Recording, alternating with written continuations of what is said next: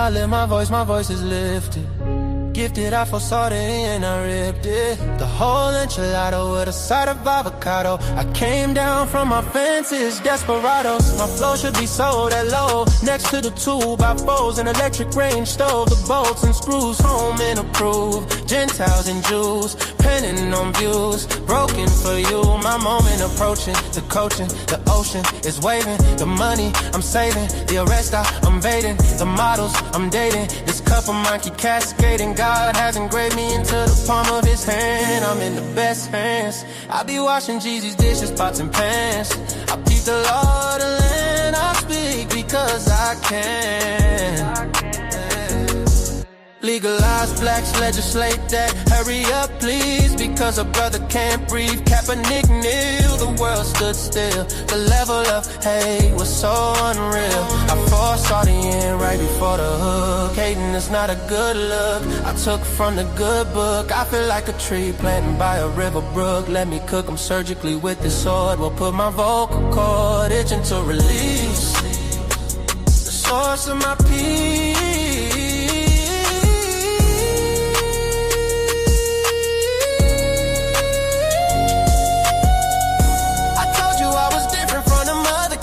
I'm flipping verses on these tracks like an acrobat. Yeah, glory to the Father, he implemented a plan. Jesus carried it out, it is finished. The Spirit empowered, blessing after blessing.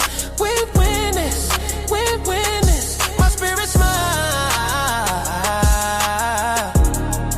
We win this, we win this, we win this. My spirit's smile.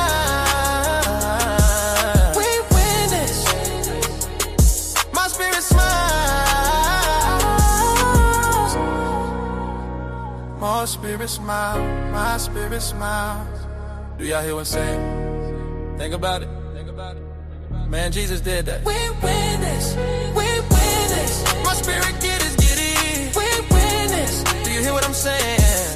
We win this. My knees buckle, my spirit chuckle. We win this, we win this. Oh.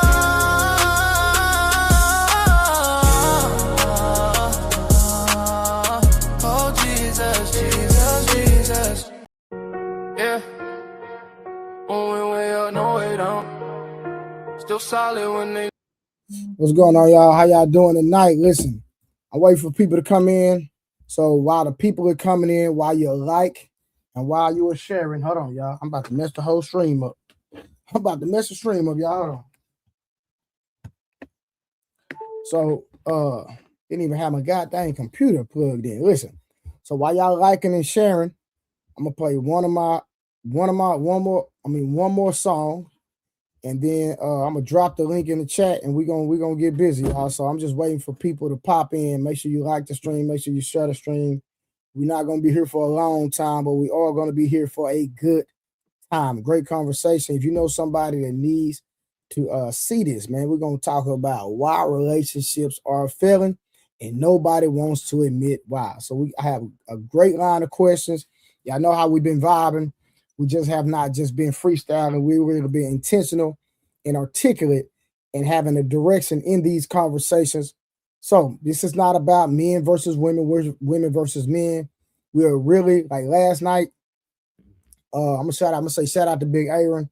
You know what I mean? He gave some great advice to a brother on the panel, and that brother acknowledged it today while we were actually having a personal conversation. So listen, we giving great content, giving great perspective, great ideology, and just helping the people. Whether you agree with everything or not, you can still learn something. All right, so I'm gonna play one more song before we get started. I'm gonna drop the link in the chat. I'm looking for my regulars, and then I'll open it up for anybody else that want to come up and have the conversation. If I drop the link, listen, just go ahead and pull up. Now, if one of my regulars is not up and you're up, I will have to take you down. It's nothing personal. It's just how it's gonna go. All right, then we'll iron everything else out after that. Let's go.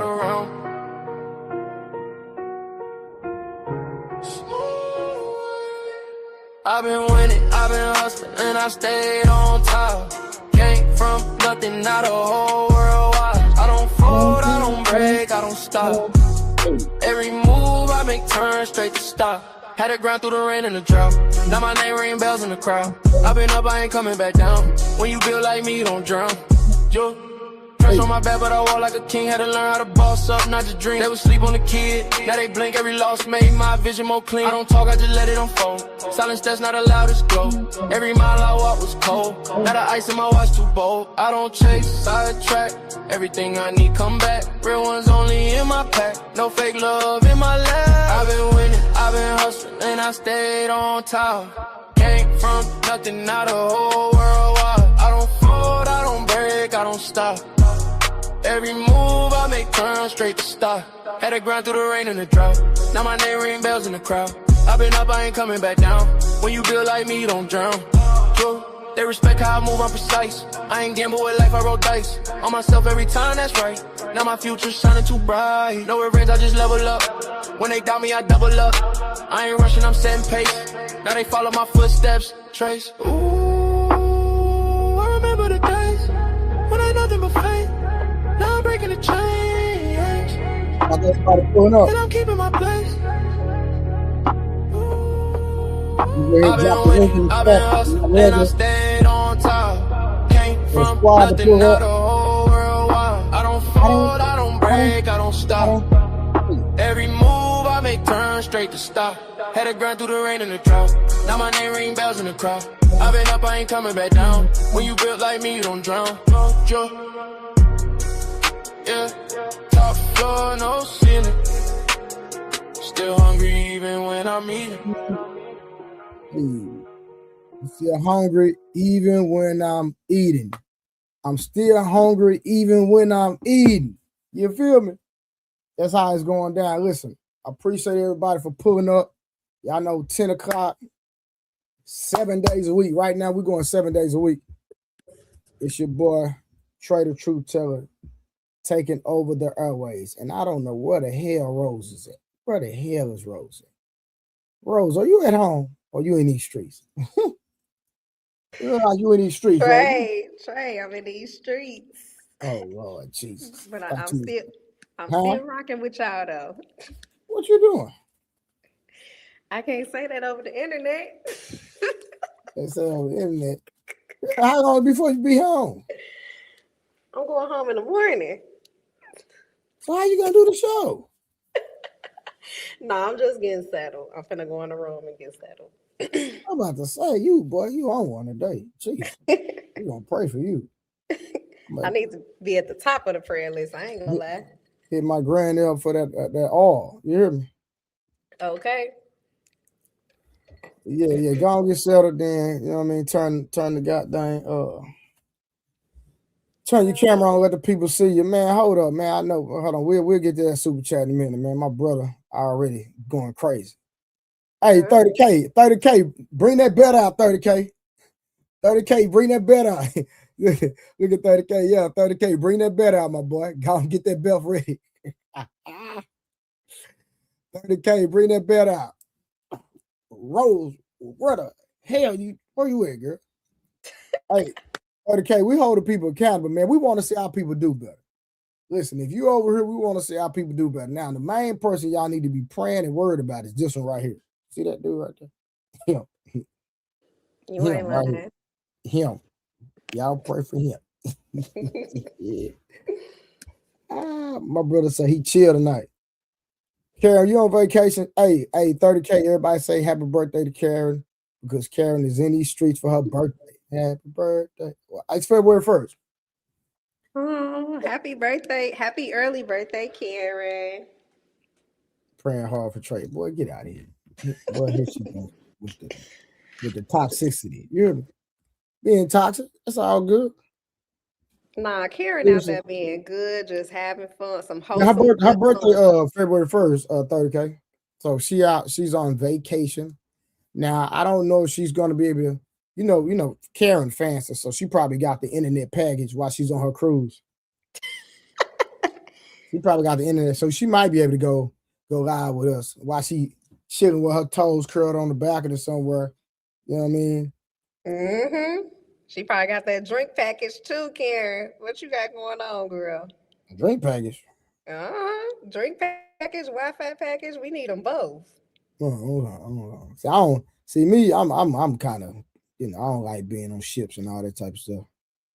Yeah, I never been. I'm scared because I Yeah, can't swim. I ain't doing no water and all that. That ain't my lane, and I ain't too proud to be honest about it. That ain't my lane. Y'all can have all that extra. You feel? You Mhm. did. You in a different room today? I told you I'm out. I ain't at home. Oh, you for real? I was for real. You know, hold on, Ray. Now you ain't finna get in trouble tonight, is you? No, I'm not finna get in trouble. I don't want no smoke on your end because you over here rocking with us, man. You got them Well, possess.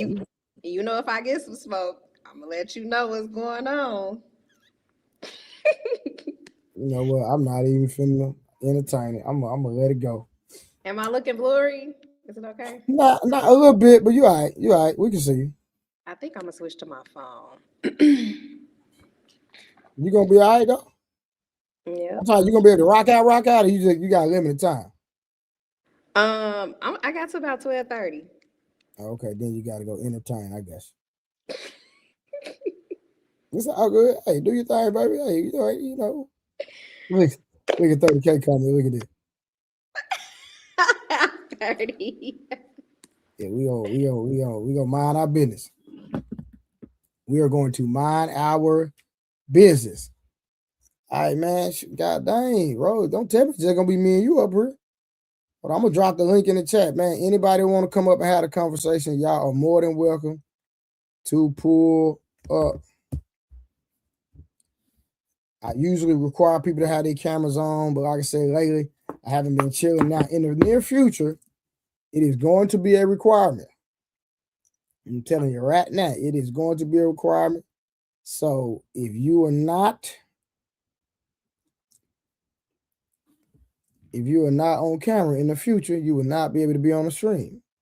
You know, she knows she can't be talking to y'all, Derrick Jackson, and oh my God. You just got to be petty, huh?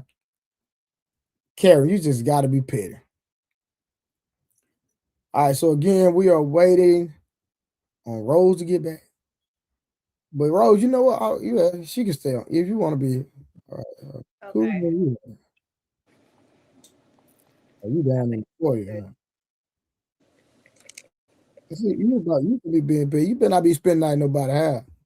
That's what you better not be doing.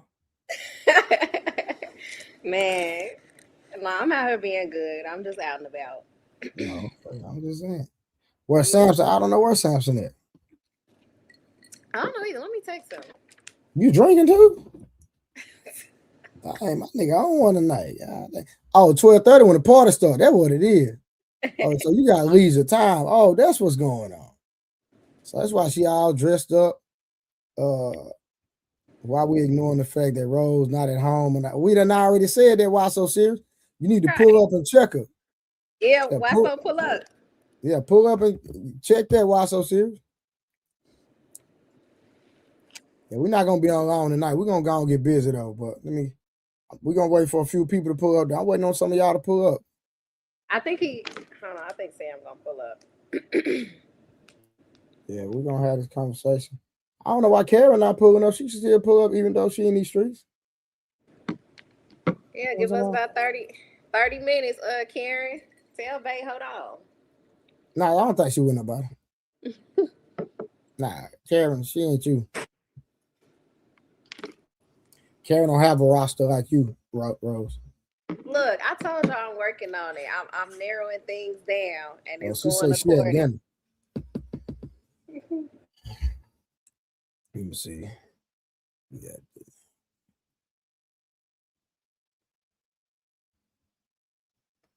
Y'all see she put it on mute. Y'all see that? Yeah, we spy, boy. We got our eyes on tonight. Hey, tell him to hop on if it's a him. Tell him to pull up. We tell him to pull up on the stream. Oh, Samson say he finna pull up. All right. I'm trying to get my life together. I'm trying to narrow down the roster. I'm trying to take y'all advice so I could get some change, some different results. So we'll see. Oh, what results have you been getting? Is the question.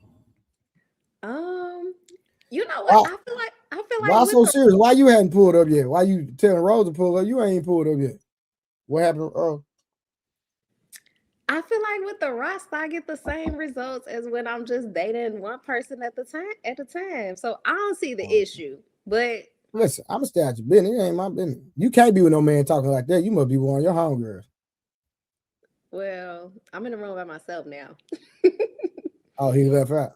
Yeah, he left out. Oh, so he ain't tripping. So he already know you was gonna do this. Yeah. You know.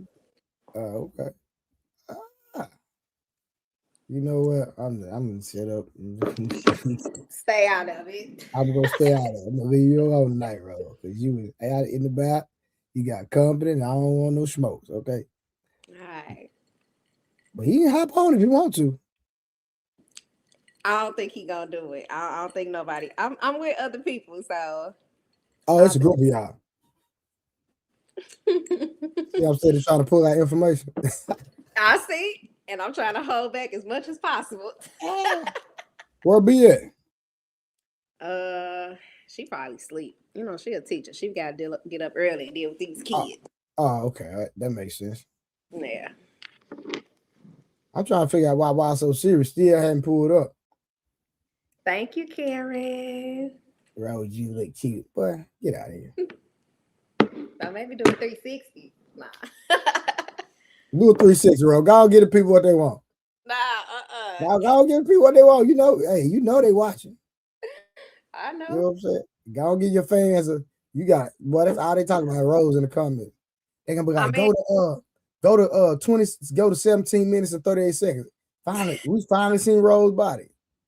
Come on, Rose, give them 3 people. Hold on, look, hold on. We already got comments. Hold on. Becca, where you at? Come on, Rose. Go get your fans a 360 for that dude come back in that room. Becca, where you at? Yeah, Becca been MIA. Nah, she was visiting her friend in New York. No, homegirl. Oh, okay. Her homegirl lives in Africa, so she was visiting her. Okay. Hey, what up, my boy? What's going on? ADU 89899769. What it do, my boy? You doing all right? We trying to get Rose to stand up and give us this 360, man. She got fans want to see that, man. We always see that forehead and the nose. You know what I'm talking about? And them cheeks. And the hoodie.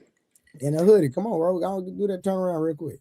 No, Trey. It's for your fans. It's for your fans. You already know. Listen, they're gonna be like, Trey is the only one that got a full body of Rose, man. Y'all gotta go to. That's gonna bring the crowd, baby. Mm-hmm. I'm shy. I'll think about it, but I'm shy. Nah, you ain't shy. Go on, stand up real quick. No. We want that 360 Rose. Yeah, we want 360 on Instagram. You know, people be DMing me, like asking me questions about stuff that we talk about. I'm like, y'all gotta pull to the lab. Yes, I'm not having a conversation with y'all in my DM.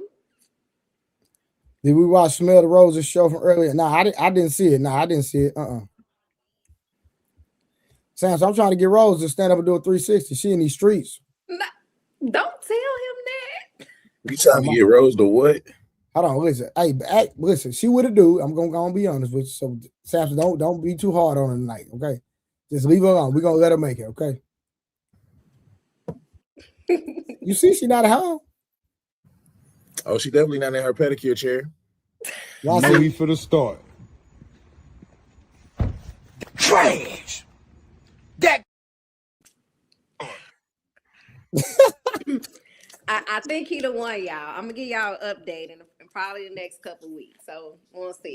He the one. What the fuck? He could be. That was quick. That was fast as hell. You the one what? Pump your gas or pay? How much he paying? God dang, that was quick. How much money this nigga got? It was one of the ones that that's been putting in work. So was it the nigga that got the Amazon account with his ex, or was the other one? You try to be shady, and I don't appreciate it. I can't ask nothing. That's crazy. I'm trying to figure out we're which gonna one let it you is. get up live, man. It's all good. All right, that's fine. All right, real quick. I bet we see Jason Williams steady saying 360. Who? I don't even know who that is. Look. Hold on. What? What you say, Karen? Look what at you Karen. say, Karen? What you say, Karen? Nah, what else she say? What else Karen say? So you say, Trey? Karen's so messy. That's what I'm trying to find out, Karen. This shit must have happened fast. You must have knocked the Sonic rings out your ass. What happened? Hey, look at what algorithm said. He got a good. He took over the mortgage and now he's the one. How much money he got, Rose? How much money he got? I mean, here's a better question: does he meet the 360s? I mean, I know he meet one of the 360s. I don't know about the other two.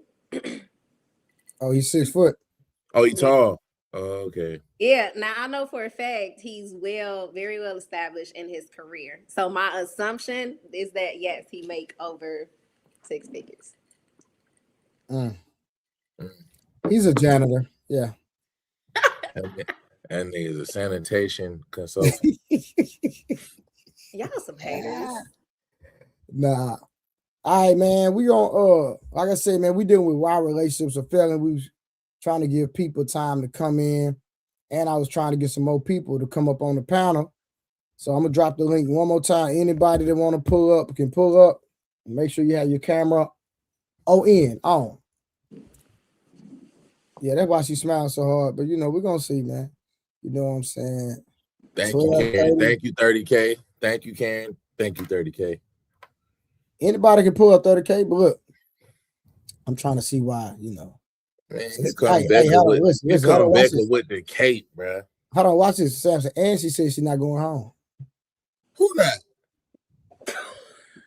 Where you going? Wait, I'm eventually going home, just not tonight or not early mornings. So you about to go out? No, she already out, Pimp. You already out? Mm-hmm. Trey, where this nigga at? Huh? Where this nigga at, Trey? He went out. He was in the room. Look, right. What? He gone, so I could, be with my YouTube family for a couple hours.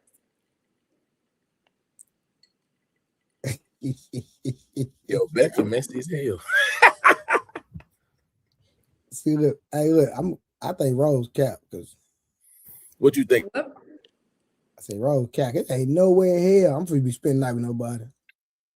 And ain't nothing going on. We ain't sleeping in the same bed or nothing. So don't even play with me like that.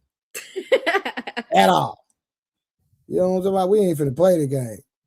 I mean, he testing the water. That's what he doing. I see. You drinking alcohol, Rose? But yeah. What's understood don't need to be explained. Mm-hmm. Rose, you drinking alcohol? What you need liquid courage for, Rose? I call cap. I mean, look, it's a Thursday night. Why not? It's Thursday night. Cap. Why not? Hey, Samson, who spends the night with somebody on a Thursday night? Like, make that make sense. That don't even make sense. It ain't like that though. I'm with 30K. He say I'm capping. Hey, Becca, you gonna have to stop capping because you turned in Trapper for Trevor. Your lifestyle different, bro. What? Right. Messing with, boy. Listen, let me tell you something. If there's any time spending the night, we gonna be in the same bed in the legs. The man's gonna be what, Trey? Trey's so toxic. ISO. Straight up, you hear me? All right, man. Y'all ready to get started, man? I was trying to wait for the people to pull up, man. People are taking their time, so I guess we just gonna go on the road. There go 30K. 30K just pulled up. Yeah, 30K. Y'all pull your belt out. Pull your belt out, bro. Pull your belt out. Nah, I'm chilling. What's going on, people? How y'all doing? 30K. I'm only going up to 50K today, man. Only 50K, bro. Only 50K, man. Oh, you ain't bringing out the jawbone to beat some Philistines? Nah, I got jumped yesterday. I got jumped last night for my dating choices. So apparently I need to do better. Then all of a sudden, this nigga Rose just sprinted ahead of me because she ain't trying to be next. So now all of a sudden she done clamped down a nigga now. This shit crazy. It ain't like that though. She done clamped down on Trey. Done clamped down on a nigga that she don't like. Meanwhile, I'm over here trying to find the real thing. That's crazy. Hey, she will come, man. She will come. Just don't get caught up in your career like I did, and then you're waiting even longer. I'm not gonna lie to you, 30K. If I'm keeping it all the way stack, bro, I think that's the reason why like the paying for the dates and the taking them out and shit. That shit don't move me because of my job, my career and stuff, and everything like that. So the money stuff don't really move me like that. But I do feel like because I be so focused on that, you know, I be late to the party on other things because I be always on this paper chase shit. Like for real. I always looking for the next move. So then with the females, I take them literally at their word. That's why I end up in a lot of situations I end up in because usually I take them at their word, find out that they cap, and then I'm gone. I'm out of there. Like thief in the night. Only difference is I ain't crack bad. Now, if I start cracking them hoes, then I'd be really wrong. So that's what I'm saying. Technically, you wouldn't, but okay. We ain't gonna talk about that just yet. I'm just saying, no. I would say, oh my bad. Go ahead, Trey. I was just gonna say people do what they want to do. That's true. And for me, it's always that, you know. I end up on that side of the street. You know what I mean? Cool with you. You know what I'm talking about? Yeah. Trace the Isley Brothers on. What, the Pendergrass too? Lattimore. You put the Isley Brothers on. You in the dough. You know what I mean? And then let me tell you something. Okay. Rose can't. You know what I'm saying? I'm gonna say I ain't gonna use Rose because it'll be obvious what I'm talking about, right? So, you know, there's no way you're gonna be drinking alcohol in around me. She need liquid courage for something, Trey. Nah. She doing that just to go to sleep. That's crazy. If you drinking to go to sleep, that's diabolical. Hell, you gotta drink first. Yeah, what is in that glass? I asked that earlier. It's a tequila sunrise. She trying to see if them knees still work. 30K. Tequila at this time of night? All right. 30K. She trying to see if them knees still work. She ain't used them in a while. 30K. What? No, I'm not. Oh wow. It's 10:30. I don't have to get up early tomorrow, so you know why not put some Saturday night into my Thursday evening type of thing. What you mean? Why not? What you saying? Why not about? Why not what? Yeah, that why not is kind of strong. And why not was kind of crazy, wasn't it? Hey, look, why not? Why not meets why so serious? There we go. Look here, we find out about this. Hey, why so serious? You know, I meant to tell you something the other day. What? Boy, don't ever invite me to your house to eat. What? Because you got a cat. Why you say that?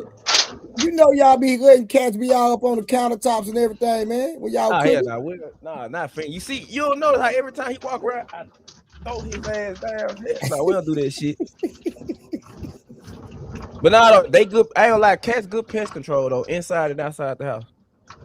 What you need pest control for? I mean, in Whitehaven, we got a big ass rat problem. For real? Yeah.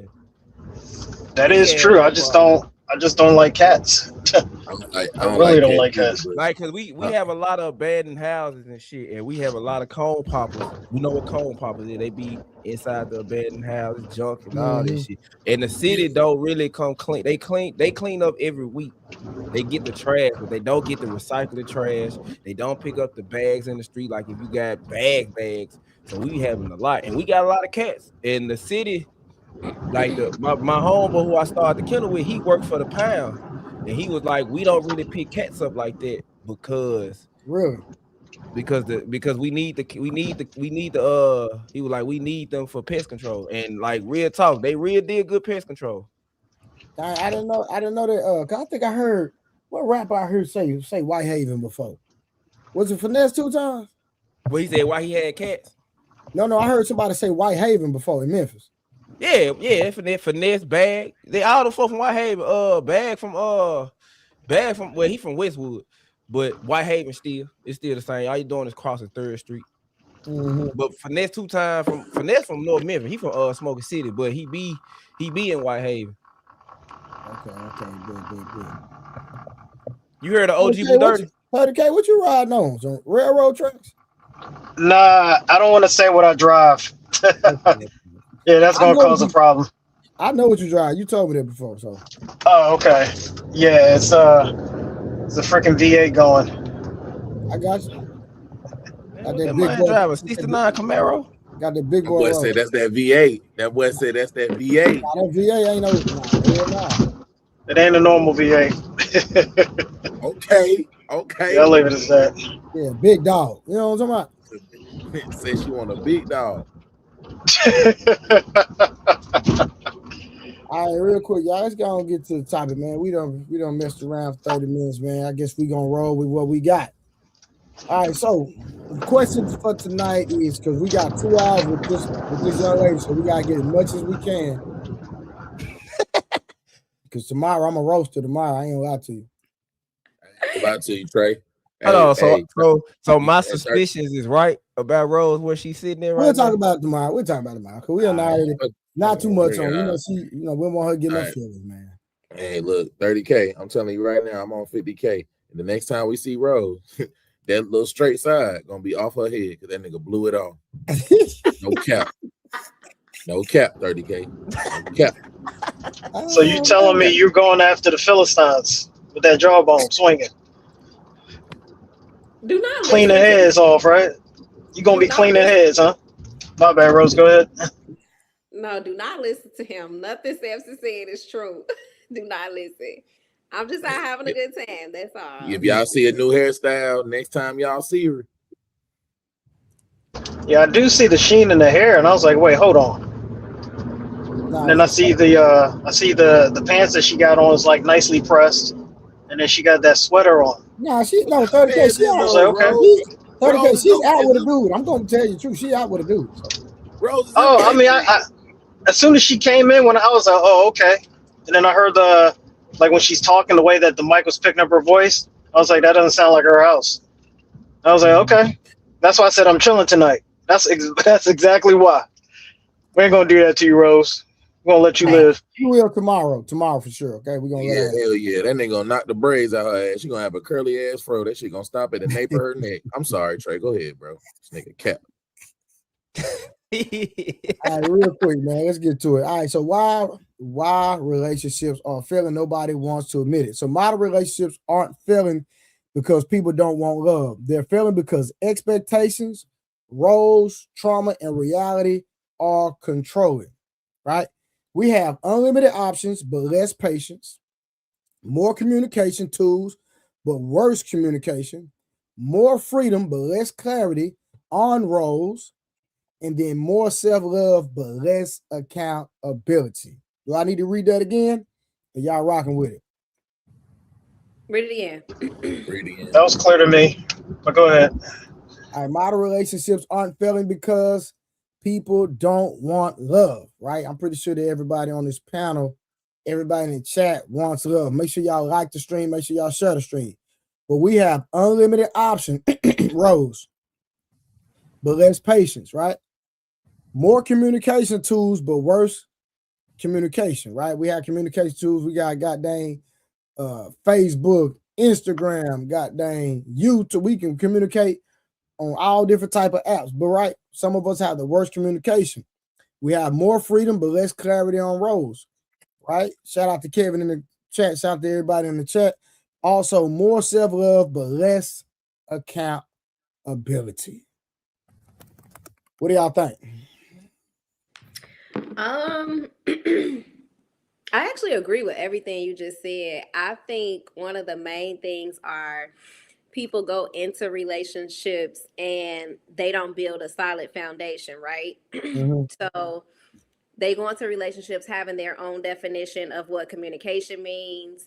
their That's own true. definition of what speaking their partner's love language means. And then when you go into a marriage, no one really knows what going into a marriage means. Like everybody think they're supposed to be happy every day. There's supposed to be no ups and downs. And I think from a biblical standpoint too, a lot of ladies don't understand the true meaning of a wife, right? So you're there to Exactly. serve, you're there to be submissive. You're there to be submit to his leadership. So I think if two people go into a relationship and they actually talk about what their core values are, I Yes. think the longevity of the relationship wouldn't be in jeopardy. Okay. Anybody else want to chime in on that? I mean, you hit it right on the nail. You know, it was why so serious. She said the word submission. You supposed to submit. I thought. Hey, you know what's crazy? When What's Rose crazy, talking Wild? lately, since she been talking to us lately, because you know I told you I've been paying attention to y'all for a while. She sounded like when she first started jumping on panels. Like first time she jumped on the panel, folk, man, the women berated her about real talk. They really was clowning her, man, you a pick me, etc., etc. But then I noticed how she went down that path. Oh yeah, you know, the sisterhood got to her a little bit. She's talking like how she normally talking when she first joined on, and she know it, right, Rose? Am I lying? I mean, I did go down a different path, but hear me out. Every time I say something like in a woman's favor, the men, this when the brotherhood comes and they automatically attack me. Everything a man says isn't right, but y'all don't think that though. But you're right. They did call me a pick me. They were slandering me because the first time I came on, I was just saying what a woman's role is, and they think I was describing like a slave. And I was like, oh my God. But I feel like if you go into a relationship with the right intentions, you're going to understand what I'm saying is right. And that's crazy because he said Rose, and a lot of women really do look at submission, marriage. Like if you let them talk about their grandma, they gonna swerve them down. Grandma was a slave to granddaddy, bro. Like real talk. They gonna think being married long term. It like because I be saying no people that been together 40, 50 years, the love faded like 2-3 times. Like, okay, it's impossible because people change, body changes, mental change, job change, all that. And they'd be like, well, she stayed through all that. She was a slave, she was oppressed, she didn't have nothing to do. Like, but why so serious? That's just a part of being in a relationship. Yeah, and that's what I'm saying. People you don't look at the ups and downs between a mother and a son, or a mother and a daughter, or a father and a son, or a mother and daughter, brother and a sister, best friend with best friend. Like we can just take every dynamic of different relationships, and anything that has withstood the test of time they have went through something. Period. But when it comes to relationships and staying with your significant other, people struggle for that. People, I noticed that a lot of people will be they'll still pick up the phone for a person that crossed them out a couple of days ago. Some people, not all people. I've watched it. They'll still be in, like if they find out some hurtful things that their mama or dad said, they'll still be unconditional love today. But now we understand relationships aren't unconditional. They're not. They are very conditional, but it's like when you with your significant other, those conditions, the minute they step foot over a line, it ain't no coming back from. And no, it ain't about what line they step over. It's about what? It's about the line that they promised that they wouldn't step over. So that's actually being disloyal, dishonest, and being untrustworthy. That's the difference. And that's where expectations come in. I expect a woman to be a woman at all times. I don't give a damn how much power I give her. I don't care how much leeway. I expect her to be erratic. I expect her to be overly emotional. I expect her to have some form of. Why you say erratic though? Why you say you expect her to be erratic? Now, what I mean by that is I can rock with overly emotional because that's the biology and the nature of a woman. But why overly erratic? Why is that? What I mean by that is if you like, I've dated women who had to fend for themselves their whole life. So when they get with a man that's let me take this backpack off your back. I don't mind carrying my backpack and carrying yours, which is life. So when you get with a man, when the women I dated, when they got with men like that, they didn't know how to handle it. So they got so they got to the custom that they didn't have to make every life decision by themselves. They didn't have to pay every bill by themselves. They didn't have to struggle with the kids by themselves. But when it came down to certain things, they couldn't let go of that power that they had. So it was, it became erratic. Like, damn, do I trust this man? I want to trust him. I'm driving the steering wheel of life. She want to put it in park because I missed the exit or whatever. Like, you get what I'm speaking metaphorically. Yeah, I got they irrational. They irrational. Yeah.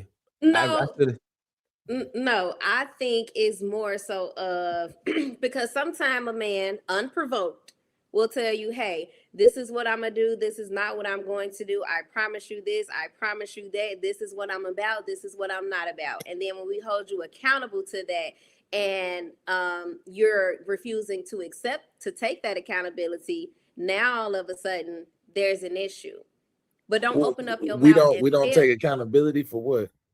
Oh, absolutely. Like if you're not consistent with something that you said you were going to be consistent with, we hold you accountable for that. AKA when you take me to the altar and you say you're the only woman I want to be with and I want to marry you, but the damn near after the wedding night, you're on the first chick smoking. You all in her DM, you at her house, you spending the night, y'all having sex with them. And I'm like, well, here we go. And you wanted to be a one-woman man. What are we doing here? You went to the extreme on that one. Why you gotta realize for Rose? Y'all gotta realize for Rose, cheating is end all be all for her. So that's where she's coming from. But okay, so we don't even have to take it to a external problem. We can keep it internally. A lot of marriages have problems, just in the household. You have a man that promise you that he's going to be a certain type of man that's willing to cater to you in a certain type of way. And he knows that he doesn't even possess the characteristics he doesn't even possess like certain capabilities for that. It's like, why do you open up your mouth and promise me those things? Can I answer that? Yeah. Well, you got it, Trey. No, go ahead. Because in reality, a lot of men are just winging it, if we really want to be honest. When it comes to being a man, taking care of the family, a lot of men are winging it. And I don't think a lot of women really understand it. Most of the men you dated don't know what a father figure is. They never had one. If they did have one, their mama had the man in and out. It wasn't their dad.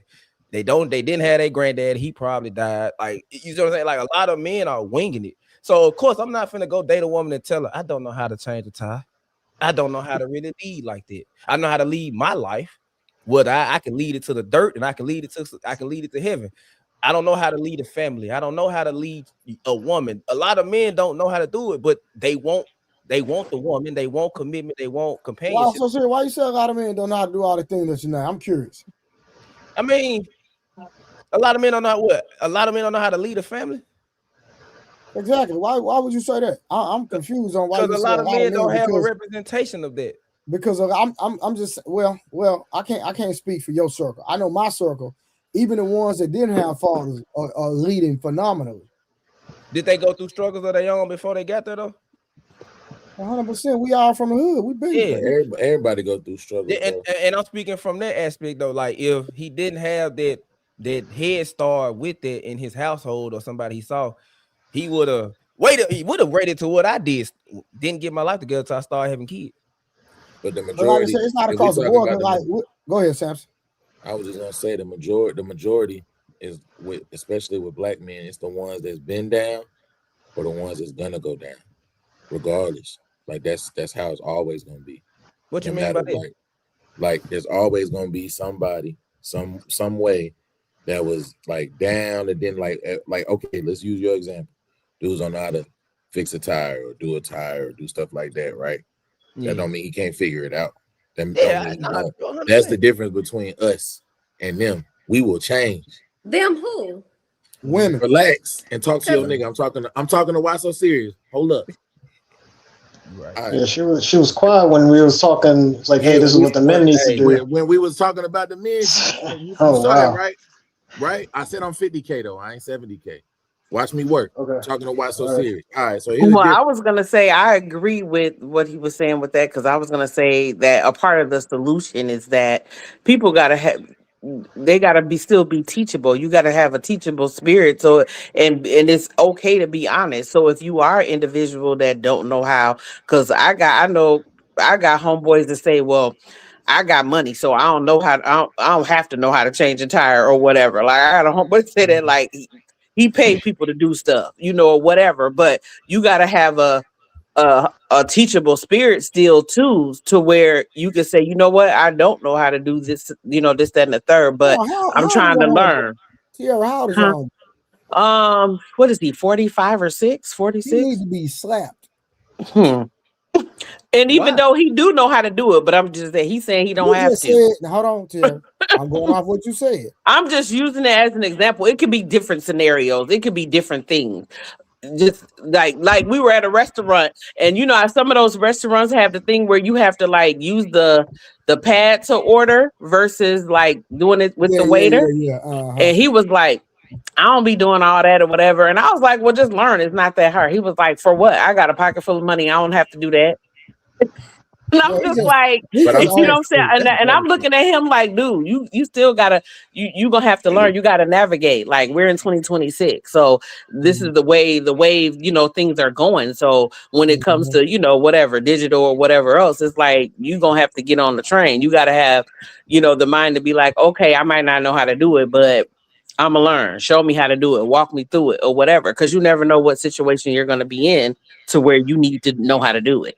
Hey, shout out to Karen. So, she'll get a man before Rose because she ain't using this nigga for steak. Back to the conversation. Why so serious, bro? This is what I'm saying. Why so serious? At the end of the day, if it's a situation where we are inept at something or we getting criticized by something, even in life, bro, we always find out. We feel like if it's something that we want to change, we want to figure that shit out. We always figure this shit out. Whether we got to look it up. I'm talking about if we want to. If we want to, if we're gonna look it up, we're gonna do whatever we need to do to get that shit done. Even if it's something that we have no knowledge in at all. That's what I'm saying, right? But the difference, that's why I said the primary difference, AB, if you're gonna pull up, you can get this smoke too.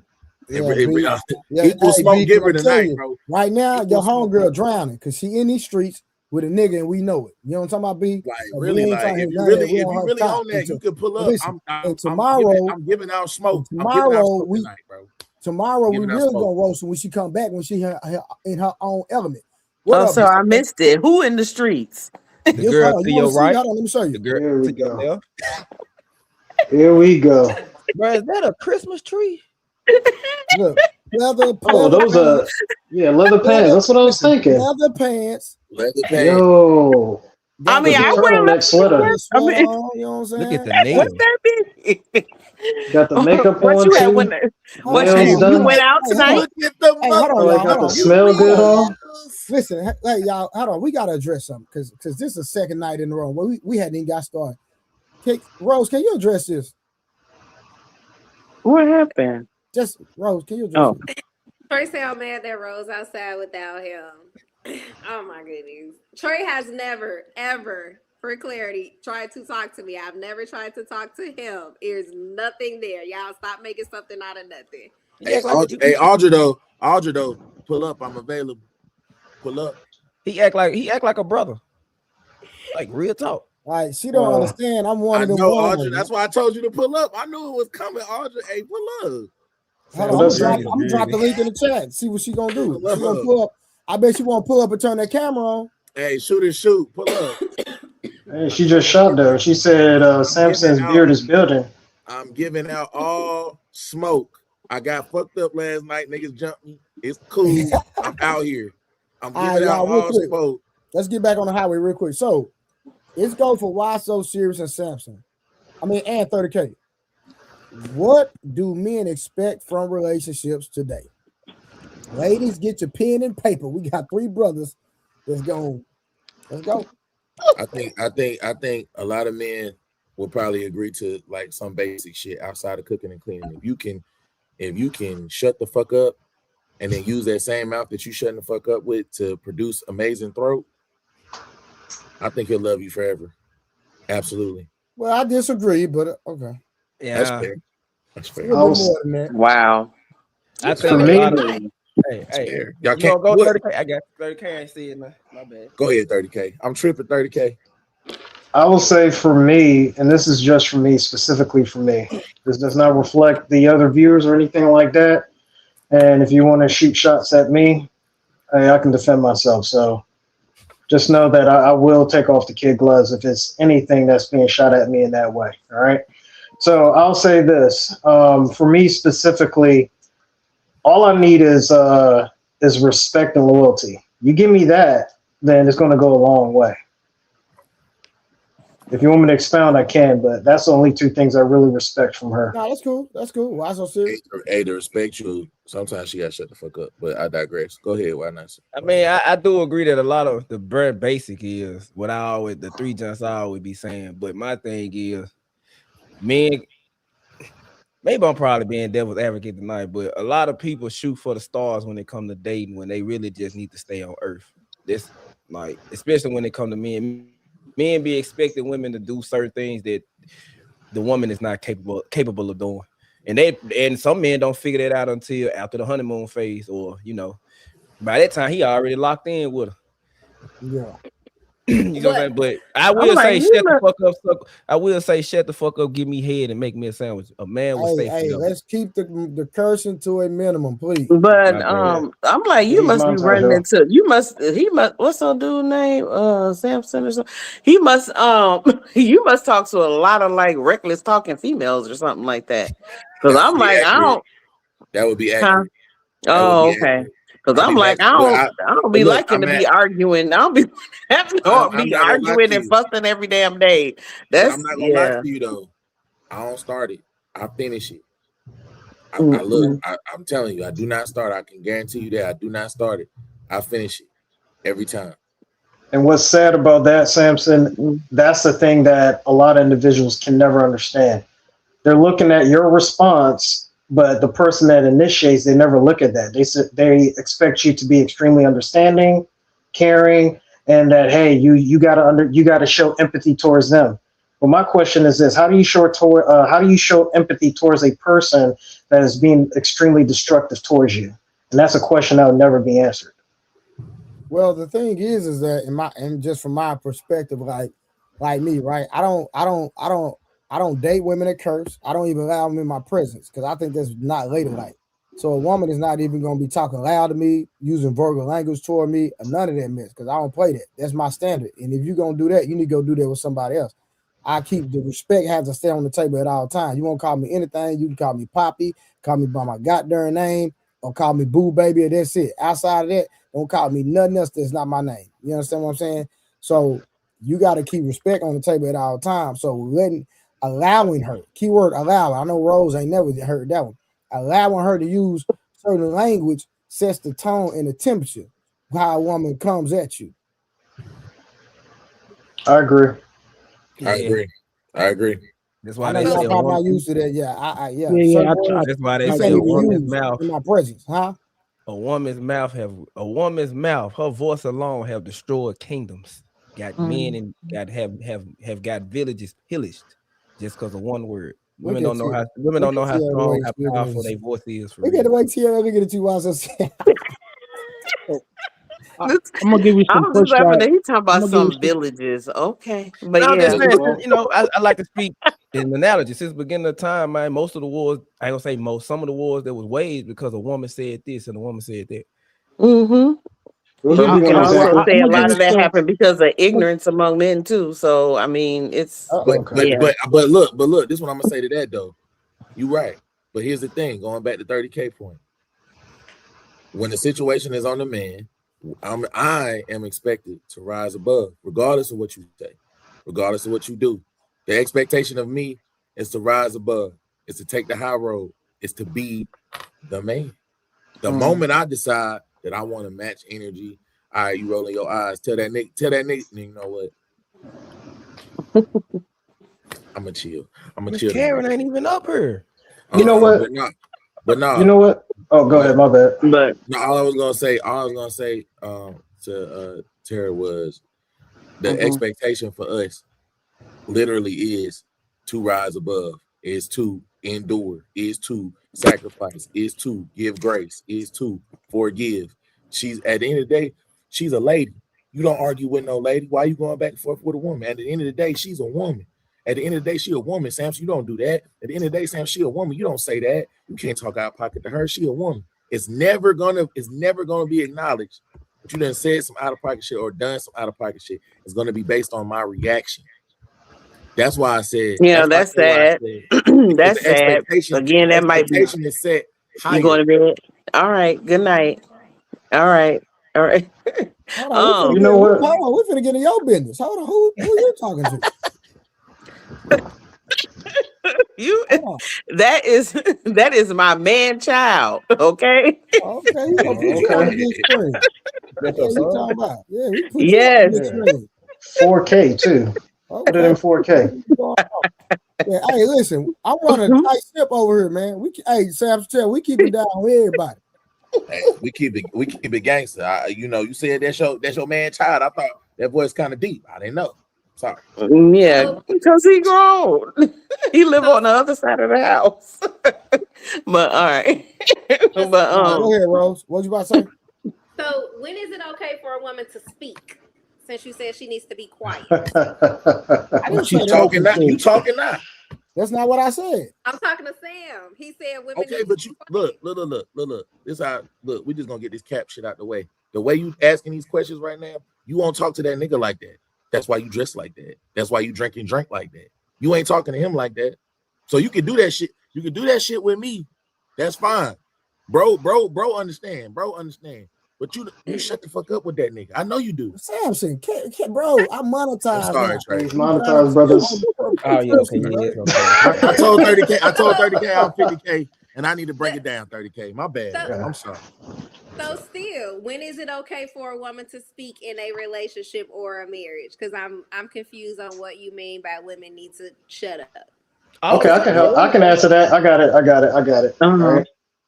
So, to answer your question, when she's not being disrespectful, is that clear? Yes. Rose? Yes. Do you think a woman should speak when she's being extremely disrespectful and she's not in the right headspace? Absolutely not. I agree with that. Okay. Is there any other time, Sam? I can't put the words together because I was about to curse, so I'm gonna wait till Samson. I'm gonna let they jumped me last night, bro. I'm on one. Go ahead, Watson. I mean, I agree with 30K. I just like to tell women when you like he just said, don't talk when you know your mind ain't you gonna throw shots, you gonna say some stuff you don't mean. A lot of times when don't jump in a man's conversation like that situation, and understand that your voice alone will put a battery in my back. Don't put me in a situation where I got to do 25 to life and you're not going to hold me down if I do jail time. That situation. Okay. So when is it okay? Say if there's an executive decision that needs to be made around the house, is it okay for her to give her input to be taken into consideration, or she should just shut up? All right, give a clear example. So we're not just trying to figure out what you mean. So like a specific. Why are you laughing? At the comment. Hey, pull up if you really own that. If you really feel that way, pull up. Clear. Now it's different. Like if we make a decision where, like, let's say, I'm gonna give you an example. Let's say I got a job working in Wyoming, or I got a job working in Seattle. It's paying this amount. And I'm telling you, like, we finna move. The whole family finna get up. That's a situation. Another situation would be you want to buy new furniture. Like, it's so many layers to where an executive decision could be made in the house. So you're gonna have to give an example. Hey, real quick, Wolf Stacks, don't be talking to B in the comments, bro. You had your shot. Don't do that. All right, real quick. Why do women? Hold on, real quick. What do women expect from men in relationships today? I need the ladies to speak. I'll put myself on mute. Okay. Pierre, you want to take the lead? I do not. I mean, I'll say something, but no, you can go ahead. So I think I know. I expect for a man to do everything he said he was going to do. I expect a man to be everything he said he was going to be, right? I do believe in the phrase, if you let a person speak long enough, they'll tell you exactly who they are.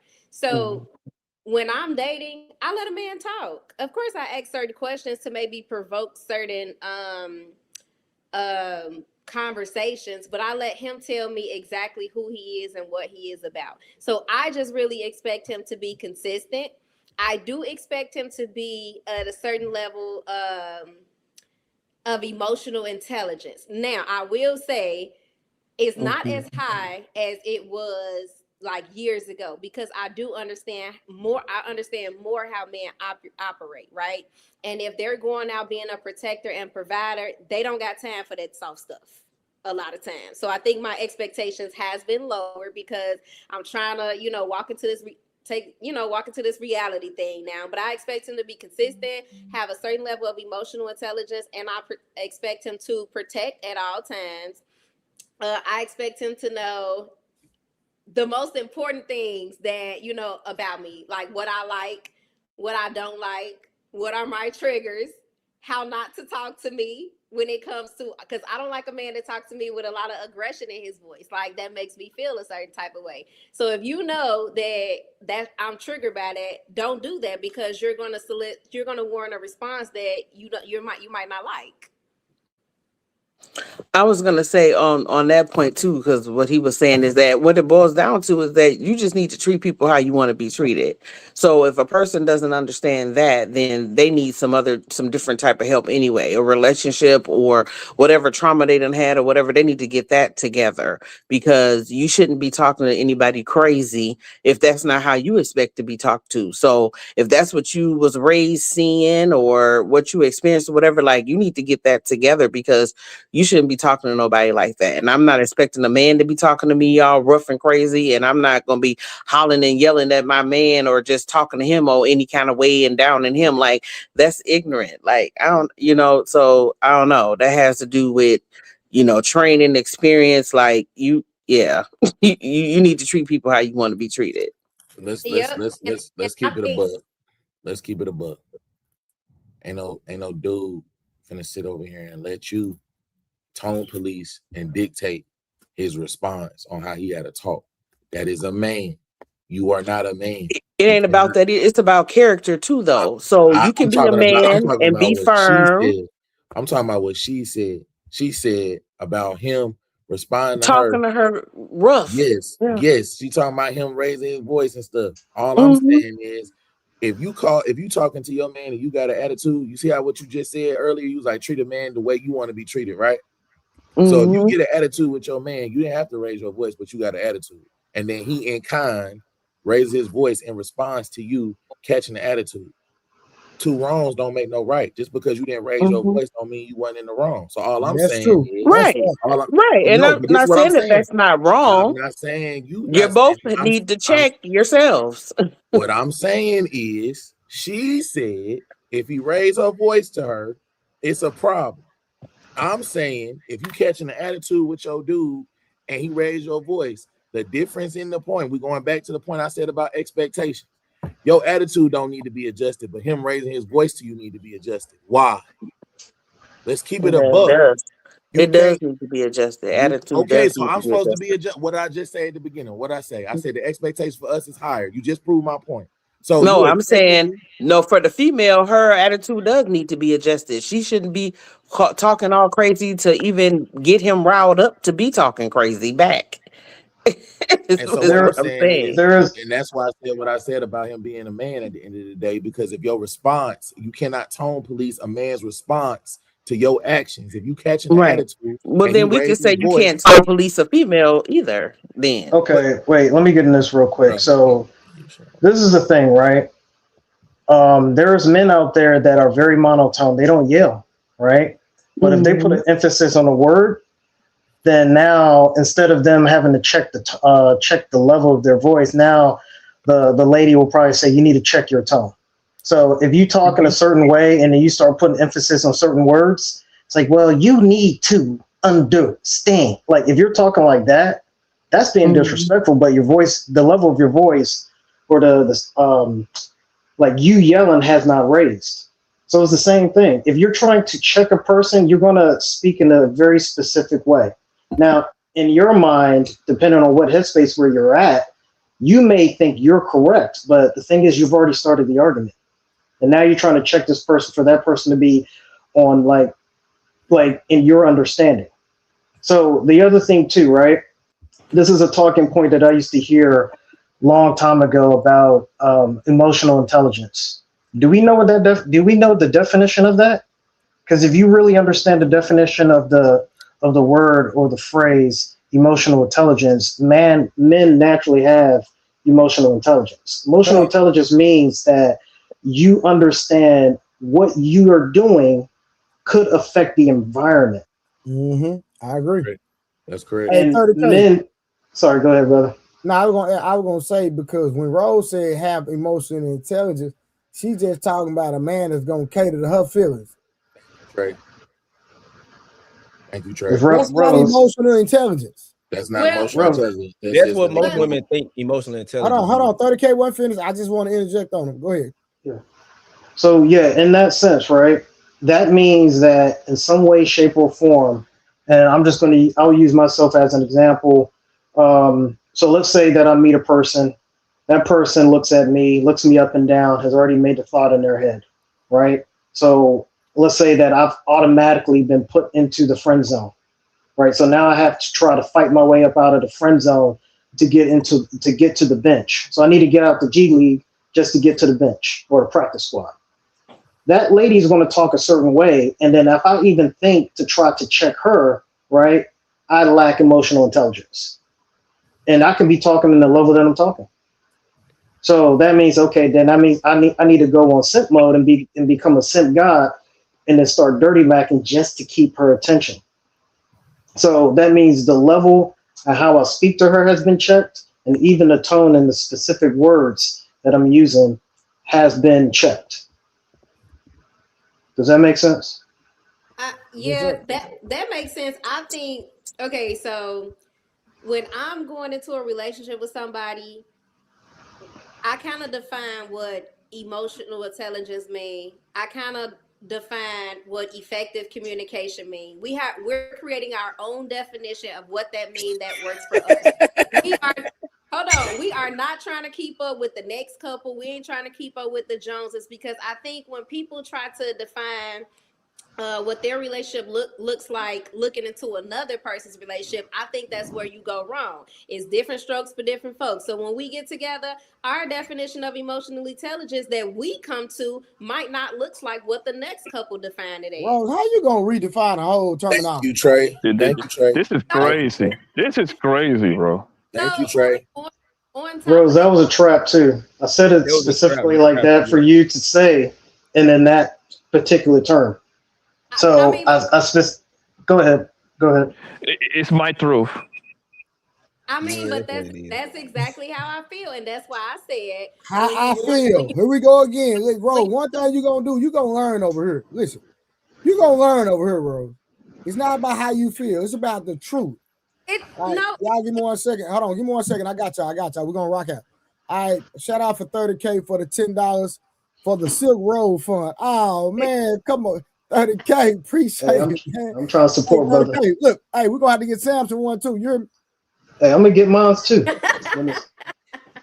Hey, we're gonna have the whole squad in Rose except for Rose. Okay, we ain't doing that. Hell no, not that. Damn. We're gonna get Rose a sit one too. Just keep it tied up. She gonna be looking like August in the living room. All right, shout out to L. You stupid, bro. You stupid. All right, shout out to L. Nixon. While a lot of women are asking men for emotional intelligence, they have no idea what emotional maturity is.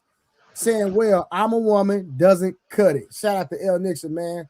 We know L. Nixon is a supporter of the Untouchables, and I'm an honorary Untouchable. Shout out to coming over here spreading the love, my brother.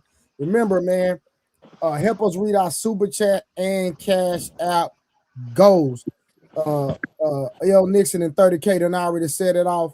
We trying to reach our goals each and every day we go live to continue to press the envelope, giving y'all great content. All right, the goals are in the banner going across the bottom. Go ahead. Who next? I wanted to say something real quick, just to put some emphasis on it. I'm going to chill you. I'm not going to go real hard. But the thing is, right, when Rose, you also brought up another point. I'm trying to help you out. I don't want you to dig yourself into a hole. The thing is, when there's like certain like articles, books, or whatever that come out, people oftentimes try to take that and embody it, right? So the whole feelings thing that women started saying, I feel this, we're emotional creatures. Do you know where that came from? No. I can tell you that it came from that book called, I think it's Men Are From Mars and Women Are From Venus by John Gray. I know you're talking about. From John Gray, I think that book came out in 92 or 93. Around that time, that's when all that stuff started. That's where the gender war actually started. So when women say, I feel, it's like, man, you sound like that book. But is that really you? Well, yeah, that's really Rose, Sir K. I would say that. Yeah, that's really her, bro. At the end of the day, I'm just not for defining what my relationship should look like based on a Webster's dictionary definition. I rather talk to my partner, come to a common definition and a common understanding of what things mean to us to help us operate in a space that's beneficial for us both, for both of our happiness, for the longevity of our relationship. And I don't see an issue. But Rose, that falls under communication, not emotional intelligence. I mean, but you got to think, we got to define what each thing means. That could be communication, emotional intelligence, what our love languages look like. It could be anything. Love Languages was a book too. You gotta understand this, man. When you're talking about these words with emotional intelligence and these words, you already told on yourself once. I don't want you telling on yourself again.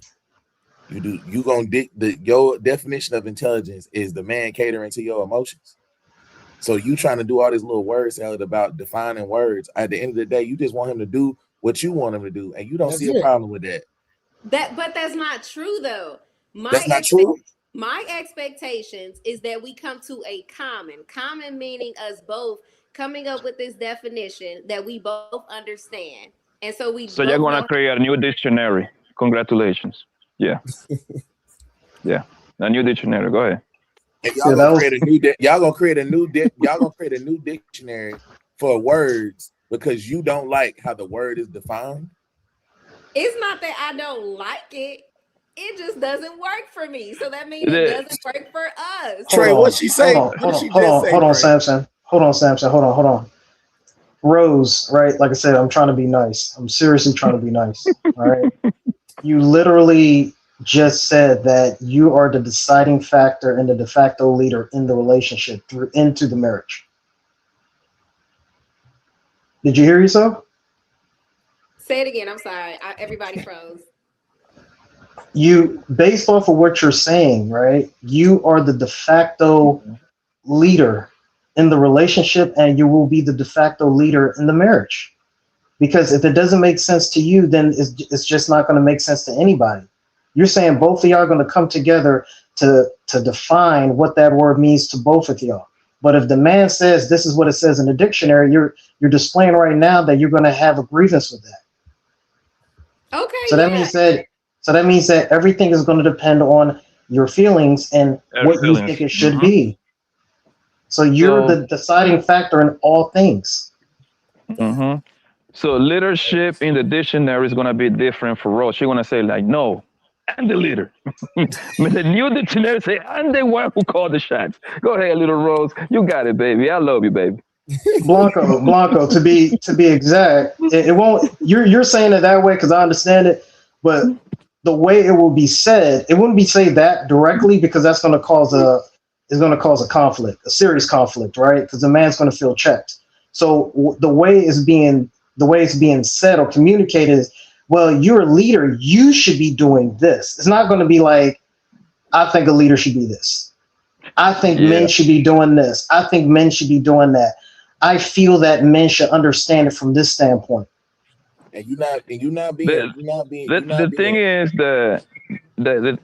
first of all, how's everybody doing tonight, man? What up, What up, Blanco? Blanco? Good, brother. What's good? What's good? Yo, What up? the thing is that every man, I mean, no, not every man. I take that back. There is nothing 100%. Most men got emotional intelligence building into their system already. You know why? We have been dealing with our mothers our whole life, our sisters, our aunties, our girl cousins. What that means, for the most part, us men, we always cater to the women on our family at least, right? So we understand that's when you start getting the understanding of women since you little for a family. You know when your mama feel bad. You know when your mama is happy. You do stuff to make her feel good. That's part of the emotional intelligence right there. You see what I'm saying? So when they come over here, these grown-up kids like Rose talk about, I need my man to understand emotional intelligence. we already, we've been dealing with that for a long time. I'm right or wrong, fellas? Right, Because I but believe but have you been dealing with it Here we the go. right way though? See? yes, What's the right way, because bro? it's in a man's Therapy. nature. It's in a man's nature to take care of the woman that is the closest to him. Who's the woman that is closest to a man? His mother, his daughter, and his woman.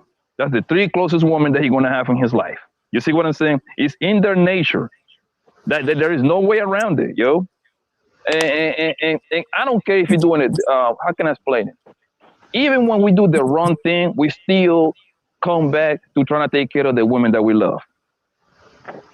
Rose, real quick, what is the right way? When you said, did you deal with the right way? What is the right way? And don't use therapy. To sit down and first of all, I want you to acknowledge the situation without having to be told, right? I want the type of guy that anticipates my needs. Oh Okay. my God. Okay. Oh my God. So Okay, I will order a crystal ball. Okay, so give it a specific. You gotta be Miss Cleo. In other words, just say that, Miss Cleo. Go ahead. I'll get the tarot cards out. I'll set up an appointment with Dionne Warwick. My bad, I'm showing my age. But anyway, give a specific on how the man is supposed to handle it the right way. A very specific. Okay. I'm trying to think of a specific situation. You want a lesbian, bro? No. I just No, the studs complain too. You know what? That's true. If you and they fight. Yeah, that's no, I ain't into that. I mean, I just want a guy that anticipates my needs. So if Anticipate how? You should know your personnel, right? So if you Read minds. No, that's not true. If you know that I have a certain type of personality, right? On or I feel or I vibe a certain type of way on a random day. If I'm having an off day, something is wrong. I shouldn't have to come to you and say, "Hey, I'm feeling some type of way." You should be able to read me and say, "Hey, hold on." You should be able to read me and say, "Hey, like I noticed that she's feeling down today. She's a little sad today." From work? Huh? From work? So I should sense it in the force and then take off and come to you immediately? Like it could be anything. No, that's what we're asking for specifics.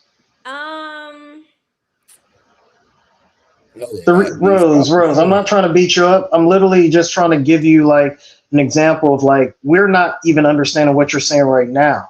No, so imagine you with 30K. Use her words. She said, just like that's why I know she lying. I'm gonna keep coming back to the fact she lying. She said just the other day when I was getting jumped, she said she need a dude to show intent, be direct and intentional with her. Somebody that she said, I don't want to have to read his mind. He needs to be direct and intentional with me. So where is this goddamn equality that now I got to be Professor X for your ass when you want him to be direct with you and you don't want him to read your mind? How does that make sense? But when I say direct and intentional, so Rose, let me ask you this. Have a man ever bought you like your favorite candy without you asking? Bought you like heating packs when you having those badass cramps? Have men done that for you? Yeah. Does that classify as what the hell do you just say right now? Yes, that classifies as There you go. anticipating my needs. Yes, it does. There you go. Because But Because let me. that's something that I believe most guys do that. Like I know, like usually all of us got a pattern. Men and women, we got a pattern, right? So we learn each other's tendency, right? I know what kind of candy you like. I know what kind of chocolate you like. I know what kind of wine you like. I'm gonna bring it home with how you ask me. I know when yeah, your period about to come.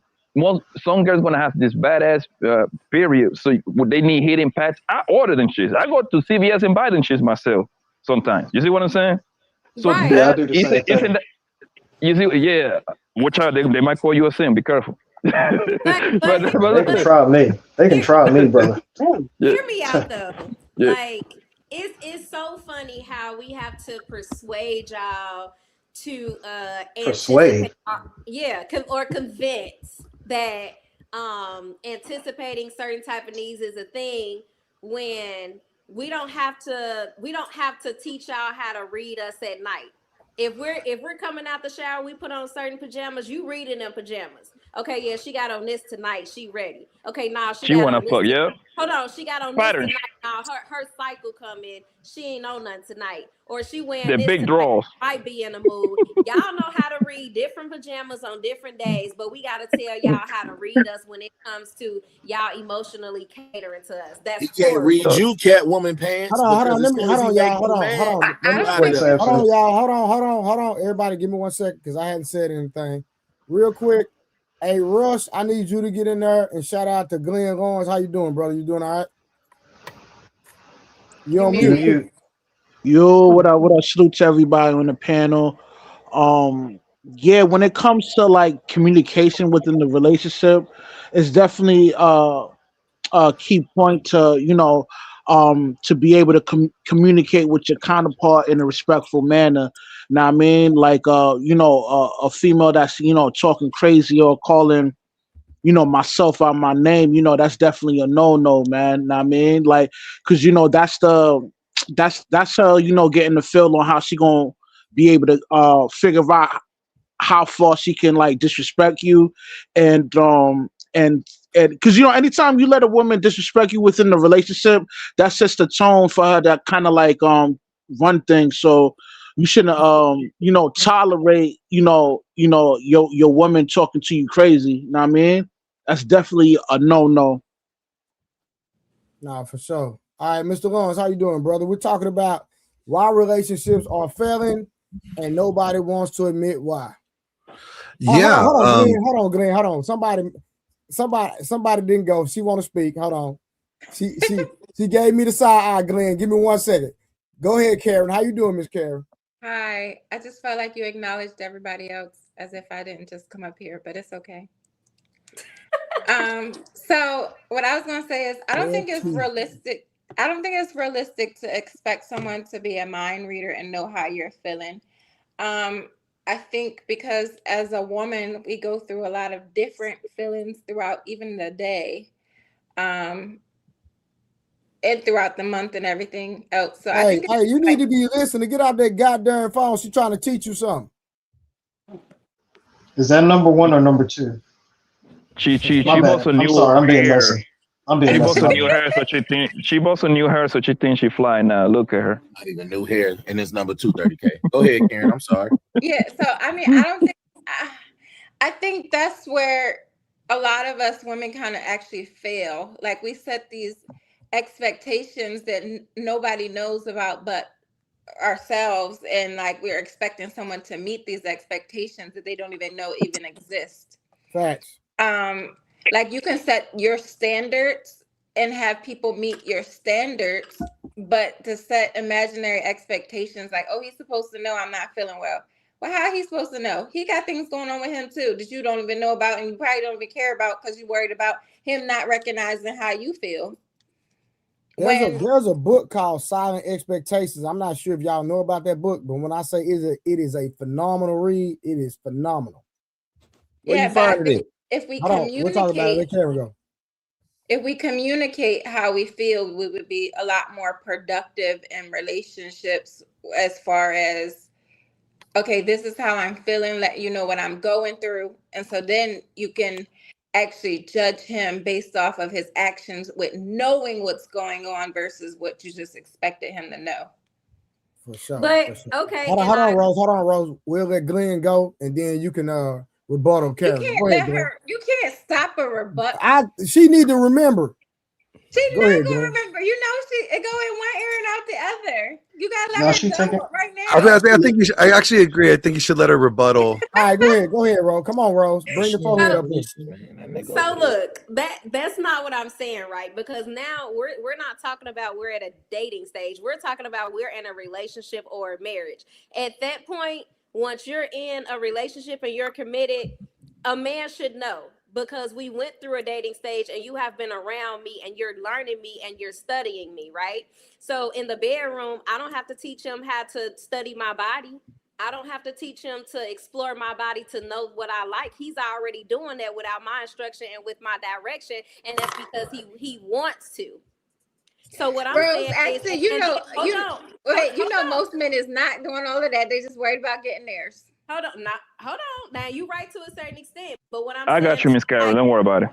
even when it comes to sports, these guys will follow a certain athlete from their high school, college days, pre-draft, NFL. When they made it to the Hall of Fame, they could recite all his stats from high school all up into the Hall of Fame. Don't nobody have to tell him to remembering that. Why? Because he's studying his personnel. He knows all of these things about him.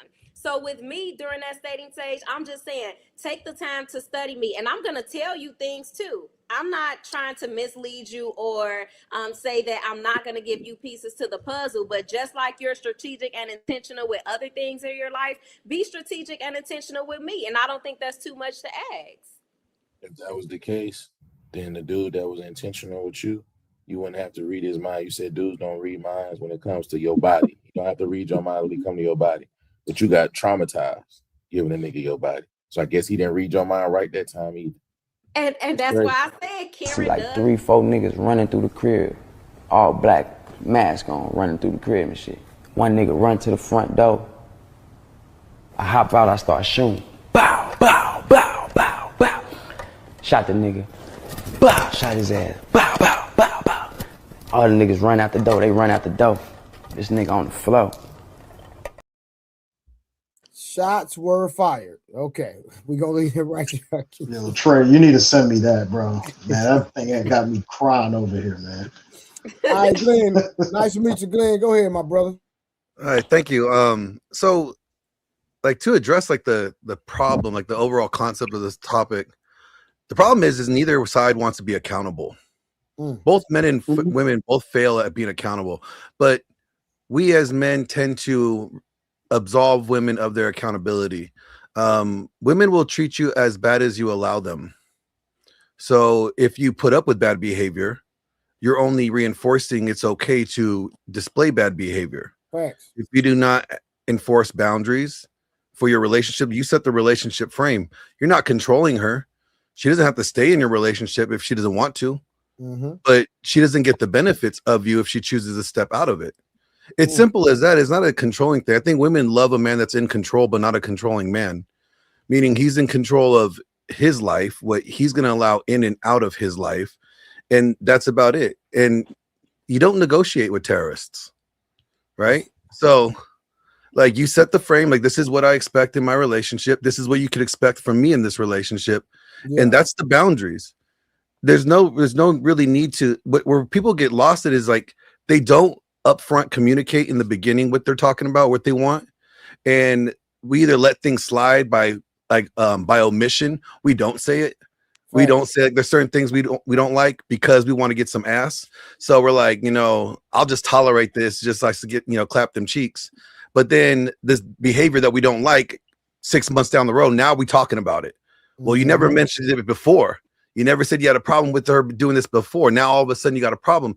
It shows to her that you're just not being consistent. So there's issues that we have, but then on the other side is that women just don't like to be accountable, at the same time. But nobody likes to be accountable, but society tends to hold men more accountable in general. By default, right? For sure. Yeah. And so in a way, we've lived in a culture and society that has infantized women for a really long time. We would absolve them of their bad behaviors, right? Like, for a perfect example, you have female teachers now getting arrested for doing things with their male students, right? Yep. Let's go back like 20 years, 30 years. If that was a male teacher doing that with a female student, he would be like chemically castrated, thrown underneath the bus. Everybody be ready to throw rocks at him, and just these teachers are able to get pregnant, collect child support from their male student. That right there, just showing that we absolve them of their bad behavior.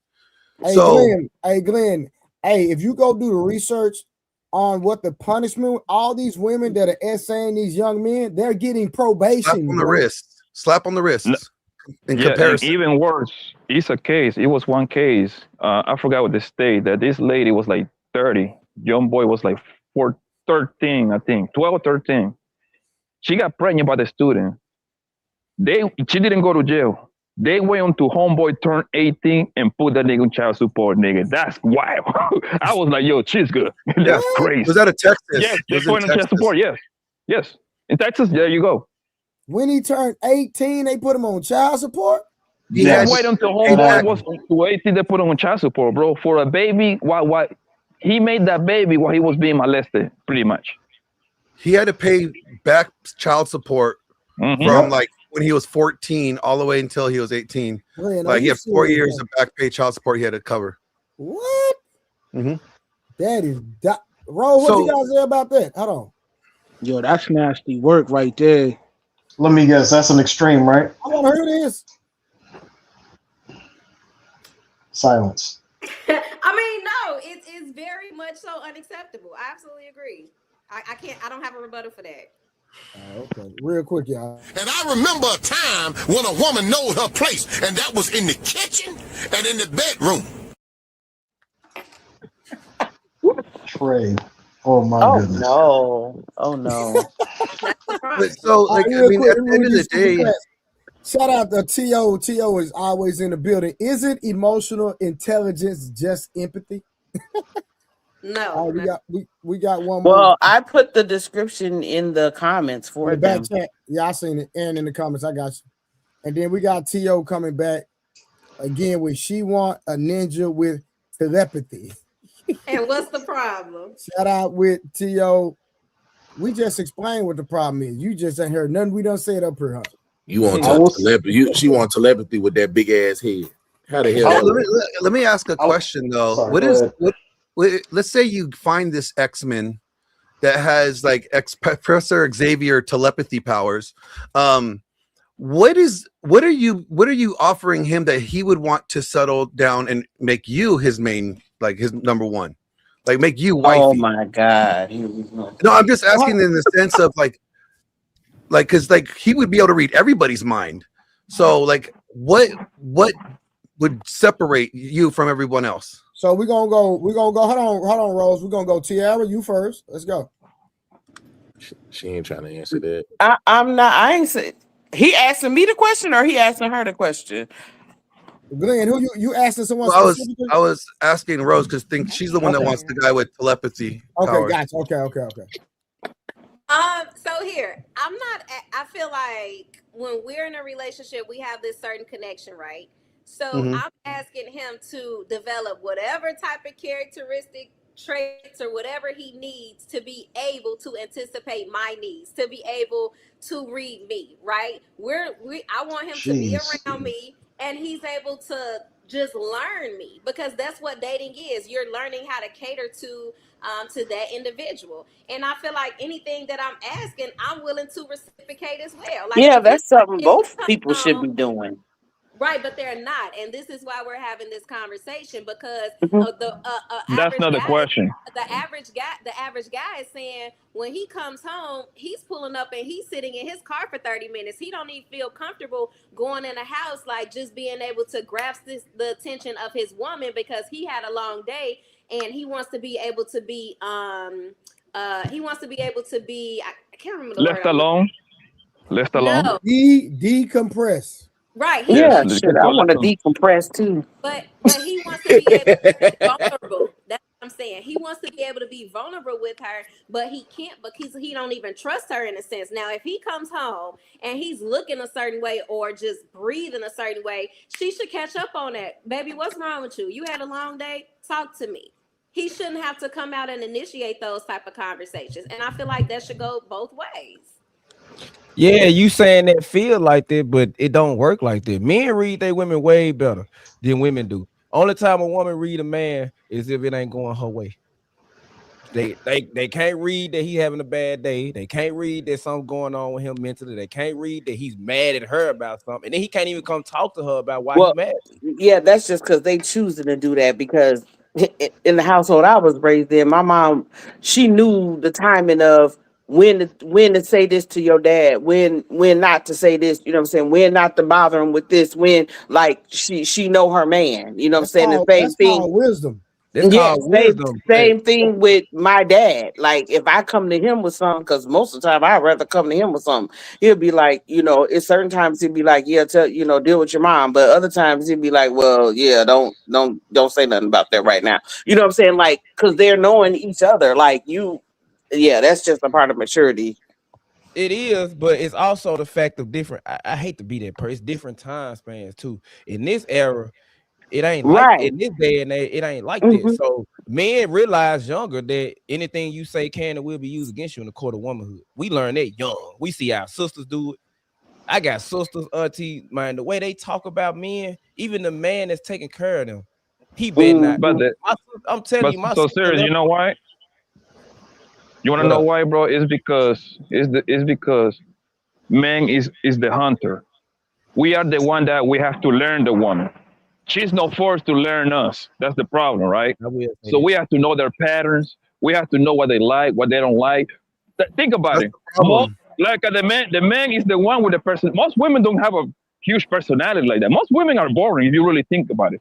Let's keep it a being. Most women are boring as fuck because they're not forced to create a personality. You see what I'm saying? We do because we are the one always pushing the line on them.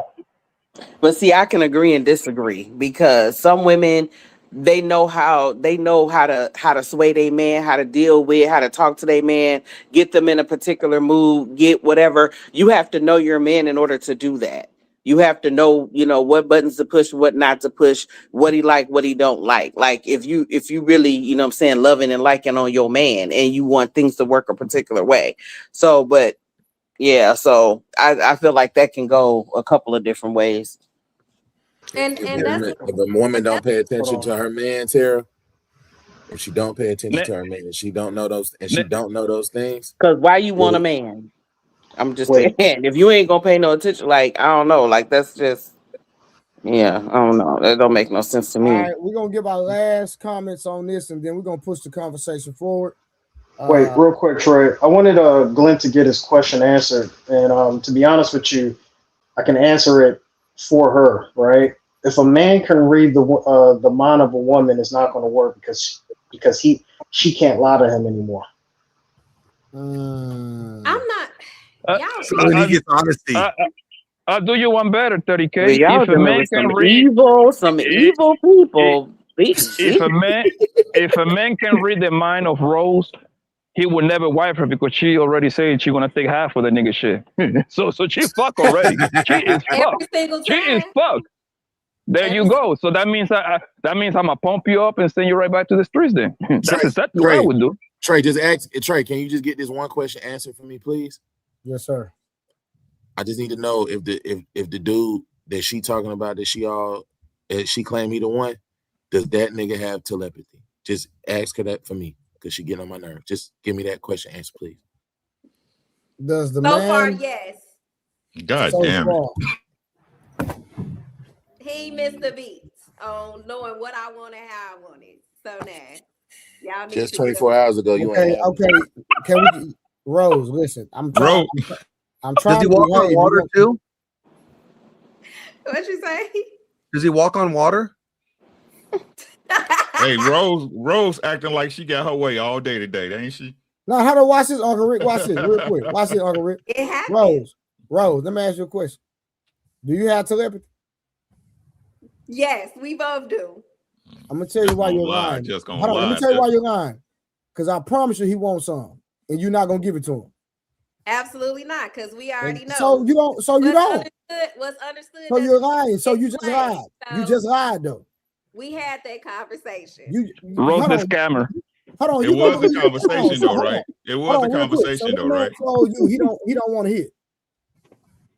He do, but he know he ain't. So Because it was a conversation, right? yeah, well it was. Well, I'm gonna be honest. That part. This is sad. Hold on. That part. It wasn't a conversation. It's what I said. And he stood by, and that's why I say a lot of relationships fail because a lot of people don't like fresh and fit. But Myron said if a woman is leading a relationship, she gonna lead it straight to nothing. You basically Myron's want a friend of to mine. to you. Here, I'm not.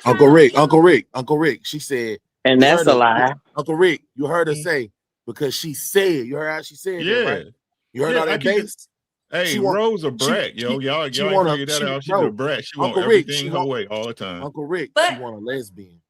But y'all say women give access, right? I have not given him access. He don't. Give Lesbians are crazy too. Yes, but the thing is though, the men you dating, they already to put out there how they coming for you. You just the one that's saying it's my way or the highway. I'm gonna choose to do this. If you're choosing to do it now, that means when you get married, you're not gonna want to have sex when you don't want to. The way you are, the way you come in, Rose, you're not gonna want to do nothing you don't want to do, and he gotta accept it. That's And if not you, true. That's not But true. that's how Because if we're married, you're in a position in my life to lead me. If we're married, you're in that position to say, hey, from a biblical standpoint, that body belongs to me. I put you. Here we go with that Bible shit.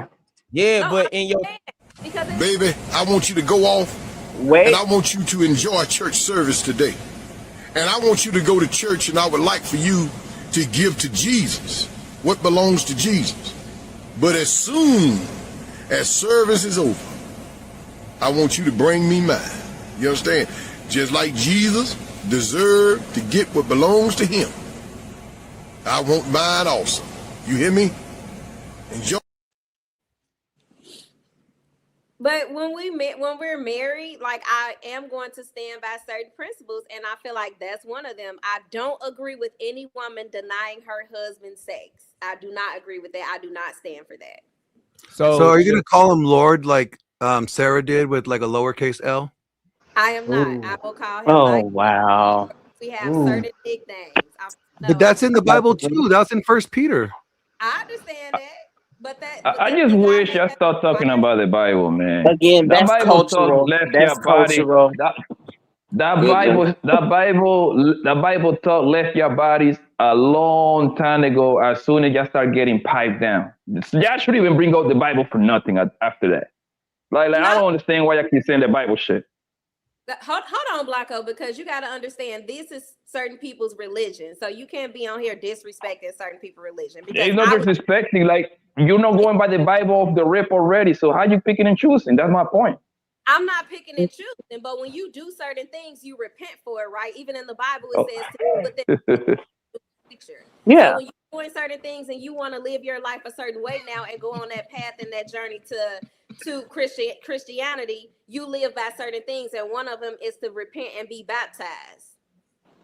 Go and sin no more. Or just in general, like born virgins again, born again virgins. I get it. No, I got it. No, I have a question. So if you intend he's on trying to be cashing- funny. That ain't funny. He's disrespectful. It ain't. That's not disrespectful, Tierra. Now, hold on now. We all friends on here. Yeah, just because you don't like it don't mean it's We can disrespectful. tease each other now. If you, listen, No, I'm just saying the way that he's Tierra. talking in general. Tierra, hold on, he Tierra. just stated Oh, something. I got. Tierra, now you know me, the only person on this platform, right? Listen, anybody I got up here, we joke on each other, but everybody is respectful. I promise you. Now, if anybody can't handle the conversation, then you might need to drop down. They go for everybody, okay? Now, I'm not gonna have nobody up here that's gonna be blatantly disrespectful.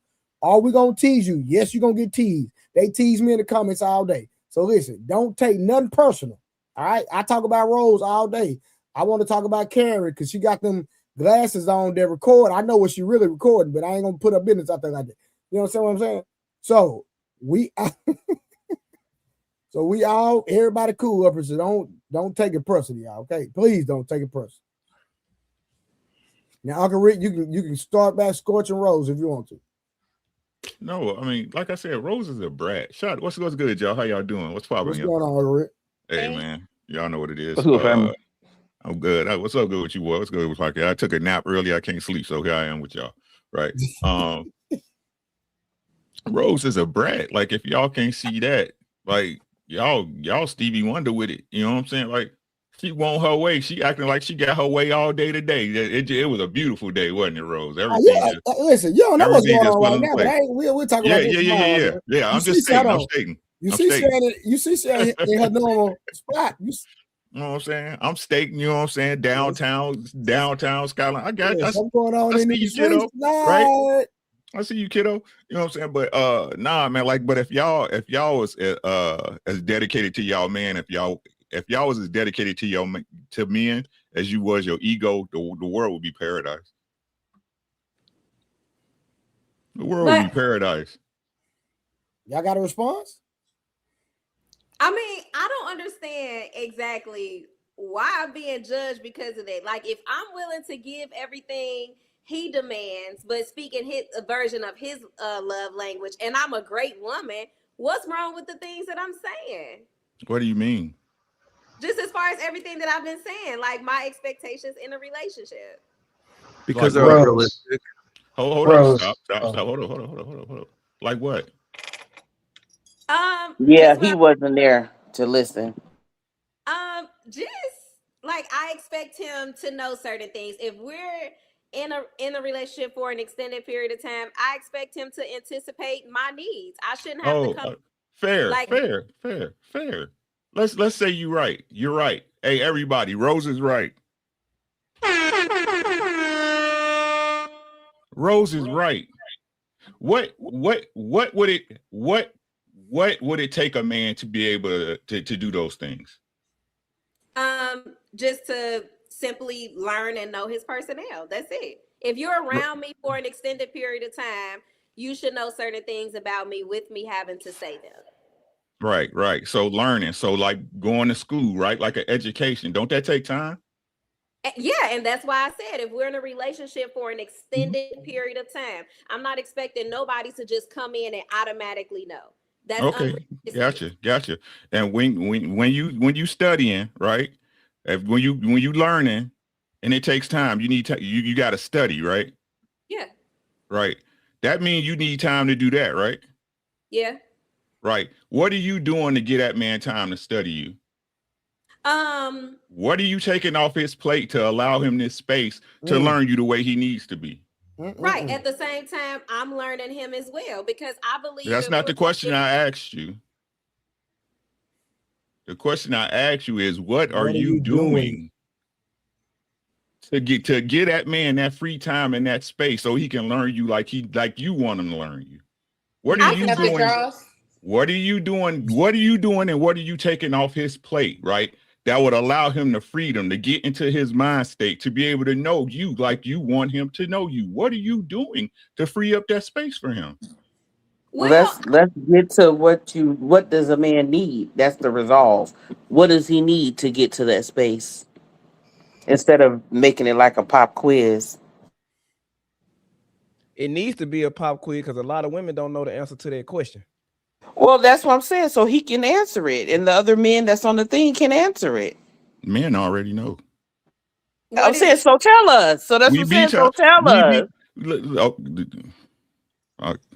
Made me come up here. Look, let me. Y'all can look. Everything that y'all say that y'all believe y'all deserve, you can get, but you got to get it through me. This what y'all don't get. This what you don't get. You selling Coke, but I like Pepsi. Mm-hmm. What are you doing for that man for him to love you the way you need? That's what y'all don't understand. It's not my job to convince myself to stay with you after we fuck. That's not my job. Whose job is it to convince you? Yours. Nah, I don't Exactly. think Our job is done after we pump you up. And that's why you ain't getting none.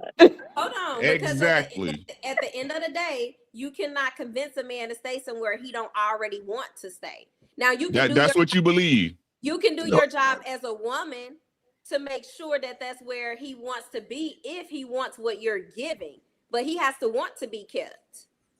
Are you creating the environment that he finds conducive to his relationship standards? Yes, and that's what I just said. Are- I said No, that's the question. Are you creating the environment that he wants, or are you creating the environment that you want? No, I'm creating an environment like I talked about earlier. I'm creating a common environment for both of us because my job is to reciprocate the way that he needs me to reciprocate. My job is to learn him the way he wants to be learned, the way he wants to be loved. So, and that's why I spoke earlier when I said, when I'm talking about these definitions, I'm talking about coming to a common definition. That means we are both sitting down. We're both talking. Well, you're saying that's a negotiation. No, I They're think y'all partners. It's not a negotiation. It's not a negotiation at all. We're sitting down and we're talking with each other to learn each other. What are these expectations? What coming to a common understanding about what each other needs. So everything that I'm saying, I'm doing that as well. But Rose, let me say this though. This is what people have to understand. Your needs are always going to be changing. You know that, right? I don't think your needs are not going to stay the same. No, I don't think they're going to change so much where the dynamic of the relationship is going to change. I mean, I agree with you. Hold on, watch this. As soon as a man doesn't meet your emotional intelligence, as soon as he doesn't qualify for your emotional intelligence, then you're going to say that you're missing something. I'm telling you, it's going to happen. And he drops to the bench. Have you ever been in that space where a man, where you felt like he was missing something in the dynamic of a relationship dealing with a man at any time? Yeah. Okay, so was there any time that same man that we're talking about, you were head over heels or in the honeymoon phase with that particular man? Yeah. What changed? I feel like when a person got too comfortable towards the end of the relationship, once they got to that certain so if they got too comfortable, how did they not understand you anymore though? I feel like he understood. He just so you just contradicted yourself. Because the first question I asked was, have you ever been in a space where you felt like someone didn't understand you and you conceded to that point? You said yes, right or wrong? Yeah, you're right.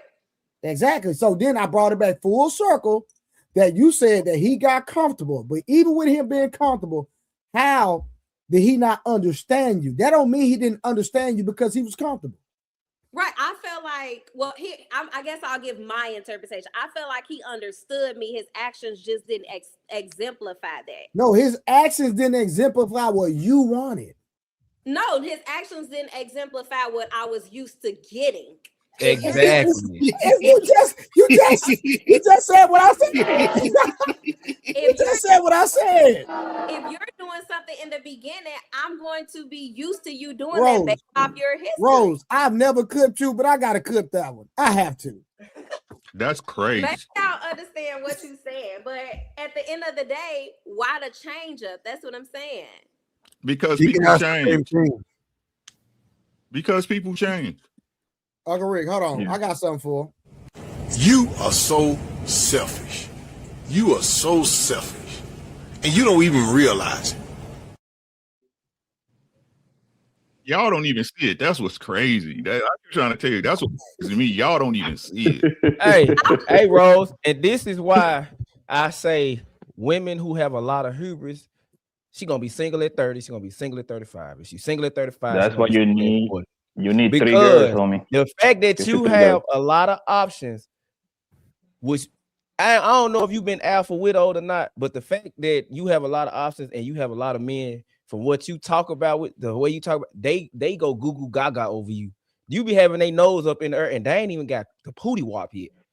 So of course you're gonna have a certain perspective on life, but you're delusional. Not calling you delusional, but it is, because you're telling men what they can and can't do while they're simultaneously pulling up, giving you money, pulling up, Why taking you out so? on dates. Why so? You got to get clarification first. Now she said what she said was she picked one. That's what she said. Let's address what she said. She said she picked one. She said she only got one. That's what she told me and Trey. Let's see if niggas gonna stand on business. If you only got one, that means your queue empty, ain't it? Time will tell the truth. Just remember that. So thank you, Becca, for that. All the time, every time. I understand what you're saying, why so, but like Becca just said, don't men complain about a woman less and being intimate less. So if people change on both sides, then what are we talking about? Yeah, right there. That's the accountability portion that you're talking about. That they changed. They stopped doing what they were supposed to be doing. That they sold you that they were. So it's like the first 6 months of a relationship, you're just meeting their best representative. It's like the best version of them. It's like their spokesman, right? Like this is their PR person, right? But then once you got their hooks in you, then you start seeing that mask start slipping. It's not being as consistent. Like they're projecting the version of themselves that they may want to be, but they're not that person, right? And then once you're committed, they hope that you're just going to deal with it. You're just going to accept it because you love them. Rose. Hey, Glenn, you spitting, but she dancing. Man, she dancing. I got the shoes on. I just need you to get my question answered because I asked my question earlier and I ain't get it answered. Mine neither, but I'm cool. I just want my question answered one time, Glenn. I want you to ask this question for me. Yeah. She said she got options. That's what YSO was talking about in the beginning, about her and her options. She told us in the beginning she picked one. Picking one means there are no more options. The question I had was simple. Does that mean all your options gone? You only got one? That's all. That's exactly dating. That's exactly what that means. So you have no orbiters? Thank you for asking. Oh, so how did you cut the other guy off? Glenn, you got it, man. You got it, Glenn, man. So here's gonna be a player, boy. Here's my question. Player no more. When so Rose, are these guys appealing to you? Are they? You said appealing? Yeah, like the guy that did he have to like prove himself? Did he appeal to you? Like, hey, yeah, you should date me. Since you have all these options, right? You had all these options. So were they competing with each other for you? They were not competing. We were simply at a dating stage where I'm getting to know them to see who I want to move to the next level with. That's what it was. So, okay, gentlemen, what she's showing you is that's the way that men should be dating. When guys are appealing to the woman from the very beginning, you are conceding power and authority to her. You're letting her decide whether or not she is going to be, that you are going to be in her life, rather than you establishing the frame and saying, this is my frame, this is the world that I live in, and if she wants to be in my life, she's going to have to prove that value there. Not the other way around. So when you reverse the role, when you're appealing to the woman, when you are trying to be the dancing monkey, right? You're trying to entertain her, then you're giving her the power of the relationship from the very beginning. But she's supposed to be your helpmate. Why are you trying to appeal to your helpmate that she's supposed to be your helpmate? Shouldn't it be the other way around? She should be the one proving herself. Exactly. To you, bro. That's you gotta convince me to stay with you. Yeah. You gotta convince me to stay with you. Yeah. And what they don't understand, Uncle Rick, is once we pipe them down, it's their job to keep us around. It's not our job. We already did from A to Z. We accomplished what we came here for. Once we go deep in your pussy, past that, you gotta do whatever it takes to keep us around. It's your job. It's not ours. Right. Right. So are we agreeing that that's the goal of all men is just only to get sex? Yes. No. Yes. Good man wants sex. Bad man wants sex. Medium man wants sex. No, I know they want sex in general, but only. No, not it's only. your job to convince us. Listen to what I'm saying, right? The reason why a man talks to you is because he finds you sexually attractive. fine, cute, sexy, dimes 10, whatever y'all want to call it. So as a woman, you should know me coming up to you and talking to you for no other reason. I could be doing anything else with my 24 hours of a day. I'm trying to fuck you. That's what we try to do, right? If we can do it, you want me to fall in love with you just because you let me fuck? Let me say that again for the slow folks. You want me to fall in love with you just because you let me fuck? You were not supposed to be cursing. But... No. Yeah, y'all. If we can't keep the cursing to a minimum, please. My apologies. Now you good, Uncle Rick. Hey, Uncle Rick. Right? Let me finish. Yeah. Right? That's game, set, match. If you as a woman bring me no value, that's game, set, match. Now, but what we don't ever address is the other side. Did you really like me when you let me talk to you in the beginning anyway? Right? Because then that the game's a lie all from the beginning at that point. What you letting me hit for? You understand what I'm saying? So I have a question. Go ahead, So Tia. is it hopeless for me to want to meet a guy who wants to get to know me and likes my aura and likes my spirit and what I possibly can bring to a situation other Right. than just wanting to have sex? Is it wrong? So can I not expect that? So I'm No, you asking can't. so I You can can't just expect it. You can't expect it. No. You want somebody to tell you the truth? No, you can't expect it. You can okay. earn it. Thank you. You can earn it. You can No, earn it. Tiara, listen to what he's saying. Listen to what he's saying. You can earn it. Earn it. You can earn it.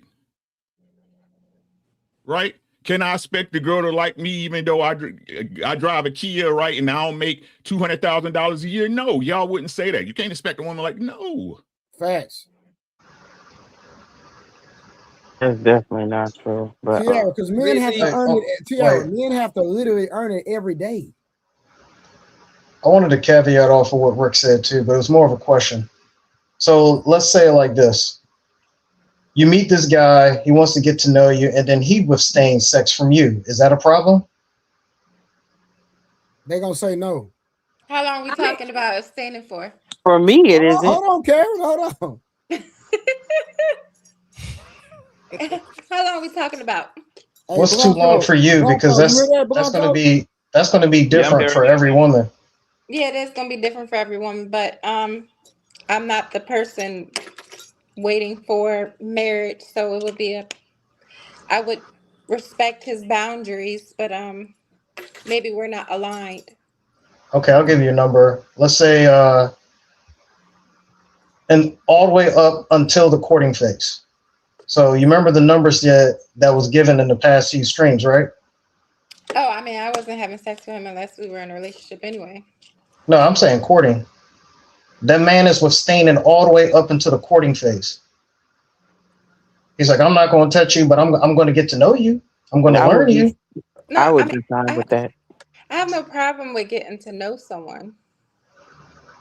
No, I get that, but I'm talking about I'm trying to give you a definitive time, right? So based on the talking stage to the dating stage through the relationship stage, and this man is being extremely intention switchy, right? He's being very direct, but he's like, nah, not all the way, not until the courting phase. Is that a problem? The women are going to say no. I'm telling you right now. Is the courting phase, is that like when we get engaged? Is that like when we get like engaged to be married, or where does that? I think in a relationship, right, 30K? Well, you remember that You said no. Yeah, because the thing is, I'm trying to put it where the man is saying, I'm not going to have sex with you. I want to get to know you, who you are, all this type of stuff before I lay down with you. Now, to go back to the time frames, I was like, okay, well, how long is the talking stage? Numbers were put out there, right? What was that? 2 to 3 months. Relationship, how long does it get to the relationship stage, and how long should the relationship stage B, what did y'all say, like 6 to 8 months or something like that, right? Mm-hmm. Now, if it's supposed to lead to marriage, if you want marriage, right? So let's say that marriage is not on the table. So we're going to remove that. It's like, all right, well, then I want to court you because I just want to be with you for the rest of my life so we can be life partners, right? So up until the point where it's considered that y'all are together, like courting, right? Not going to be anyone else. That's when he decides to say, all right, I'm going to give you this D. Is that a problem? I don't think so. Realistically. I mean, coming from me, no, because I said I'm not being intimate with nobody until I'm in a relationship anyway, a committed relationship. So no, that's not an issue. But I feel like realistically, if a man acts like he's not sexually attracted to you, women are gonna look at him sideways. They are. Our generation doesn't know what courting means, like realistically. So what would you say that means? Well, so courting is like intent to marry, right? Like it's a slow, deliberate, disciplined process. Like you actually are supposed to be saving sex until marriage. It's sex delayed for covenant. It is like the courting. It has a lot more to do with family, like church and community. Like you're getting like the blessing from the elders. Like it's like they are watching you courting. Like it's not like dating. Courting is like it's almost like a betrothal in a way. Like you guys are committed, but you're not walking down the aisle yet. You're in the process. You're heading in that direction. You're not dating, just kind of like, well, let's see how it goes.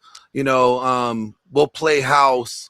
Like, no, there's like definitive like expectations when you're courting. The reason why I brought that question up, because it seems like, all right, I'm going to put sex on the table at this point, and then I'm going to remove it. But if he's only looking for that, then I guess I shouldn't be with him because I'm not going to give it to him. So you're dictating everything in the relationship. That means you want it to be your way. So to Uncle Rick's point, right? If we're being intentions and say, hey, I want to sleep with you, and you say, well, is that the only reason why you coming to me? You're basically telling that person, okay, I'm going to remove it until you prove something to me, and then I give it to you. So you're still the deciding factor. Am I wrong? Hurry, get a glory seed. Get a glory seed. Empty your checking account out. Empty it out. This is a glory seed. Shout glory seed. All right, real quick, we got ADUB, $5 closer to the goal. Rose looking like a whole snack, teasing the men. Okay, bro, you try to stay the main attraction, don't you? All right, we have my boy Win in the building. Peace and blessings, everyone. Trey here to support the show. I appreciate that, my brother. Thank you so much. We're getting closer to our goal, and we got L. Nixon back again. Men have to show up every day for evaluation. If he does something wrong, just that day, his image can change. Women want consistency while operating with I forgot how to say the word. Ambiguity. Yeah, my tongue don't go that way. And the goal post always moves. Shout out to all the women who always moving the goal post. I see 3 of them on the platform. I mean 2. My bad, Karen. My bad. 2. All right, where y'all? Who's going? I will finish with this real quick, just to put it out there, right? Typically, men operate in black and white, and it's always a problem to women. The women says, well, everything can't be black and white; it got to be gray. And I'll land with that. I mean, either way, I feel like certain things are going to be dictated, right? I don't see a problem with the no intimacy thing until a commitment is made. Now, I think it is hard for us women to I guess truly understand a man's intentions, right? Because I actually told Trey about an experience that I had. Like somebody I was dating, I said, "Hey, I'm not interested in being I'm not interested in being intimate until a commitment is made." This guy came a week later and said, "Hey, all right, you know, I want to have a conversation about us being in a relationship and being committed. Trey told me I should have never done that. Never. I wouldn't have.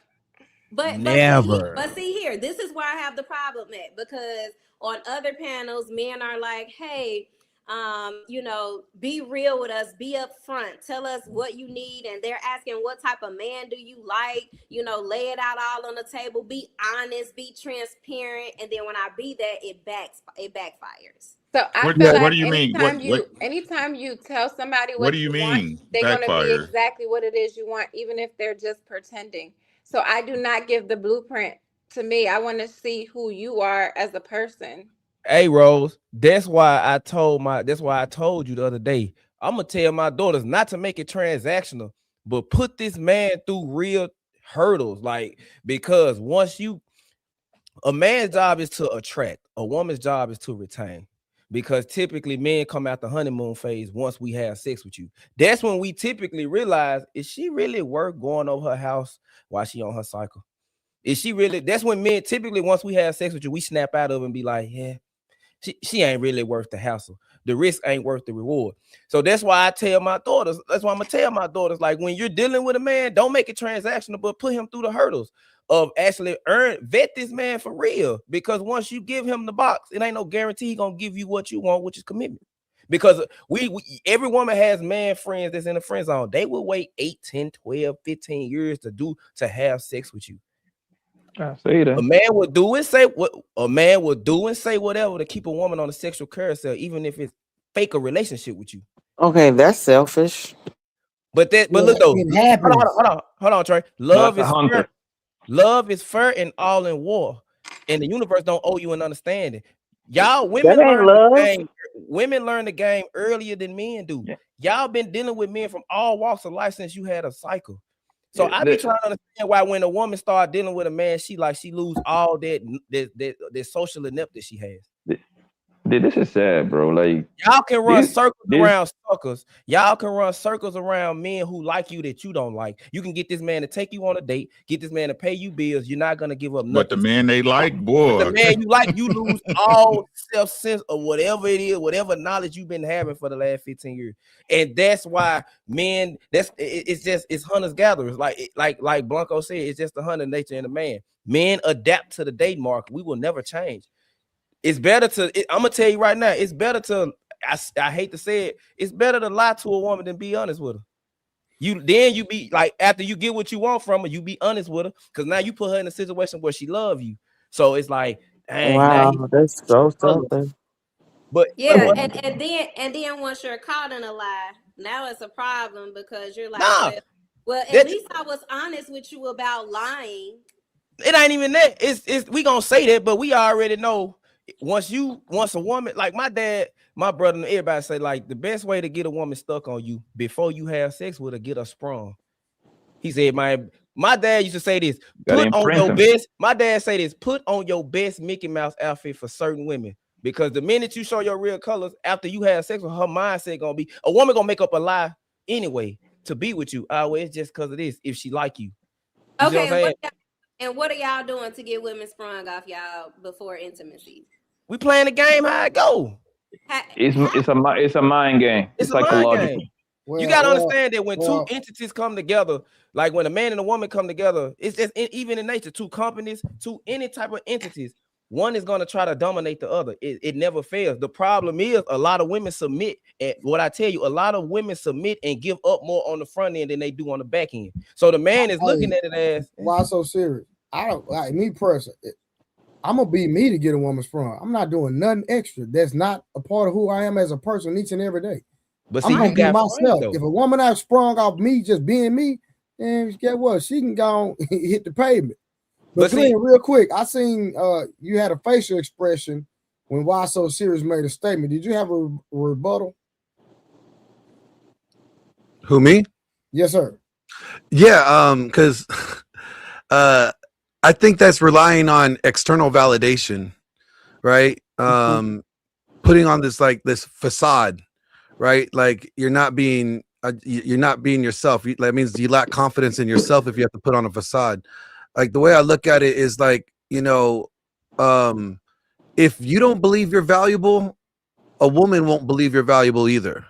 So that value, that's intrinsic value, needs to come from yourself first, right? Like from your successes, from what you have accomplished, your resume of what you have conquered on this world so far. Like, what have you done with your life? Like that right there is that internal intrinsic value. When you have that, you really don't care if this girl don't like you. You don't have the scarcity mindset, right? Mm-hmm. So that way, you're not auditioning. You're actually you're making sure that she qualifies to your standards, 100%. right? And then you're in the process of this. Like, too many guys tend to make getting a woman their purpose or their focus in life, right? And doing so, like, to me, it's backwards. Like, God gave Adam a task. He said, "Here's the garden. I want you to name the animals, and I want you to have dominion over the earth." Then he got him a woman and said that this is going to be your helpmate. Too many guys are prioritizing getting a woman before getting their mission. So it's like, how can you be a man of value or have confidence in yourself if you have not even been pursuing or accomplishing your purpose?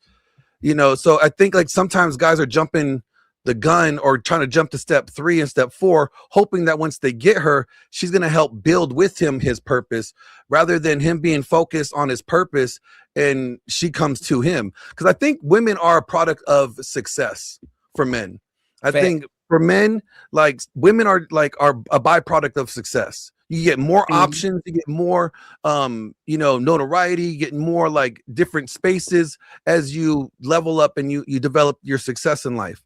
When you're focused on your mission, you're not focused on anything else. And when you notice, like, when you're not chasing them, that's when they're chasing you.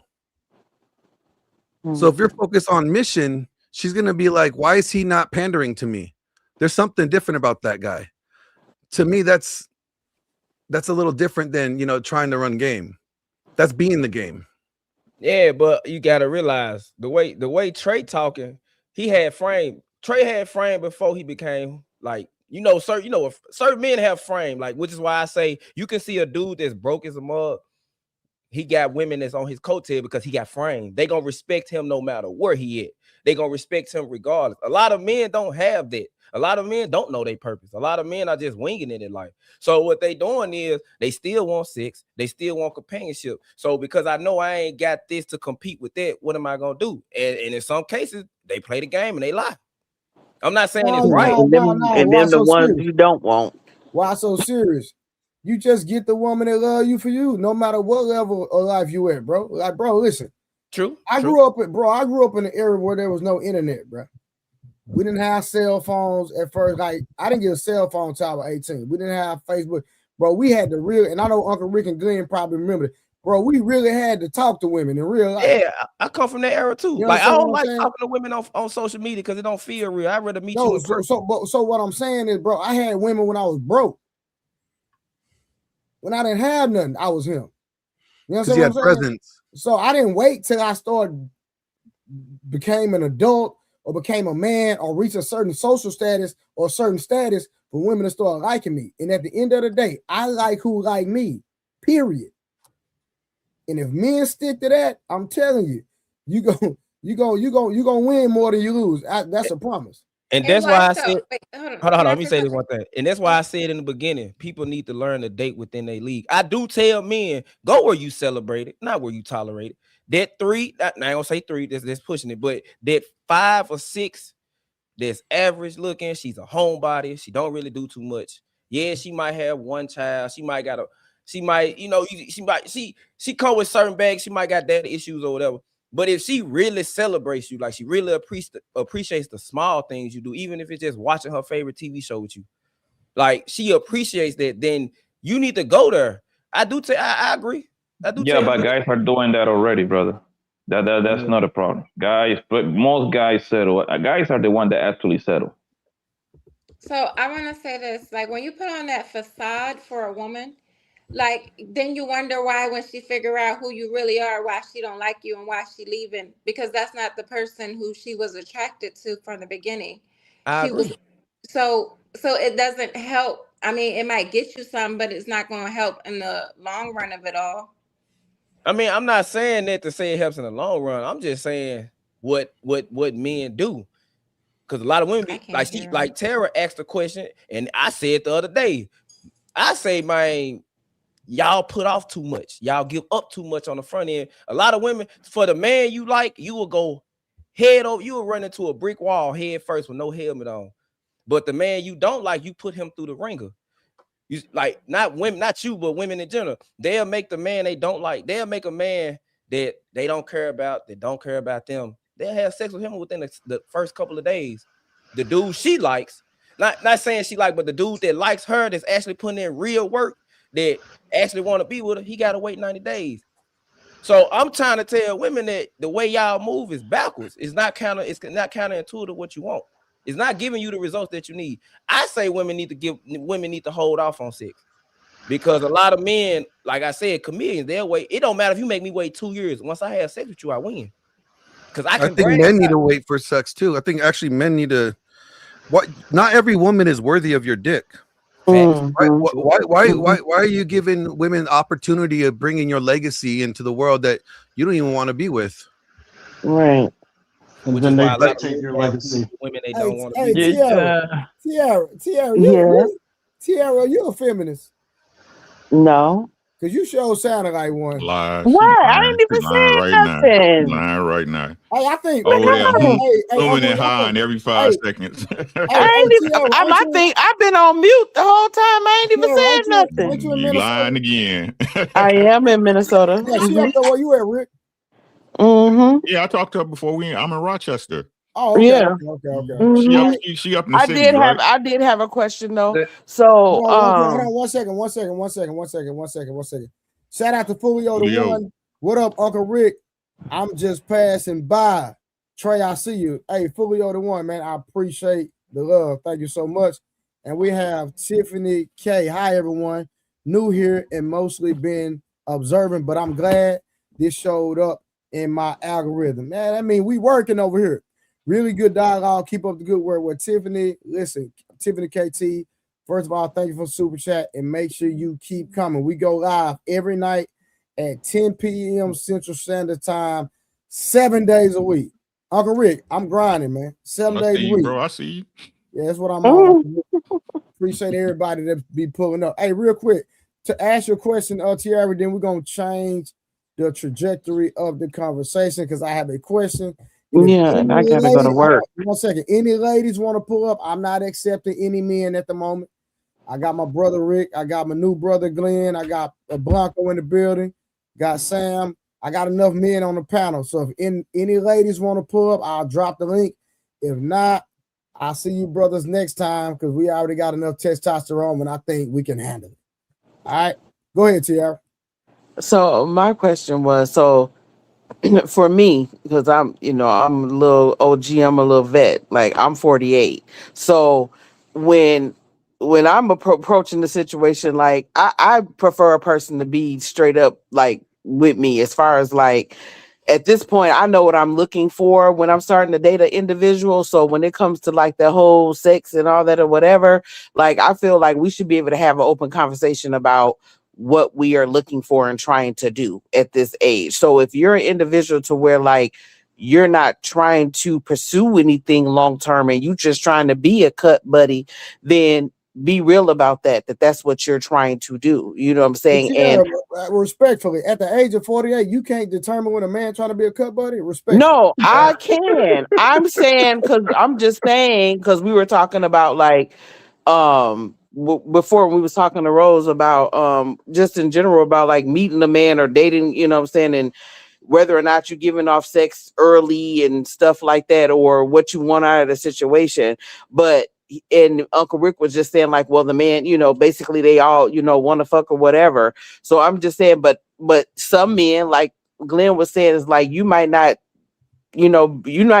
be giving your dick out either because you have a goal or a purpose of what you're trying to do when it comes to dating too. So I'm just saying, as far as like being upfront about what it is you're trying to do. Cause like what YSO was saying about like, putting on this facade, like, why do that? We old as hell. You ain't got to put on no facade. Like if you're just trying to get some and you just trying to have, you know what I'm saying, a friend or whatever it is, be honest about that, because I may agree and be like, oh, that's what you on right now. Okay, well, we might be on that then right now since you ain't trying to do nothing real. But then at the same time, if I know what I'm looking for in an individual and I want something more long term, I should be able to express that to the person and they be like, well, bet that's not what I'm trying to do. Okay, well, you're not trying to do At the that. end of the day, you can't never play victim then, correct? I'm not playing victim. No. I'm just putting it out there because you said you acknowledge that, hey, if he's on this, he communicates that, then you saying cool, right or wrong. Right, Okay, exactly. so I'm just saying, so you can't never play victim, never. Right. And I don't. You know what I'm saying, because I'm a beast. I'm a scorpion. But anyway. Never mind. But anyway. You just be telling on yourself. Just telling on yourself. Yeah, she just be telling on herself. Don't even know it. That's crazy. I was just teasing. No. Come back and clean it up. The Bible say, watch this. The Bible, and you're a Christian woman, right? The Bible say, out of the abundance of the heart, the mouth speaks. You gonna tell on yourself every time. I'm just teasing, now, though. You're doing all this. You trying to hold men to these different standards and men this and men that and trash this, trash Wait that. a minute, what he saying? And then you gonna put up, and then you gonna end it. You're gonna put a disclosure out there. I'm a beast in the bed. That's what you're talking about. So you soliciting. What? I ain't talking about no beast in no bed. I wasn't talking about in the bed. All the men in the comments, listen. Oh my God! I was not talking. Your old woman that says she about that life. I'm just letting y'all know. No, I was not talking about in no bed. That's not what I was talking about. Whatever, Trey. If I could address, I'm sorry, to what Tiara said, and ladies too, right? These things that y'all expect would apply, right? If y'all was the ones approaching. Y'all don't approach dudes. So what are you talking about? About how he was supposed to be in whatever mind state when he come talk to you. The ones that ain't in the mind state to even like you don't even come holler at you. No, I ain't even talking about that. I'm talking about once you start talking to it. And once you get past we done met, we on the phone, and we go on a date or whatever, we should be able to discuss. Can we keep that right there though? Right? Mm-hmm. Right. So the reason why you even got there is what? We both liked each other. Like we both wanted to get to know each other. I mean, what do you mean? Like right. We were attracted to each other. No, right. He approached you more than likely, correct? Sometimes in the past, I've approached people, but I stopped doing that. I don't think that's my place. Right. So again, like, let me know if I'm right or wrong. Right. So they approached you more than likely, correct? Mm-hmm. And what did he want to do? Why did he approach you? Usually, it'd be like to take me out. That's normally why is he taking you out? Just because he want to spend money? Well, that's what I'm saying. We need to establish that. And I'm asking, why are you taking me out? It's already established. Because he ain't automatically just saying, quote unquote, I want to fuck. He could be trying to actually get to know me. Why can't he just actually want to get to know me? Every dude, like, that's the dress up part, lady. That's the dress up part. Listen, like I told you, good men want to fuck you, bad men want to fuck you, rich men want to fuck you, poor men want to fuck you. When a man approach you, he want to pipe you down. And then after that, it's your job to convince the man to wife you. If that's the only reason that he's approaching, if that's the only reason all the time, then that's messed up. Okay, he gotta want more for himself than just only wanting to fuck all the time. Like, come on now. This is what I'm saying. Your dick can't be that hot. Every single man that approached you, that you had intimates with, their initial point of coming to approach you was to hit your drawers. You know that, right? Most of them, for sure. Want to be friends. Most of them. All of them. Just because some of those relationships became long-term relationships, right? And that y'all had kids or y'all built a life at some time or point, that's still an issue. That initial connection point was to hit your drawers. You know that, right? If you say so. What about that didn't want that? I want to hear about those. Like, what about the ones that didn't want to pipe you down? Like, how that went?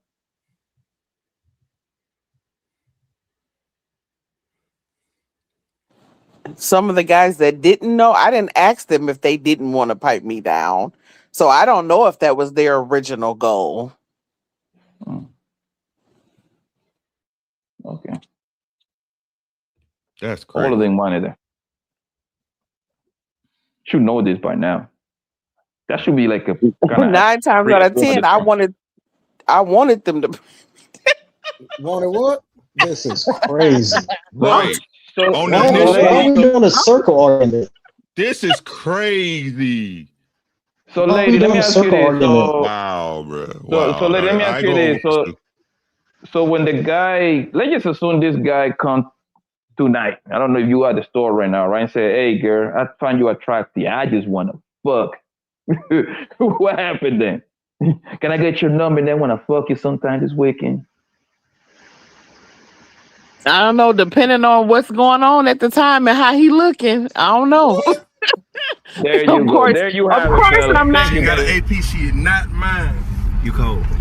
Of course, I'm not going to just accept somebody who walking up talking to me like that. Come on now. All right, one second, y'all. Hey, That's my boy crazy. Ali said, I'm striking Glenn and Trey. How y'all collaborate before we did, and tell Karen to take off the 3D glasses. We not watching the Avatar. Man, listen, Glenn just popped up in my comments. I just met this brother that I don't even know him. I guess I'm in the algorithm because we grinding, Ali. First of all, why don't you pull up? Hey, shout out to Ali for the $20 though. Shout out to Ali. Go ahead, bro. But the thing, lady, you just literally say 5 seconds ago you want a man to be upfront with you. Yeah. Now, yeah. They don't know what they want. This is it. So that's why the man got to do. That's but what I'm saying is that's good. If he says that, then I have. Listen, lady. That's what the man got to do. All this extra bullshit, like, oh my God, can I get your number? I want to get to know you. I want to take you out to some margaritas and paint. Because I could just say no, and it'll be done. Like if he's being upfront and that's what he wants, I'll just say no. And it'll be done. All the hoopla and all the extra, whatever, we won't have to go through all that. The whole point, and he can move on to the next person. Lady, and I understand your answer, right? I understand your answer. This is why men do go the way that the way they go. Because they don't want to be rejected. No, it's not that. It's because they understand if they be 100% truthful with you, for some crazy reason, you're gonna turn around and flip it on them. That's exactly what's going to happen, for the most part. Wait, I'm sorry. I'm bringing something. We don't know if we're that guy. Like, I'm confident, I'm proud, and I got a high ego. But I'd be a stupid idiot person to believe that if I walk up to a woman, I know for a fact she like me off rip like that. I have to figure that out. I might find out 10 minutes after talking to her, but I just can't walk up to her like that. I gotta talk to her. I gotta play the game. I feel like there needs to be a vibe. There needs to be something like, before you be approaching people. I don't know. A vibe. What a vibe look like? For me, like you, Tiara, respectfully, and you my homegirl for real. You too old for a vibe, girl. You talking about a vibe? I'm just saying, like, you know, if you around a person, you know that if you around a person, if you feeling a person or not. Come on now. I got it, but like, I'm just saying the terminology. Like, come on, Tiara, I'm looking for a vibe. Come on, really? No, I mean, well, maybe vibe isn't the term, but I'm just saying, like, when you're around a person, is it because you're a school teacher? The kids' terminology is kind of influencing. 6'7", 6'7". No, and I am not. I told you I'm not a teacher, but anyway, I thought you was a teacher. No, I work in an administration at the school. I'm not a teacher. Okay. Oh, you big dog. Okay, my bad. Hey, Uncle Rick, after talking to so many women, I mean, she got a good picture coming, y'all. So but all fellas in the comments, she got a good picture coming. Vibe is sexual attraction. That's what the vibe is. Hey, Uncle sexual Rick, attraction. the vibe when women say it ain't nothing but you making her feel safe and comfortable. Sexual attraction. It's sexual attraction. That's what it is. Yeah. Hey, If you y'all, make her wet, that's what the vibe is, bro. Simple as that. He There is said make her wet. Oh my goodness. There is not that much complication, bro. I hate when you're trying to make it like sophisticated. The vibe is, if you make her wet and horn. Simple as that. So that simply acknowledges again, y'all know that man is trying to fuck you when he approach you. Y'all know that, but try to play dumb and stupid with it. I mean, I assume every man that's what he's trying to do. And then she pick and choose because she say, "Let me know what's wrong." And one man is gonna get it if she's attracted to him. The man that's not, she gonna make him do dinner dates and jump through hoops. I ain't gonna make him do nothing. I'm gonna tell him no from the beginning. Exactly. But hold on. Why so serious? Hold on. Go ahead, Karen. No, I was just saying, I just make the assumption that every man approaching me, that's what they want, unless they're gay. Yeah, it's your job to change my mind. Yeah. And Uncle Ray, do you want to know why they play stupid? It's very simple. Because now they get to hide, they get to play victim later on. Plausible deniability. I didn't know. Yeah. They get to play Yeah, no, I don't like to do that. I definitely don't like to do that. And I tell other females don't do that either. Like, don't try to act like you didn't know something that you knew from the beginning. No. And that goes for other than just sex. All right, there's never women on the panel who don't do I got a question. So I want to ask a question, y'all. So is monogamy realistic in the social media area? Is monogamy? Yeah. Yeah. Yeah, monogamy is realistic. Yeah. I don't think so. Yeah, it is. Yes, it's rare. It's definitely it's rare. I ain't saying it ain't real. It's rare, but it's definitely realistic. But it's just like in the situation with marriage, in a marriage, at least for a successful marriage, that's two parties both committing to do the work every single day. So the only way you're gonna get that monogamy and make it a reality if both parties got to commit to doing the work every day. And the only reason that divorce stuff creep in is when one party, that's either man or woman, decides they don't want to do the work no more. That's it. I don't know about that, bro. It's attainable. So I think monogamy only works under accepting a true patriarchal premise. I agree. And you cannot accept patriarchy without acknowledging that polygyny is part of patriarchy. Right. Not saying that it's for all people. We could say that it's biblical. There's actually not one scripture in the Bible that says polygyny is a sin. Actually, we see God give it structure and give David multiple wives. Not saying it's what we should be practiced. I'm just saying that we can't. If we're trying to say we want a patriarchy, we have to understand what patriarchy means in its full capacity and acknowledge that there's both two sides of it. The way that we have a monogamy today, it is not patriarchal monogamy. It is like a matriarchal monogamy due to the way that our laws and incentive programs have been set up. So we have like this faux patriarchal system where it looks like patriarchy, but it's not. It's like you look like you have the responsibility and the authority, but you just got the responsibility. You forfeited the authority. And so in the social media era, I mean, even the last 40 years, we have not been monogamous. Monogamous is one mate for life. No, we've had serial polygyny, or you could call it serial monogamy, where you go from one committed relationship to the next committed relationship. That's just soft polygyny. Facts. Yeah, it's pseudo. It's a pseudo polygamy. Yeah, that's why I say it's non-realistic, because if you really look at it, right? I mean, just to go straight to the point, if you were monogamous, right, and this is both men and women, right, then as soon as you find that one, then all those followers need to disappear. You don't keep people in your orbit. But if you're in a monogamous relationship, why are you still maintaining some form of access to other individuals by having all those followers and still responding to their DMs and et cetera, et cetera, et cetera? Oh yeah, she shouldn't have that much. In my opinion, guys, any girl you deal with shouldn't have no super big social media presence anyway. in my opinion. What typically happens is then that person would try to convince you that social media is possibly their, you see what I'm saying? It's possibly their monetary gain or job. Right. So, it better be. It better be. You see what I'm saying? Well, I know Karen is a fighter. I mean, is a what are you, Karen? I have a travel business. Right. It better be. Yeah, so she has a travel business, so she advertises by flying everywhere and posting everywhere. Yeah, again, even in her swimsuits. Yep. Yep. Oh, so that's why you was in Thailand and all that. Listen, man. I think you niggas lying to yourself, man. A real nigga, a real man, like, is this okay?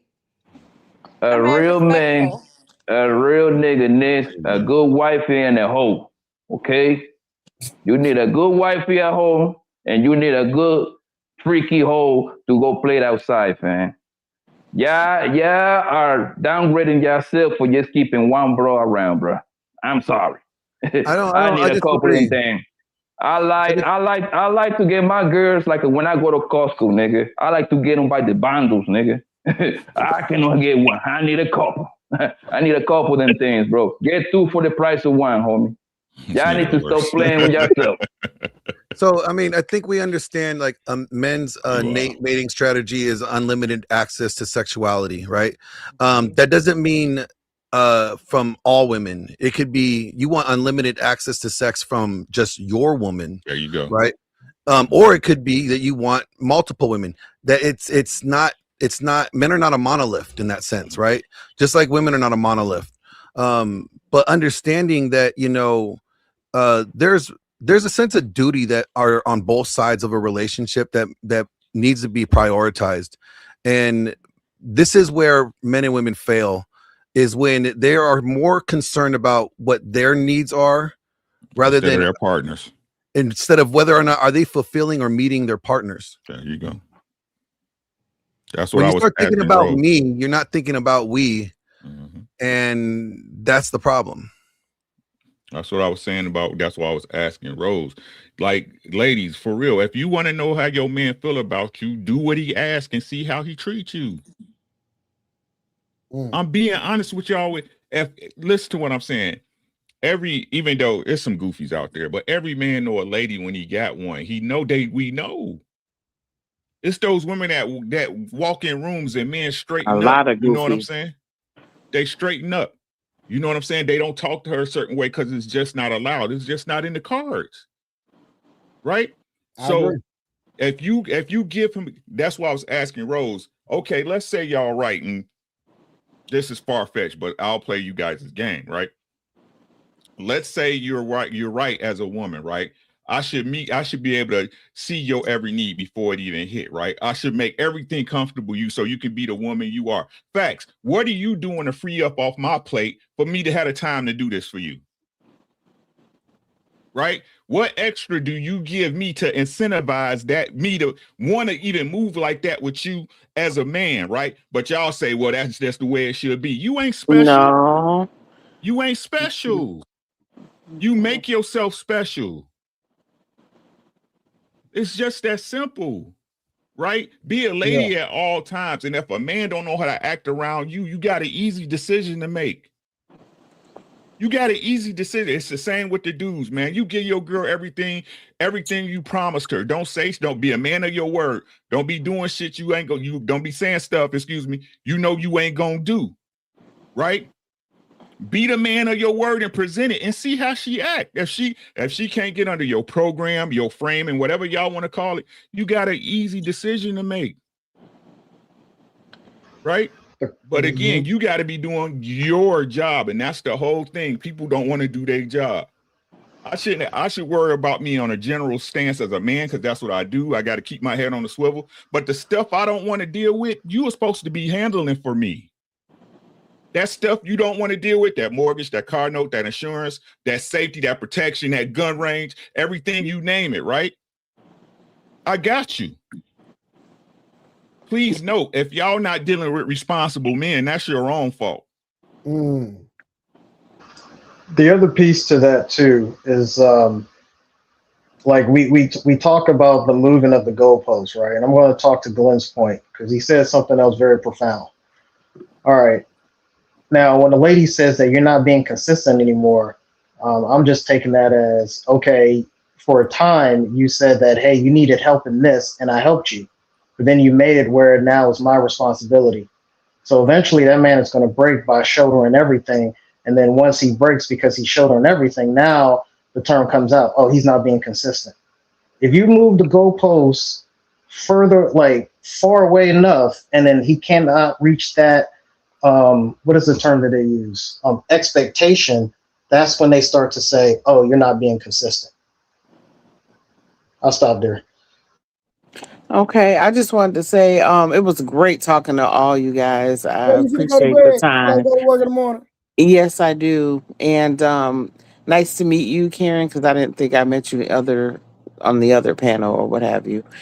And nice to meet you, Glenn. You I like you. You got a lot of sense.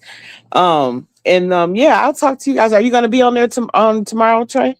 He working every day. Oh yeah, he said every day. Okay, I'll see you guys. Uncle Rick and Samson and what's old boy name? YSO and 30K and all that. Yeah, but nice talking to you guys. I'm about to go to bed because I gotta get up in like 5 hours. Good night. Okay. Good night. Have a great night. All right, good night. So I'm going to say this. I think monogamy is realistic, but only for people who actually want that, because a lot of people actually don't want that. They might say that they want it, but a lot of people don't want monogamy. And I don't think it's social media that killed monogamy at all. I think it's more so people already did not want monogamy, and that just opened up more access and options and for people to seek attention through social media. But they were doing this even without social media, realistically. True, but not at the level though, because social media gives you a whole other level of access. We removed the shame buffer. Got to refresh. There was definitely. We removed the shame on both sides. We had guys shit. When I was coming up, like, I know you guys probably agree with me. How many times do you lie to a girl to get in her pants? All the time. Exactly. So we have created the women that we have today. We created them. Yeah. They learned from us. We can't really complain about the crop of women that we have out. Time out. When you say lie to them to get into their pants, what that exactly means? Because I got a big problem when people say that. If you misrepresented your intentions to get in her pants. No, never. I haven't. Like, oh yeah, I know somebody. Sure. I never. That's what I'm talking about. That's what I'm talking about. But the point is, bro, if hunger fuck you back, bro, you don't have to lie to her. Like, nobody lied to her. She already wanted to do that on her own, bro. Like, y'all need to stop saying that bullshit. So that maybe in some cases, but I'm just saying, if you represented that hold on, you were going to be in a relationship. Hold on, Glenn, hold on, so you can understand what I'm going. There is no light man in mankind that would want to make Miss Morris fuck me. She already made up her mind that she's not want to fuck me, bro. There is no like that, babe, bro. Y'all need to stop saying that bullshit. No, it's actually there's a lie on both sides. There's a lie on both sides. Okay, like, guys would lie to women, women would lie to men, guys would lie to women to get sex, women would lie to men to get lifestyle and resources. Right? The lie goes back and forth. That's why there is no lack of trust or foundation to build anything.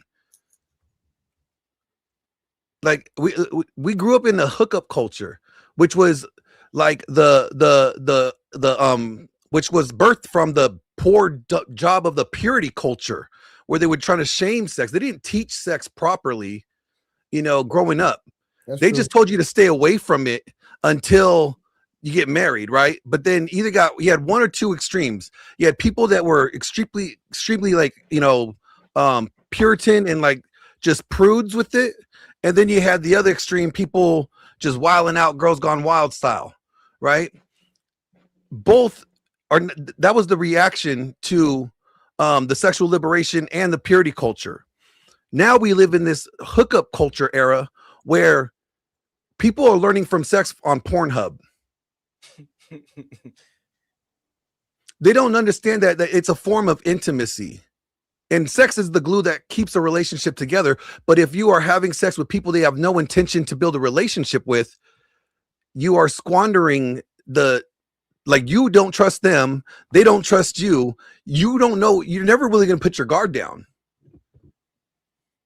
So how can you actually find somebody to be willing to invest in if you're both like, yeah, I know that they're just trying to get my money.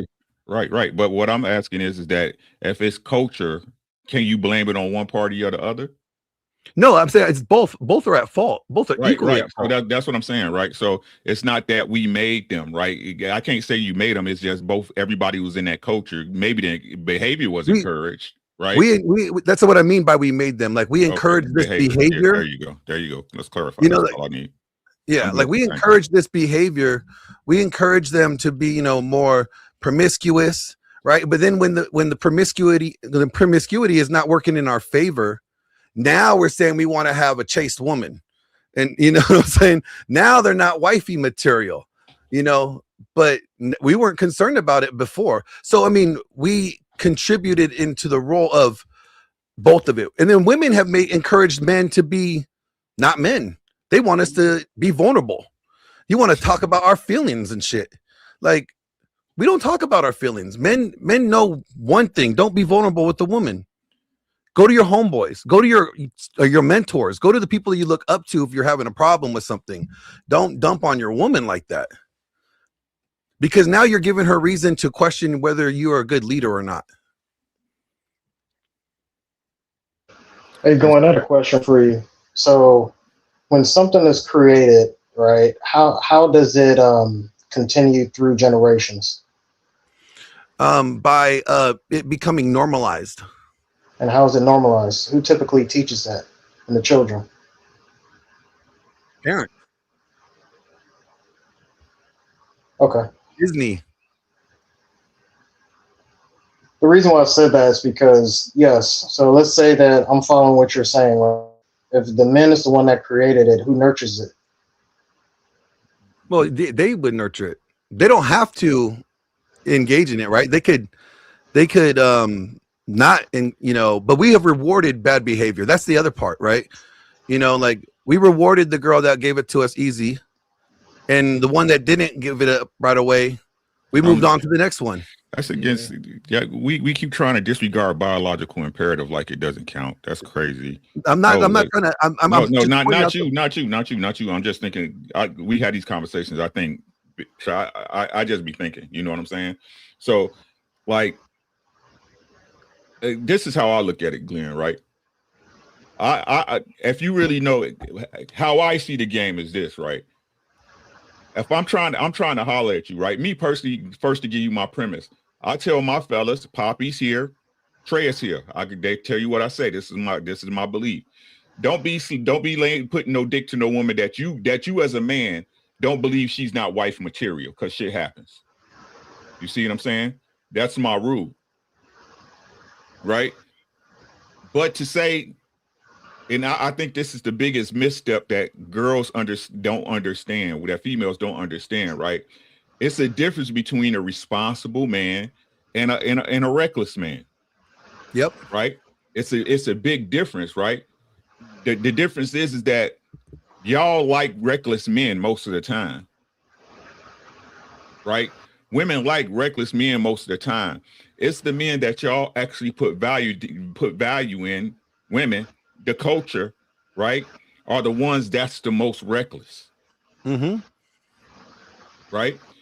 We gotta understand, like, again, ladies, it's not personal, right? It's not personal until you make it, right? We trying to hit you off bat.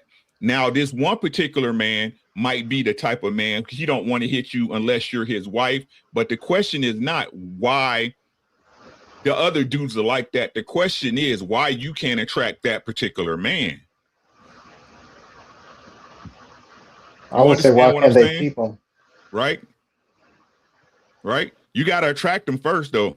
You see what I'm saying? You got to attract them first.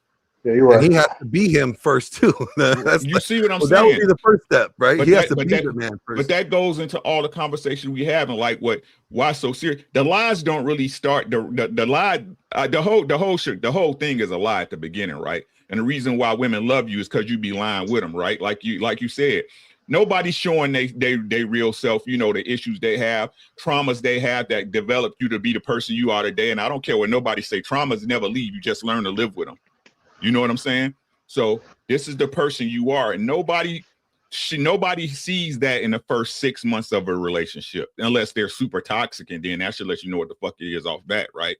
But you get deep into your relationship and y'all spend time together and y'all really start to see each other. That's when the game really starts playing. And if you really love that person the way you say you do.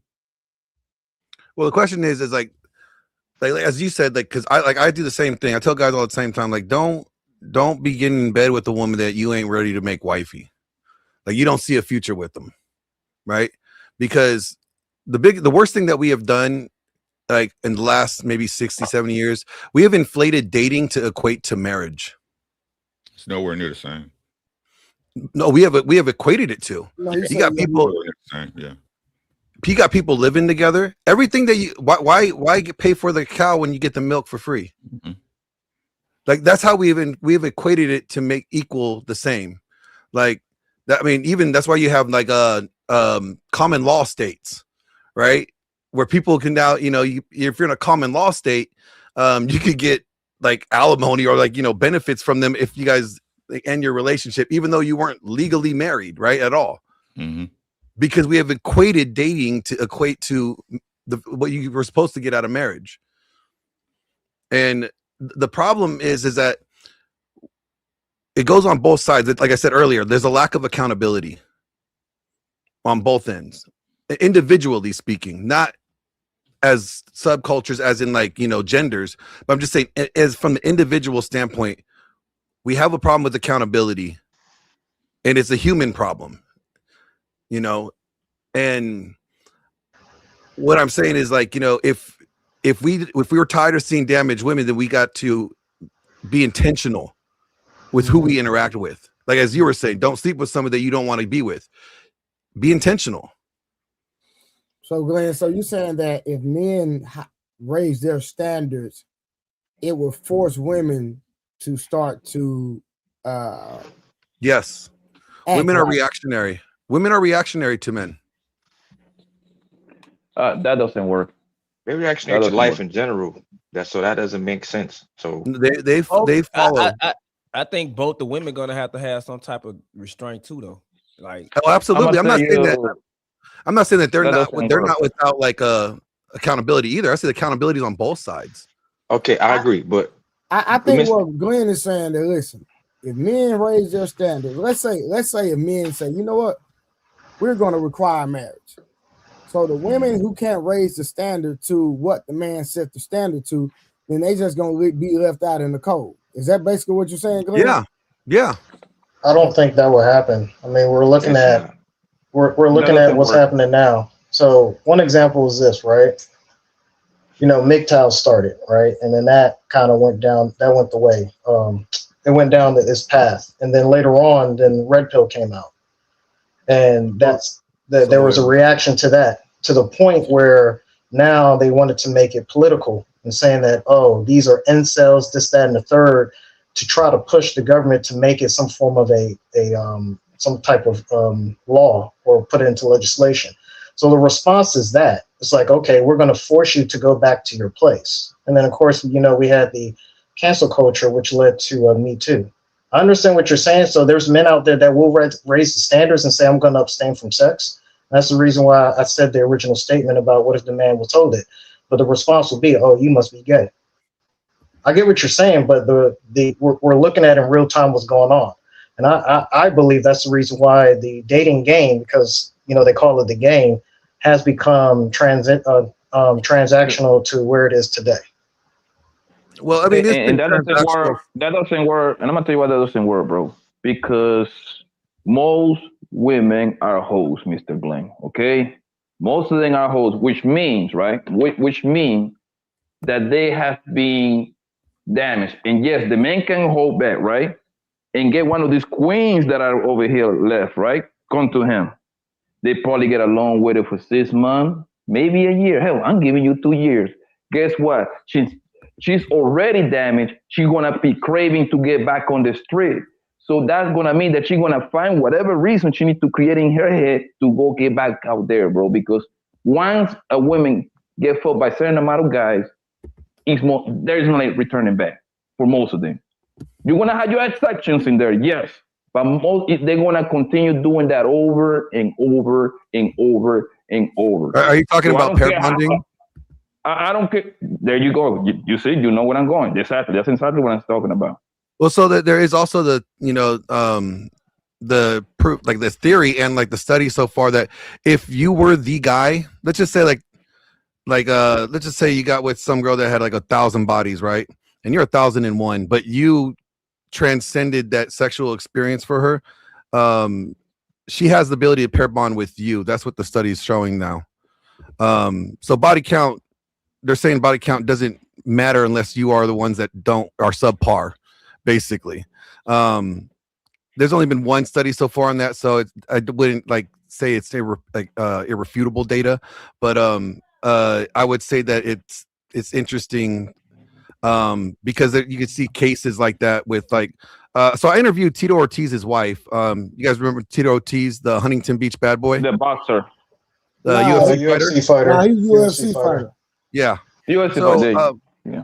I interviewed Tito Ortiz's wife about last month, and with Jenna Jameson, he had 2 kids with Jenna Jameson. He went through a horrible like relationship with her. Like he hated women. He was like, I'm done. Like he's going his own way. He had custody of his own kids. And Amber Nicole had her own life. She was like a boss girl. I was like, what made you want to give up everything that you've built for him? Because he was the guy, right? He ended up being the guy that she was willing to give up everything for, and stuck with him through all the hardship, right? Being half the battle is knowing what you're willing to sacrifice and for what you're willing to sacrifice and being committed to it. The real problem is that we're not really committed as a generation. We're so quick with the easy button. Like we go through divorce like it's a drive-through. We don't think that there's this like, who does that though? Glenn, culturally, I think. Well, I mean, if you're saying divorce, we know that women initiate divorce 75% of the time, right? But when I had James Sexton on, the divorce lawyer, we broke that number down. I said, okay, explain this to me. He goes, half the time of that 75% of the time, the lawyers are the ones encouraging the wife to initiate the divorce process. Wow. Yeah, I like him. I listen to him all the time. And it's because, like, okay, let's say like the husband cut off the finances, like he's not sharing like his resources with her, and so now all the bills are left in her, like she's responsible for all the bills and stuff. Well, they're still legally married, and he should legally still be giving her access to the joint resources. So the only way that she could get finances would be to have an injunction put in place, like legal, like a court proceeding, to basically a divorce is you're suing the other party. So they have to file paperwork, just even though she may not want to divorce him. But the only way that she could financially get any assistance is for that to start the proceeding. Mm-hmm. So yes, I could say that we could say 75% of the time divorces are initiated by women, but that doesn't mean that all women want to divorce their husbands and all women bad. Now, yeah. Go ahead. Oh no. Yeah, and also like I know at times there are men who won't leave. So like they might be completely done with the relationship, but they won't leave. And I even spoke to people personally and was like, who said like that would ruin her. Like that would crush her. Like although they no longer wanted to be in the marriage, the situation, they were like, I gotta let her leave because it would literally crush her if I was the one who walked away, because my life is gonna be better without her, while her life is, she's gonna be just trying to figure it out. Yeah, the biggest problem that we have is we have no respect for duties anymore. Duties or like commitment. Like we don't understand what a covenant means. You know, like there's obligations that when you're in a marriage that you know you made vows for. And okay, Glenn, can I ask you a question? Hold on. I wanted to say my bad. Can I ask you a question? You know how many men, and I'm speaking for men that we used to be married before. That was a long time ago, but it's over with now. I'm saying, you know how many men do what they supposed to do? Pay every bill, take care of everything in the house. When she needs something, sexually, physically, mentally, emotionally, get it to her. What you got to understand is most modern women aren't happy with a routine.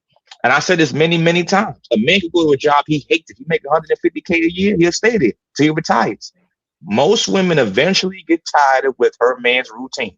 And you know what most of them do? Not all, but most. They won't tell you that they feeling bad today. That, oh, you didn't pay her no mind today. You ask her 1,000 times, babe, what's wrong? You okay? You can talk about it? No, I'm fine. I'm cool. Mind you, in the back of her mind, she's preparing to leave you. She's not even trying to work it out. Why is he being a good servant leader? Why is he accepting continued bad behavior? But that's what men been doing since the dawn of time. You know how many men stay when they unhappy? Why does he continue to accept bad behavior? Because you know why? He gets up, he sees a room full of kids, that's his and her kids. He wants to stay with his kids. He knows that they separate and depart, he's going to have a hard time. He got to go to court. You're going to be on child support, paperwork, alimony, whatever the case may be. Most men don't want to go through that, common sense wise. That's too much to do. So he got into an unconscionable contract, knowing the risk, and he's saying, I'd rather it's cheaper to keep her. For sure. Yeah. So then he's put himself in a position to lose, right? It's a lose-lose either way. So but you're right. No, because there's ways like me and James worked on a book that I have out right now. And we discussed like there's things that could be done prior to marriage, what guys need to do before getting married. Like one, make yourself the asset, but also put your assets in like a trust, like an irrevocable trust if you have assets. So everything that you bring into the marriage is untouched. Creating an LLC, paying your wages through your LLC, make yourself an employee of your LLC, have your LLC oversee your trust. That's how you could protect yourself. That's how you mitigate risks. That's now, you could also start with a prenup that could spell out what is your parenting plan prior to, if there's, God forbid, there's a divorce, you already have your parenting plan laid out so that won't be infringed upon. Like when it comes to custody and stuff like that, these are things that guys need to be doing before getting married. 100%. But we get all up in the fields. We're called like, that's my boo. She ain't going to do me dirty. Next thing you know, you're like, I married some crazy woman, right? Like it's not doing what we should be doing before getting married is the problem. There's a lot of like, I think there should be like a 2-year premarital counseling for those that are really serious about marriage and family creation. You know, hey, if you hey, real quick, hey, Karen, you remember how long did I tell you it take me to even start thinking about marriage, a relationship? How long did I tell you? 2 years. Huh? 2 years. But I agree with it. So can we establish a baseline tonight? Talk to us. So what you're saying, right? Even with all you said, Glenn, all these provisions, right? The things you said as a man, right? You still got to protect yourself, right? Absolutely. You'd be foolish to squander. Stop. Let's keep it right there, right? Let's keep it right there, right? What we're saying, if y'all pay attention, right? Dealing with a woman, she's a liability off bat. We when we want to talk about culture, right, Glenn? We talk about culture, right? What's the culture? Boys are taught she's a princess, sugar and spice, everything nice, blah blah blah blah, right? And we teach girls about boys. We should be teaching boys, right? Mm-hmm. We should be teaching boys what. Hey, protect yourself. Well, the church has failed us that way because I mean, one third of the book of Proverbs is talking about watching out for bad women. Facts. I was mean, gonna say that. Even King Solomon writes in like Ecclesiastes 7:28, as I search, but I still cannot find. I find one out of a 1,000 men to be righteous, but I couldn't find one woman among them. That's crazy. That's all the way back in the biblical days. So there's nothing new under the sun. That's what I'm saying, right? So again, when these conversations are being had with the approach that the woman is the sane party, right? The foundation of a relationship. In majority, no, y'all not. So No, Glenn, you're not. Glenn, watch this. So play devil's advocate, right? So if biblically it says that in the Bible, so even if we as men set the standard, now I agree with you in the context of, you know what? Listen, we're gonna raise our standard, baby. If you get left out in the cold, then guess what? You just get left out in the cold.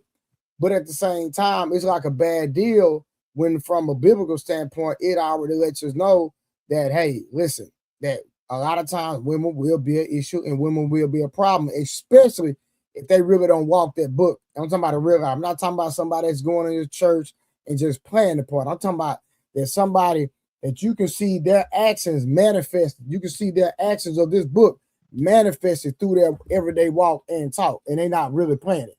So, like Uncle Rick just said, they are a liability. So what's the point of even raising your standard and signing up for it in the first place? Because your standard should not be contingent upon what someone else do. Your standard should be for you intrinsically. Like, I'm raising my standards for me. Like, again, I control my frame. I control who I will allow and won't allow in my life. And if this individual, I tell guys all the time, a woman needs to be able to be more attractive than your solitude. Like, your solitude should be attractive. You should enjoy your loneliness. Like, 100%. it should not be a bad thing. It should be like, no, like, if I'm going to sacrifice my solitude, she got to be really bringing something over here and offer me something that my solitude cannot provide, right? Like, I agree 100%. So that's where it kind of goes back to the man being on his purpose, not making the woman his purpose. And even with that being said, you should still protect yourself, correct? Absolutely. You should never. I mean, only a fool would like squander or risk everything that he has acquired in life on an unconscionable contract that's what we currently have with the divorce court, right? Or the marriage with family law. Right. And so, and listen, right? So knowing this is what's crazy, right? Knowing that they're getting a bad deal, men still try to marry y'all. Yeah, because men love idealistically. Yeah. We love for the sake of love. Like, right. So we gonna really talk about it, or we gonna keep having these fake conversations? Right. Well, I mean, men are the real romantics, right? Right. So the truth is that they're cliches and they exist for a reason. Men be in love and women be in business. Right. That's really what it is, right?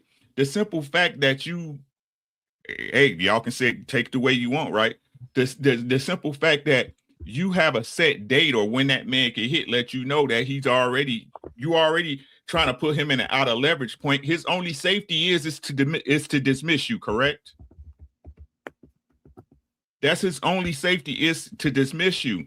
And with all these things that men got to fight against just to deal with you, y'all think we're just supposed to jump into the puddle of love like it's a Sunday breakfast. But see, I think we got to come to 2026 reality. And when we're talking about relationships, like we're not in the olden times where we could live off of one income. When it comes to couples, the statistics show that couples married or unmarried, only 18% of couples could live off of one income. So if we are saying like, hey, we're the provider, we're the leader here, but we still require them to pick up our slack and provide the extra that we cannot provide.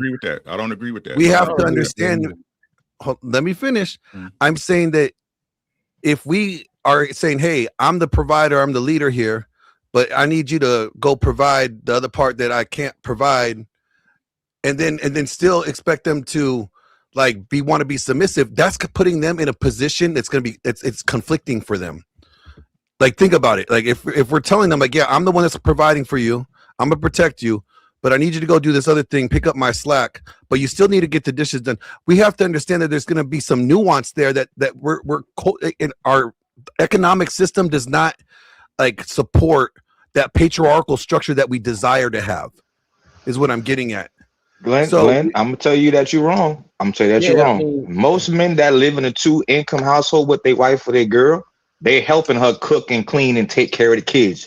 I don't know why people get this messed up ass notion that if people thought like that, wouldn't nobody have kids? If men couldn't afford to pay for everything, nobody would have kids. That's just the facts of it. But see, I'm agreeing with you in the talking point. I'm saying the talking point rhetoric, saying that, you know, this mentality that, like, you know, she needs to just be submissive. Well, it's harder for her to be submissive if she thinks that she's picking up your slack, right? That's what I'm getting at. It's like this, we have to reframe the talking point and the structure that talking about what patriarchy is supposed to look like today, not what it was before. And if we go down to the definition of the term patriarchy, it just meant father-led. It didn't mean father had to provide all the resources, because the Proverbs 31 woman, she bought a vineyard with her own money. So we need to reframe the talking points of what this means as leadership and being the patriarch of our home. And that's what I'm trying to say. Like, we have to restructure the narrative. We can't go back to 1950s talking points and expect that's what we're wanting. We're not going back in time. Yeah, but we also got to get. That's it, because like me, I don't deal with broke women. Just not going to do it. I don't deal with broke women. Period. But not at all. But real quick, Glenn, and after this, Vaso Ships, you can continue. Do you believe that majority of men are getting a bad deal though? I think majority of men do get a raw deal, but I kind of blame it on them at this point, because the information's out there. I don't think any guy believes that the Disney fairy tale. And actually, it's proven, even like Gen Z, like or Gen Alpha. Like, do you know Gen Alpha is the first generation in the last 5 generations where we've seen more men in church than women from that generation? That tells you something. Like, for the previous 4 or 5 generations, the predominant majority of sex in the church would be the female sex. They made the majority of the congregants, right? Gen Alpha or Gen Z, one of the two, is the men are the first from that generation. They actually are more attending church than the females of that generation as well. They there because they know the hoes be in church. That's what they there. No, I think what they're there for is because they're looking for leadership. I would just be funny, bro. But there are hoes in the church too. I met a lot of them there. Listen, hold on. My point is this, right? If you have a good man that he's paying majority of the bill, let's just say she just pays to put gas in the car to take the kids to school. That doesn't make him less of a man. He's still a man. He's still. If somebody knocks on the door in the middle of the night, he got to go see. If somebody break through the window, he got to go see. So you shouldn't only respect me when I'm doing things that benefit you. I'm still a man, whether I'm doing something that benefits you or not. That's weird to me. Because no man said, oh, if she don't cook food for me tonight, she's not my woman. You're going to be, okay, she didn't want to cook tonight. So what? It's whatever. Glenn, real quick. Well, how old is the Gen Alpha generation? I think like they're still either like the younger side of it is either in their teens. And then some of them I think are just over like 18 or adulthood. I can't quite. My son is Gen Alpha, so he's 19. So yeah, he's just over. I think 19. Individuals born between 2010 and 2025. Yeah. Oh, okay. Now, somebody in the chat had asked that, so I was just trying to see what demographic, what age group they were. Yeah, I mean, it's interesting though, and what we're seeing like in like from like a church statistic, right? They're not in Protestant churches. They're actually going more to traditional mainline churches, like or Orthodoxy, Catholicism, not so much Protestant, because they're looking for that structure. So you said they're looking, okay, so they're looking for structure and leadership. Yes. But how does that, how do we correlate that with the whole experience with dealing with women and what a lot of men are dealing with today? So like a lot of these younger guys, they're learning, they're kind of like either if they gone their own way, like they went MGTOW, in the sense of they are more focused on creating their life, putting themselves in the best position. They already see like, oh, women are acting wild. They're either OnlyFans or they're some form of 304, and they just don't see the value in them at this point in their life. I'm gonna interject real quick. So how do we blame that on them on men though? Because if I stand corrected, you spoke about how that men have created the women that we have today. So yeah. So explain that to me. So we have rewarded the bad behavior of promiscuity. Like we've capitalized on promiscuity, right? And that's how we rewarded. That's how we created it, right? We showed women that, yeah, this is what we like. Something like that. Yeah, yeah, like OnlyFans. If you can give like specifics of awards. Are you talking about like the Simpson Tricks are the ones that are giving the award? Attention is Golden Girl World. We reward them by the attention. Like I even told like Brian Atlas and like Andrew, like I'm like, when you bring these girls on whatever, like you are literally rewarding their bad behavior. You think like getting to make your point, you're giving them the attention. Glenn, and to make your point stronger, I just saw this report like literally like 3 days ago. America is the country that reported the highest revenue when it comes to OnlyFans, $2.something billion. The second country was like 300 million, my nigga. So we like 6 times higher than the second country, bro. And what's even funnier, okay, so you know, like there's this whole immigration issue right now, right? And they're not letting a whole lot of visas in right now. Do you know what a HB1 visa is? I've heard of it. So it's an entertainment. It's an entertainment visa, right? Like you have to be like a celebrity, like an actor or an athlete or a musician, right? So the gold card for Donald Trump. Okay, I know what you're talking about. Okay. No. It's the HB1. No, the gold card is for business. Like you want to invest into America, you got to pay $5 million. That's what the gold card is. Got to pay. So we only approve only so many HB1 visas. No, it's 1 million. It's 1 million. It's 5, brother. But okay.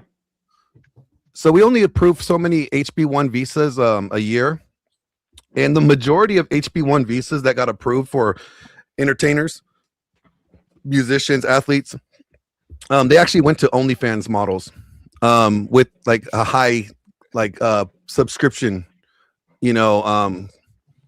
status. Like it's just kind of it's just like we say we want better behavior, but then we reward again right there. That's rewarding bad behavior, right? But Glenn, but watch this. I don't mean to cut your wisdom, right? But I understand what you're saying. But let's take like China, right? And y'all correct me if I'm wrong. From my understanding, China, like you can't even get on OnlyFans. Yeah. So yeah, they lock down their IP addresses. So what I'm saying is that I believe that's a more reflection of our government, because the government can literally shut that down, but we incentivize, and we allow it. So if they were to shut it down like China did and say, hey, we're not going to allow this degenerate content to be across where certain people can access it, then that wouldn't even be a thing. By the time somebody says it, I mean, well, here's the thing: women don't want to get rid of porn or anything like that. Even the married women don't want to get rid of it. It benefits them. Yeah, and that's why I was gonna say that OG made a point that women submit to power and all that. We gotta men already, and we've been telling women this. I hate to be that guy because I hate bringing up the system, but women gotta understand that there were things put in place to take power from the man to give to the women. And what I mean by that is the government assistance. It benefits women because most men not getting on that. the child system, even when it comes to like how the marriage system is set up, it incentivizes women to get married, also incentivizes them to leave. Like women got to understand that we're not telling y'all to be with a man that's gonna control you or a machista that rules with an iron fist. We're telling you that the way it was back then, like Glenn said, the men led. But the way the world is, they realize that if you take a powerful man out the house, we can control the women, and the women bear the kids, and that's what's been going on. Anything to make a woman feel the pick me turn, he's controlling, get your money, you don't need him, anything to. It's a if you get what I'm saying. It's a systematic thing, because that's why most thing is towards. That's why a lot of thing is marketed to them, right? Mm-hmm. And that's why the core love to include themselves in between the man and the woman, and give pretty much the woman a whole lot of power, because they rather put the money in their hand, because they understand women want to put it right back into the economy, because women are very reckless with money. For every $1 that is spent in this country, 78 cents come from a woman. So it's a high incentive to make them feel quote unquote good about themselves. That's why most of the child support goes towards them, because they want to turn around and spend it. You know what I mean? That's why it's important for them to keep the house divided, because now you get money from two homes instead of one. And I need to stand correct. And if you need, go ahead, boss. Go ahead. I made a misquote. It's not HB1. It's the O1 visas. I'm sorry. It's the O1 visas. I will drop the link here. It's reported by this is I think it's like New York Times, not New York Times, like New York Post or something like that. HB1 is for visa is for the workers from other countries like India. The workers China, who are supposed to have extraordinary skills. Yeah. Yes. Yeah. I'm putting it in the private chat. Extraordinary skills, all right. That but the O1 is for entertainment.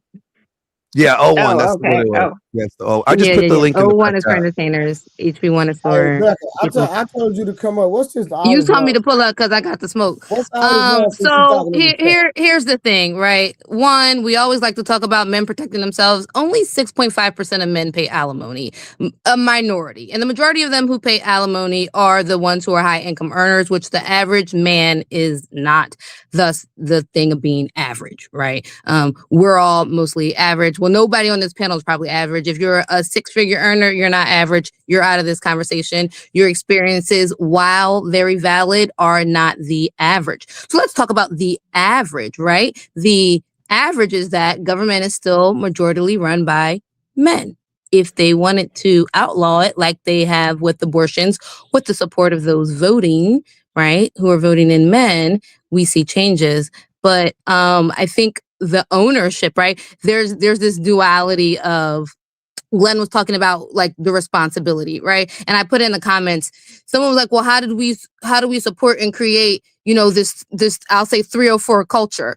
Well, the money goes to the money goes to the 304s, right? The strip clubs were making money even during COVID, right? The OnlyFans, the porn hubs, all of these things, even though we know that at one point, I think in the early 2020s, they did a survey of strippers, and I think the ones who had been molested or raped was like 75% of them. So and same thing with prostitution. So we actually know that the people who are doing these things have actually been damaged by a majority of men who have molested them, raped them, whatever, right? So it's like some things we talk about without really looking at how do we get here. And let's just say the ones who aren't, right?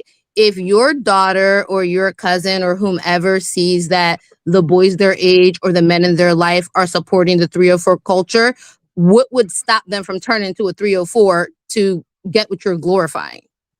So you're going to make them do what you like. If your money's going there, your attention is going there, and the kids, not just in the same way why so many boys want to be rappers. Why? Because they see that the rap and the entertainment is what we glorify as a culture in America. So a majority of them now want to be social influencers, or they still want to be in entertainment because that's who we talk about. We ain't talking about everything's not black owned anymore. That's why Most people don't want to be rappers. That's some No, ask these bullshit. ask these So kids. we don't have as Look many at the latest No, you're survey. wrong. That's anecdotal. Look, It's either sports, entertainment, or something with the entertainment. It doesn't just be a rap. I said, You just making that. I You said, making that. That's well, still no, I said entertainment. a rapper. I said entertainment, and I gave the example of rapper. I said entertainment or social media. Most of them now want to be in entertainment. When they survey the youth, that is what's coming up for them because that is what we have been glorifying. Now, just kick it back to the 70s or even like the 80s when it was doctors, lawyers, That's right? because In we American, integrated with these other races. That's One one mic, why we please. have more. Please That's let her one reason land. why. And the we, only I Please let mean, point her we that you're land. haven't. giving me is a white man's point of view. And I hate to say this to Glenn Lawrence, I really can't go to white men on modern dating because we live in different realities when it comes to dating. White men date with their wallet, we date with, what we date with. So Well, I'm like 5% North African, so does that count? But see what I'm saying? reality though Lady is told that me. even with the white man though, they're not just dating with their wallets. That's what we see and what we glorify on social media. The average white man is out earning the average black man, but this pay gap between white men and white women, which is primarily who they're dating and marrying, is the same 10%, or it's like 7%. It's even smaller than that of black people. Like pay gap. So it's not like the average white man and the average white woman are marrying each other, just like the average black woman, average black man, 85%. And for them, I think it's like the same, around the same thing. They're earning within 10% of each other. You That's why can't the say that only when black women are the least married. black women are the least married. No. I understand what you're saying. I forgot your name. See, what's They're your name? still again? marrying black men. Yeah, They're I'm still sorry for interrupting. My bad. Salute to Trey. Yeah, no, that's her point. Her point is that there's still the demographic between white men marrying white women and black men marrying black women is still the same. So even though I understand what you're saying that at least married, it still doesn't negate her point. Real quick, Trey. Right, and the thing marriage actually of black women is actually going up with the here we fact go. that they're now dating outside of their race. So if you look at the increase that has been happening, there is an increase in black marriages in America in the last 5 years. In addition to black women are dating outside of their race at a starting to. But Becca, I understand what you're saying, but I can see you the results at my. I can see you the actual data. They still getting divorced at the highest rate. So even if they are getting married more, they're still getting divorced just as much. So well, that's a culture thing when it comes to that, because the divorce rates. One thing we can substantiate that black men, and I don't want to make this a racial content. We can get off this race. So I'm gonna make this the last time we get off this race stuff. Black men are almost at 50% marriage rate of all black men. Like we're going up at 0.8% every single year. Being married to a black man puts you at a higher risk of divorce across any race. Look it up. I'm telling you what the facts are. Being married to a black woman married to a white man has the lowest divorce rate out of any interracial. That's not true. Google it. Google it. Google it right now. She making up Google it right now. Black. No. Listen. I think Wolfpack makes up his own data. I don't have to. No, I don't, because I'm gonna sit here. Google it. No, I'm not. I didn't say you. Oh, okay. I was gonna say I'm not gonna Google it. I'm gonna send you the actual data. I have looked at the actual data, and black women and white men's marriage have the lowest divorce rate. I'm going to send it to you. Listen, because we don't lie. I'm going to send it to you. And once you look at it for yourself, I'm gonna make sure you come back on this live and say, you know what? Can't you screen share? No. We're not doing it. It's gonna be too much right now. Listen. I want you to come on stream and say Trey was right. I apologize. Thank you. That's okay, I'm gonna look at. I'll look at what you send me. Go ahead, 30K. All right. What I was trying to say, I get it, Karen. This is like I said, I respect you a lot. The issue is that when it's pivoted more than 3 points, it's very hard to follow, right? Wait, So, you said Karen? Yeah, I said Karen. No, I'm not saying you did that. I'm just because you said let her land. But what I was addressing when you said let her land. Becca was jumping from point to point to point to point to point, right? So I'll give you an example. At the very beginning of her statement, I'm not going to say the word because Trey's live. I don't want him to lose his being monetized. Hey, they've been doing it anyway, brother. All right. when you make the baby deleting comment, and then now we're talking about, demographics and who is more successful if they're married to what demographic, those are two different points. So it's like, if you make a point, then you should allow a person to rebuttal that particular point. But if you make that point and then you jump to another point, and then you jump to another point, you jump to another point, like, what is the point? You see what I'm saying? So I was just addressing that. So I will wait for her to land so that we can address it. There were certain things that were being said that I know that Glenn wanted to say something to, and I know that Wasa Series wanted to say something too, but then it pivoted to another point. I'm not trying to come at you hard. A lot of people started talking at once. That was she's that making was up my fake thing. data. That was It was me. My bad. I was interrupted. Yeah, a lot of people started talking at once, and then you don't hear what anybody's saying. Okay. Real quick, Becca and Becca, you talked about women being, essayed, the strippers and what other ladies you talked about? You said strippers and who else? Corn people. Yeah, so corn people, right? But you act like that's the majority of women. Like, so what was the whole point of stating No, the majority of people are consuming those things, right? The average person is consuming or you see how God work. See, now let me jump in real quick, right? Because in terms of the presentation itself is what I have the issue with, right? We're conflating. So we'll go from, okay, here's the data for this, and then we'll switch and pivot to another point and say, well, here's the average. Okay, well, what's the numbers? If we're going to talk about numbers, then we should keep that all the way straight across the board. Not say this is the average, but then when we talk about another point, well, this is what it says. It's very difficult to follow that logic. That's my rebuttal to the statement that Becca was given, or the statements. Okay. So when we're talking about the first point, right, was Glenn saying we've glorified 304 culture. Mm-hmm.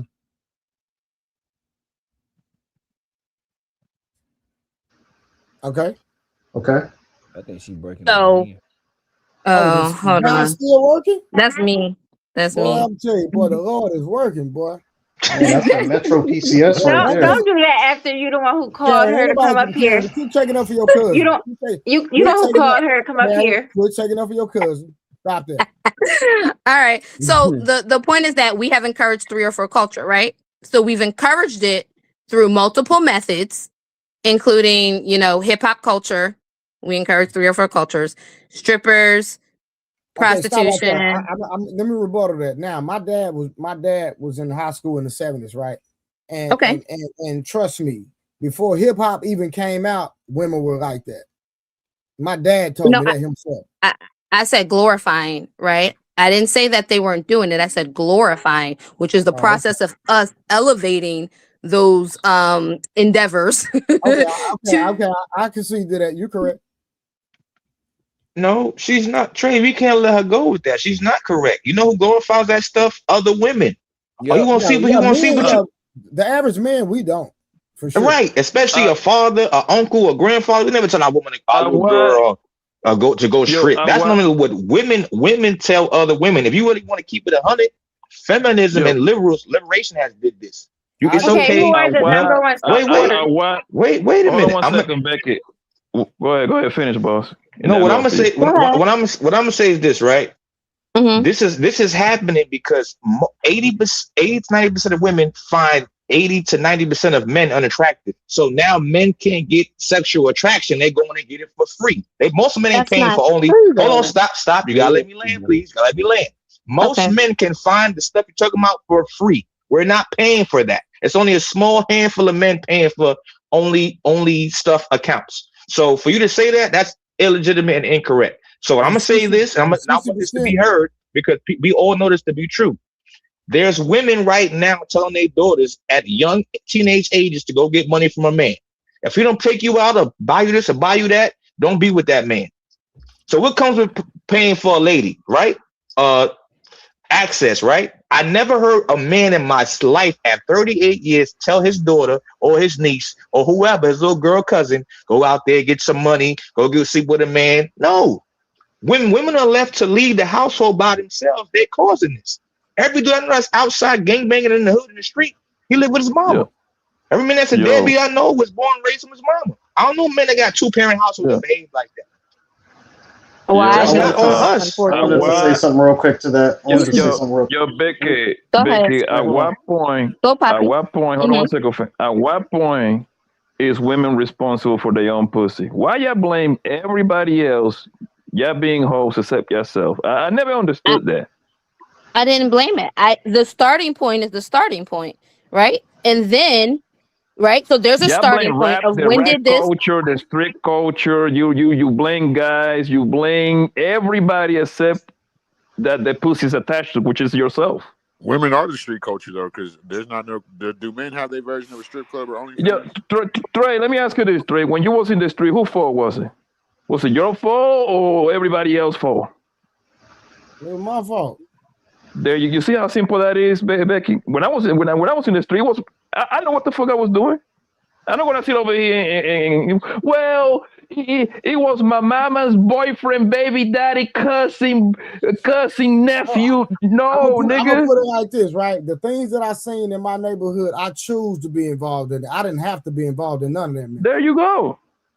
Real quick, let me say something. All right, so the glorification piece that I wanted to I wanted to say something to.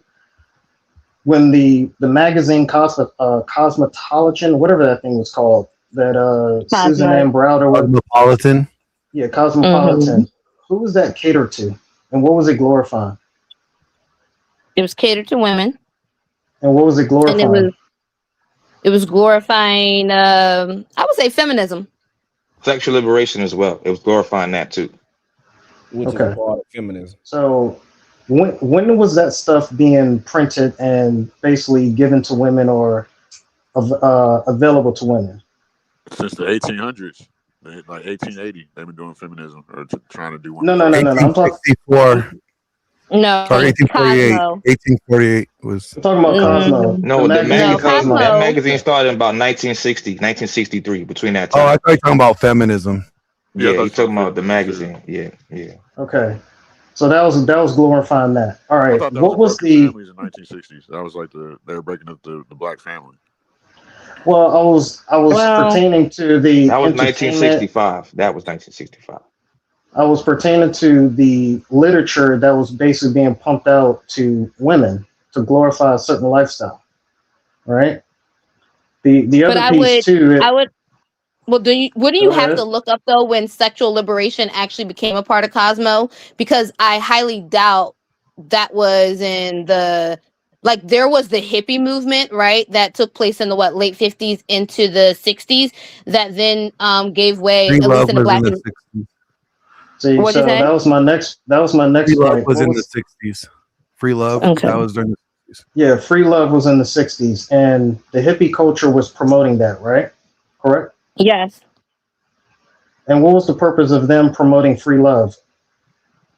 For men and women to be able to move around between each other. Yes, essentially that was what it was. It was saying because before that, a majority of people, men and women, were marrying as virgins. And so free love actually, go ahead. Where is the Madre Teresa movement? When y'all gonna start that one? How about that one? Since everything influenced your life, why don't you just start like a Madre Teresa movement? It's still being a whole movement. Where is that movement at? They don't want I think it's kind of. No, I actually think that there's actually reminiscence of that movement actually in both men and women now, right? Men are talking about retention and women are talking about not doing it, honoring your body. So I actually think we're seeing the beginnings of that movement starting now. I gotta disagree. Do you think that women really out there let's just use our community for not color based and just say use our community, right? You think I women really out there with colorful purple hair, baby hairs, big old chains with their name on it, big earrings, not going outside getting freaky? They outside 2 and 3 in the morning with the men. smoking weed and sitting on cars and getting in, spinning the block. So that's what I'm sorry, saying is how old are we talking about? What age range are you talking about saying that happened? Okay, let's use this age range. I can speak. This is my anecdotal experience about me From living in 20 New to York. 40. 20 No. to 40. I go lower than that. I would say from 14 to 28. That's how young it's starting nowadays. These little girls that don't got no parental supervision. Their mama outside doing whatever they're supposed to be with grandma, but grandma not watching them either. So what's Where's going their on? daddies? Hold on. The government took them out the house, They especially if they was definitely, our color. they definitely did. You know what I noticed too? When women get full custody of their kids, the father always got a hard time seeing the kids. Whatever happened between you and him, don't got nothing to do with those kids. I don't know no men on God's green earth that because he's mad at you and he got full custody, you can't see your own kids. That's the thing of being spiteful. And most men are not innately spiteful by nature. That's normally a female trait to be spiteful. Not saying that men can't be. Tools to do that. It's kind of So- like white. It's like when they say that black people are racist. I say black people can't be racist because white people got the system to practice racism.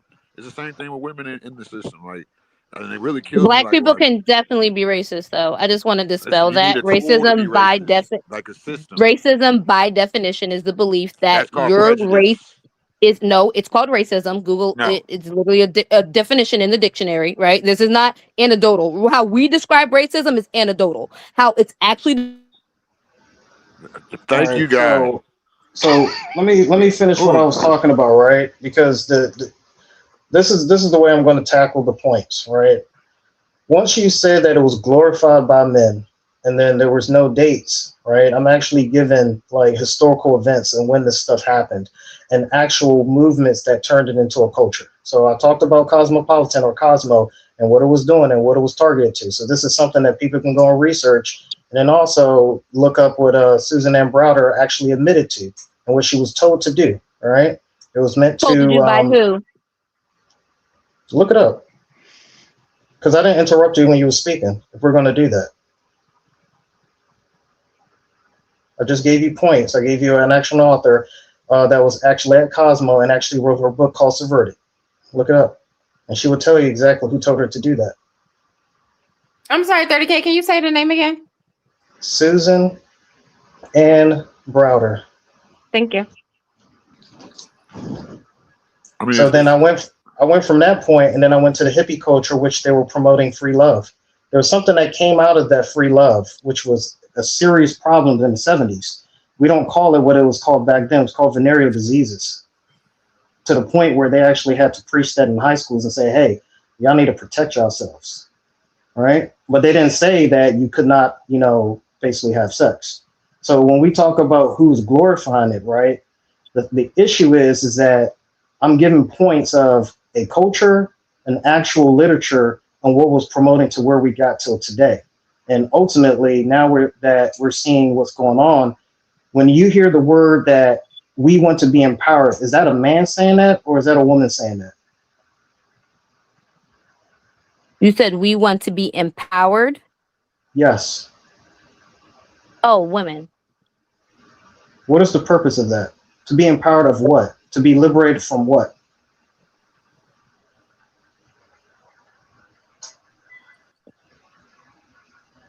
And we will start from third wave and fourth wave. Well, originally the empowerment was to be treated fairly in comparison to men in the beginning in the 1960s, right? And Okay. then when That's first wave. that was the first wave. The second wave, I agree with you, is more sexual liberation, hippie movement. Okay. I think that would be considered like the second wave of things. And then the third wave is we want to be like men, I think. Me personally. That's what I think. So the third and fourth wave, right? This is where we're at. So when we talk about who's to blame, yes, I agree with Glenn. Like, we're both to blame. But the thing is, I'll use Trey as an example. When you decide to go with that rhetoric, and then you decide to live off of that rhetoric, and then not take responsibility of the rhetoric that you're consuming, you're at fault. It's not anyone's fault.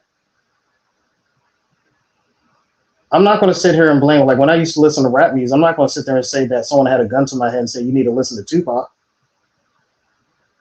I can't do that. That's something that I did. So if I choose not to do something, I chose not to do it. But it shouldn't be a thing that, oh, I'm going to blame women on the reason why I didn't do it. The same thing for men, right? I'm not going to blame women on the reason why I didn't do it. Just to try to bring a little bit of balance to this. Y'all land there. I'll stop. No, I appreciate your commentary. And I don't think this is about blaming men.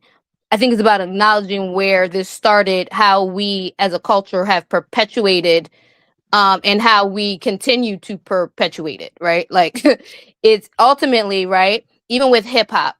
I don't know if anybody's seen Brown Sugar. Like, what introduced you to hip hop? For some people, it's your parents. For some people, your parents. Like, my mom didn't introduce me to hip hop, right? I was introduced to it outside of that because we weren't learning to listen to worldly music. It was my neighborhood and my environment that introduced me to that, right? And so, and for some.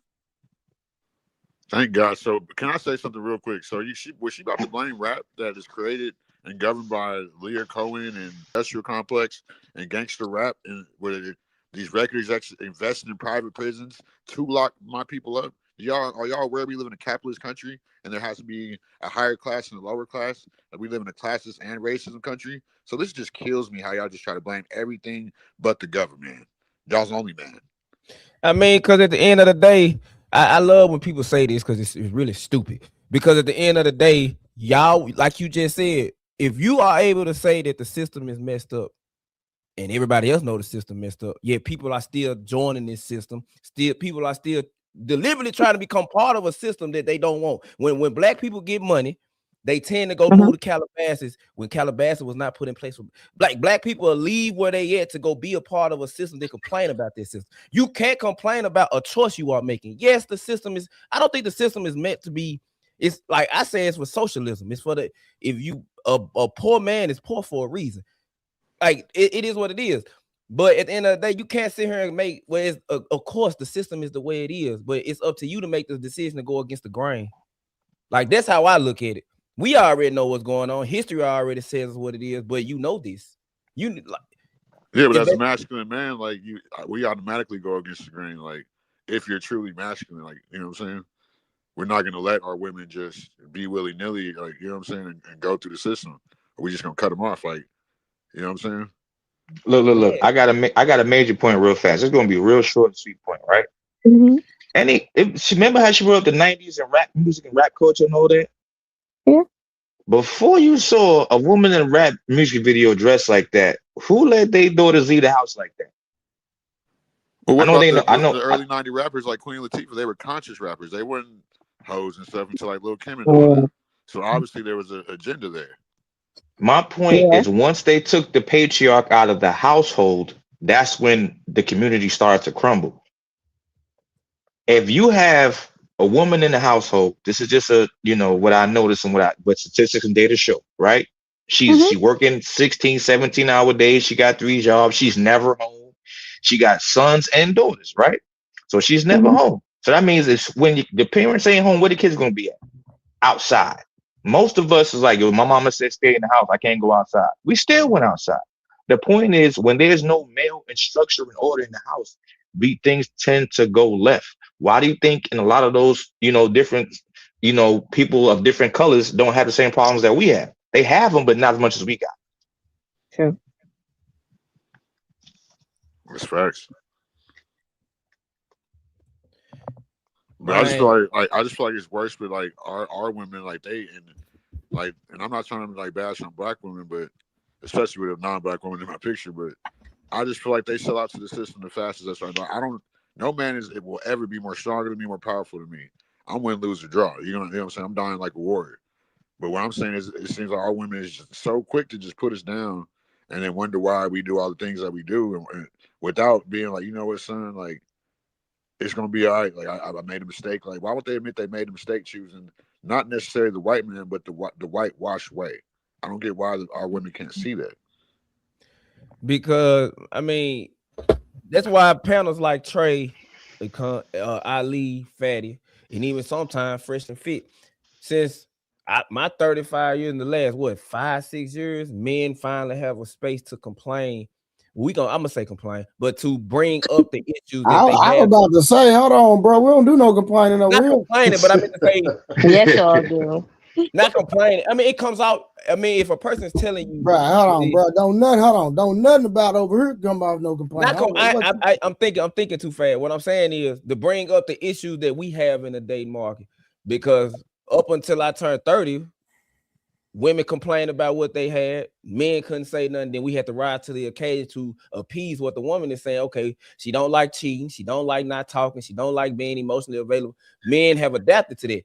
The thing is, now that we have a space, women are not used to hearing men talk like this. So now they coming into the point where he said, but why so serious? But you'll hear women across the board say, y'all don't talk to us. Where we talking now?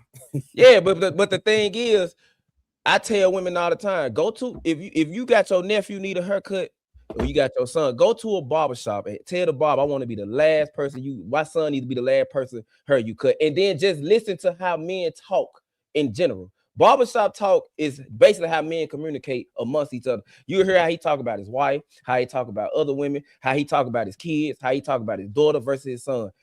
Women don't have that. So now that we have spaces where men talk like this, where it comes off as misogynistic, bigot, etc., etc. No, this is just how men are, because at the end of the day, a woman can't physically change a man.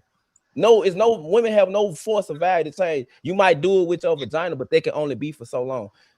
Women need to really take the time to understand men and listen to what men say instead of internalizing and sensationalizing what we're saying.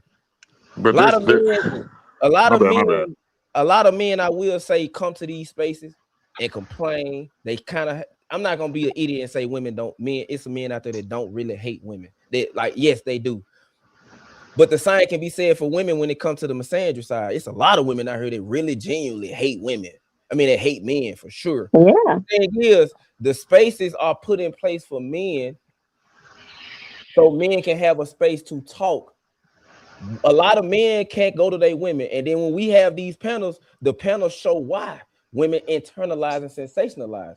And then they make it back on them when it's crazy to me that men have to go to their woman and speak in general. Where they'll bring up a situation with their homeboy, they really talking about themselves. They want to edge their woman, see how she'll take it.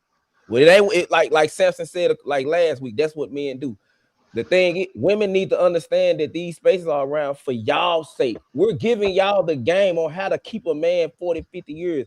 Women are going against the grain because you're not going to change a man. I don't understand why women think you can reinvent the wheel. Men are just going to adapt, which is why a lot of men are lying. A lot of men are putting up a facade a lot because they're going to get a man is going to by any means get what he wants from a woman. Why so serious? Oh, my bad. Go ahead. Go ahead.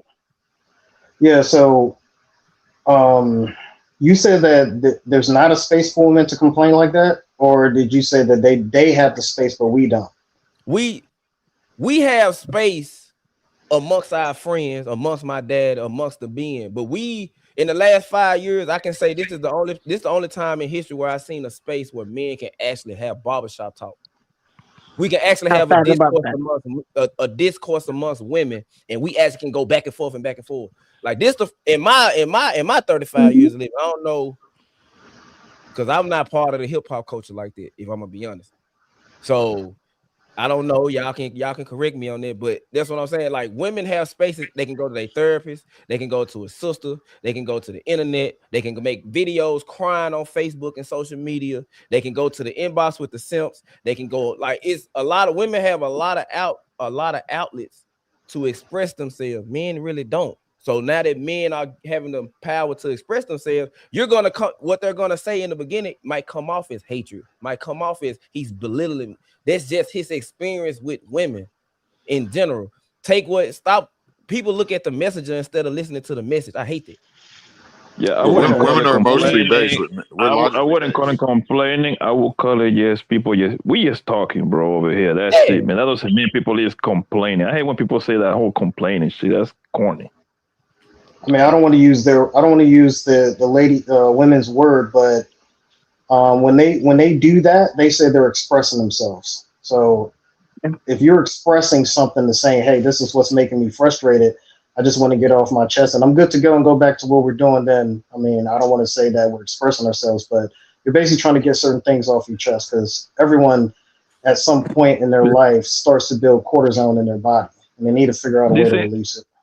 Yeah, this ain't that much different than when we talk about sports and we talk about our favorite thing, what they need to do to go to the playoff next season. Hey, you need a new offensive line, you need some defensive back, you need a new running back. That's not complaining. We just talking. You know what I mean? That's it. There was something else I just remembered. Because I am a Gen Xer, but what was it, 1983 when The Color Purple came out? I was going to ask the fellas, do you remember a movie that was the male version of The Color Purple? I'm not trying to be triggering.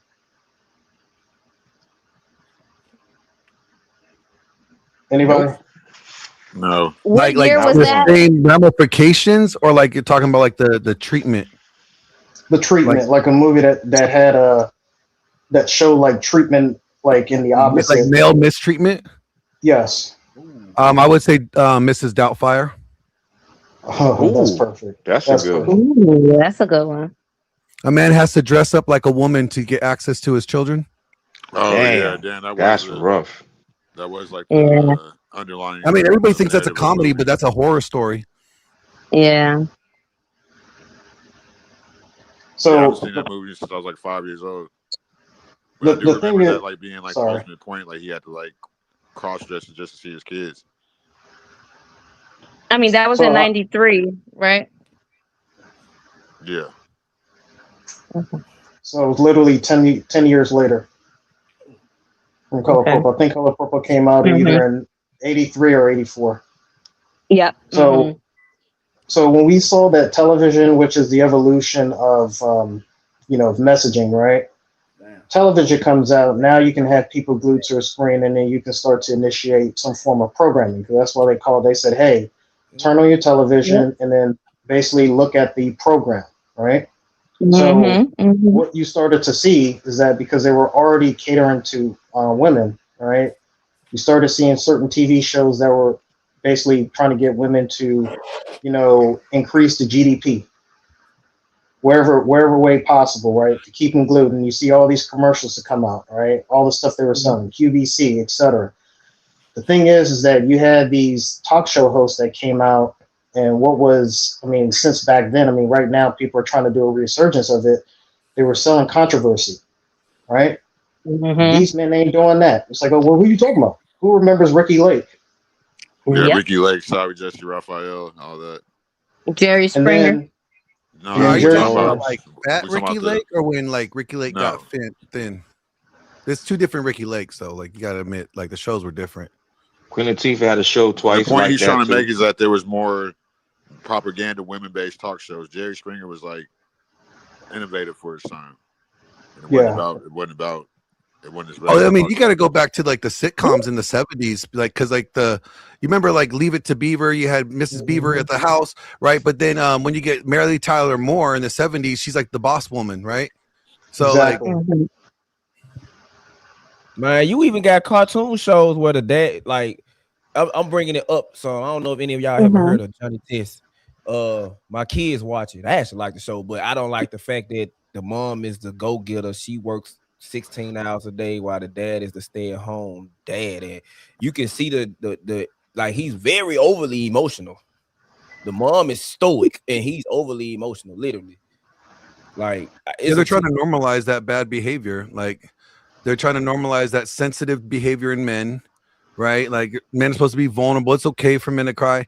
Like crying is not the issue. It's the reaction that causes, like what women see you when you cry, what they think, is the problem. Like if crying would get you laid, every guy would cry. Okay? Exactly, because I was trying to tell cry you, to get laid. Societal norms don't dictate biological norms. Yeah, like you're looking at the way a system is. Hold on, time out. What you say? She say some men cry for what? I ain't never seen a man cry to get laid, Becca. What are you talking I about? want you to ask social media. I want you to ask. Put it as a poll. Put it as a poll. Yeah, 'cause We've that's not all true. heard a story. We've all Somebody every woman cried has to heard- get That's some. anecdotal. I've heard men cry to play to your ego to get back with you. Y'all might Yeah, have sex I good heard That's you night. to cried get to get back with laid. you, Y'all might have sex but good you That's to night. cried get. to get some. I'm Have sorry. you ever What did heard what of did like Poppy sympathy sex? say? What did Poppy say? All men want what? And so if he's crying to get back with you, it's ultimately to get back to what? That's not true. Thank But you. she not giving you nothing though. No, She no, calling you he soft. he be crying at the because end of the he want to stay in that relationship. He Yeah, don't want because at nobody the else end to of the day, have I you. could break up with Not you and still have sex with you. Because What he are you still doing? want it. Have you ever heard of a sympathy sex? It's Guys called, That's will they play call on bad. it like the here, their give it here That emotional means pussy. that's the heartstrings to get That's sympathy more sex. makeup though. They That's call it not the here, give real. it here pussy. I never want that in my life. Well, that means you that's the make us last say time you get it. They You're call not it the getting it here, no give it here more. pussy. Like here, just like, you know what I'm saying, kind of like a sex worker. It's I want her to because explain. it's Time out. I want her to explain one incident where a man cried to her to getting her drawers. Yeah, specifically listen, to you, Becky. if you're crying to get back with a woman, okay, you're ultimately doing Becca, it Becca, no. He to get said sex. you. No. Give us an actual life experience Oh, I when definitely you. had a man cry to get back with me. I mean, That's different. That's That's different. different, it's not darling. different. You just said, It is. Poppy, No, earlier. No, Rebecca, not gonna listen, let you do that. listen. Nope. Ultimately, Him crying to get back with you is not the same as him crying just to get some. Because him crying to get some mean he's okay with y'all not even getting back together. He just wants some. But him crying to get back with you is completely different. He love What you. about He the love you. sneaky He don't want to fucker? lose to you. That's it. What about the sneaky fucker that? Oh, I'm sorry, I didn't want to curse, but like, you know, the guy's being like playing her best friend. He's the shoulder that she cries on, but really he wants to dirty be Mackers. That's usually the case. But that she guy rides almost on. never gets none though. He almost never I gets know, none. but like he's crying. Blanco, Like he's there you go, right there, Blanco. Oh my God, this Hey, fucking love. Hitler. Hey love. Sexual healing. Y'all right. This is why. Yo, that's wild. Hold on. Trey, that's Hold wild, on, bro. Come on. Trey, hold on. Don't Hold do on. Wolf Hold on. like Hold on, that. Trey. Hey, hold on, Trey. Hold on 1 second. Hold on. Put this Damn. nigga back in the on the big screen. Hold on. Don't do that. And please, bro, this is your time to shine, my guy. Wolf. This is your time for you to come back to the brotherhood. Yo, I'm asking you once. I swear to God, I swear to God, bro. If you say the wrong answer, I'm gonna make sure you banned from this goddamn channel forever. Wolf, have you ever cried to a woman to get some pussy, bro? Absolutely not. Never in my life. No. Oh, thank God. I ain't gonna lie to you. I was worried even me asking that question. Thank you. I ain't gonna lie. Whoa. Hey, Real quick. listen, Oh, my hold on, bad. y'all, real quick. Hold on, everybody. Glenn. Yes, sir. Hey, since I got somebody that's unbiased on the platform, I want to ask you a question, my brother. Have you Go ever ahead. heard of a man healing from having sex? I'm just curious. Have I heard a man doing what? Healing. He said he's healing, so he's not having sex, so he's healing. He's healing. That's not what I said. Like he's like blessing them, or Okay, like well, tell Glenn what you said. Jesus. I basically said I'm not in a relationship because I'm trying to heal, but I'm like, it's not just about healing, it's also about finding the right woman again. That's all. I'm trying to like just gather myself. Hold on, Wolf Stacks. Tell him, but you're actively last month you still had what? Yeah. I still got some. I still got some cheeks, but that's just regular. So he I don't mean I don't like cheeks. So he said he's healing, but then he's still having intercourse. what are you healing from? It's a lot. When you, I mean, like if you say Triangle if you're saying like you're not ready to commit because like you went through a lot in your last relationship, there's a lot of baggage that you need to unpack, right? And you need to sort out, and you don't want to bring that baggage into a new relationship because that's all you're gonna do is just end up projecting that onto her. You know, That's what I can see said. that. That's what I said. Thank you. That's one thing, but if you clapping cheeks, that's just adding more baggage to the baggage that you have to unpack. I'm a man. I can compartmentalize. I'm a man. I can separate. Yeah, but like I said earlier, like every sexual opportunity is not necessarily worth it in the end, because I mean there's been plenty of times I would say like, yeah, it was fun, but it was definitely not worth the consequences that came after it, right? Like, y'all, I don't know what type of vagina y'all getting, but every time I get something, that shit be getting it. Even if I don't want to date her, I'm gonna be wanting that shit again. yeah, So but I when they don't know start what y'all showing up talking at your about. parents' house out of nowhere looking for you, that's the unnecessary problems that you did not want to get into. That you weren't thinking about that when you were clapping cheeks. You weren't thinking about the consequences, aftermath. I ain't gonna lie to you. Now that Hey, I'm hold older, on, real quick, Watson. I apologize, Watson. Sir. yeah. Will says, did you say somebody popped up Yes, at your parents' house? yes, with the kid. Well, that was when I was married. That was like Oh, you was married. Okay, that was 14 years okay. ago. You was This, married. that Okay, was okay, before okay. y'all got married, though. All right, go ahead. That was right. We didn't Go get ahead, married. Watson. Right. Hold on. Go ahead, Watson. Serious. I'm gonna tell you now. I kind of agree with. I think this because I'm just older now. Because as I look at it now, back then, even when I was cheating, there was just a dominance power thing. It's just a power trip for me. Now It was an ego thing. I don't even cap to you. Like, I can't have sex with you if it don't mean nothing. Like, maybe I come off as weird, but No, you just getting older. You're growing. Because as I've gotten older, it's the same way. When I was young, I just do my thing. Really, No matter Trey? what. Now, I think that's like now a I gotta have distinction of an emotional manhood. connection. Go ahead. I'm sorry, Glenn. Go ahead. yeah, No, because I'm sorry. I apologize. like even though I like the starfish, it's with my woman, so I can deal with it. But I used to hate my going to have. Even when I was single, I'm putting another woman's body, another woman's head on your body. I'm trying to have sex with you a certain way that I'm used to, but you might not be the same body type. You might not even like it. And then I don't know. It's just me. Like now, I hate to have sex with an empty shell. Like I hate that. So I get where he coming from with other things, but then you walk yourself down that contradicting lane. Like, yeah, that's the negative. I never contradicted. I said it was my ex, so I still have a connection with her. Wait a minute, you were clapping emotionally. cheeks with your ex? It's like it's not all the time. It's like every once in the blue. You know what I'm saying? It's not every Lord day, every Jesus. week. I gotta go. Good night, y'all. She's supposed to be excommunicated. Get out of here.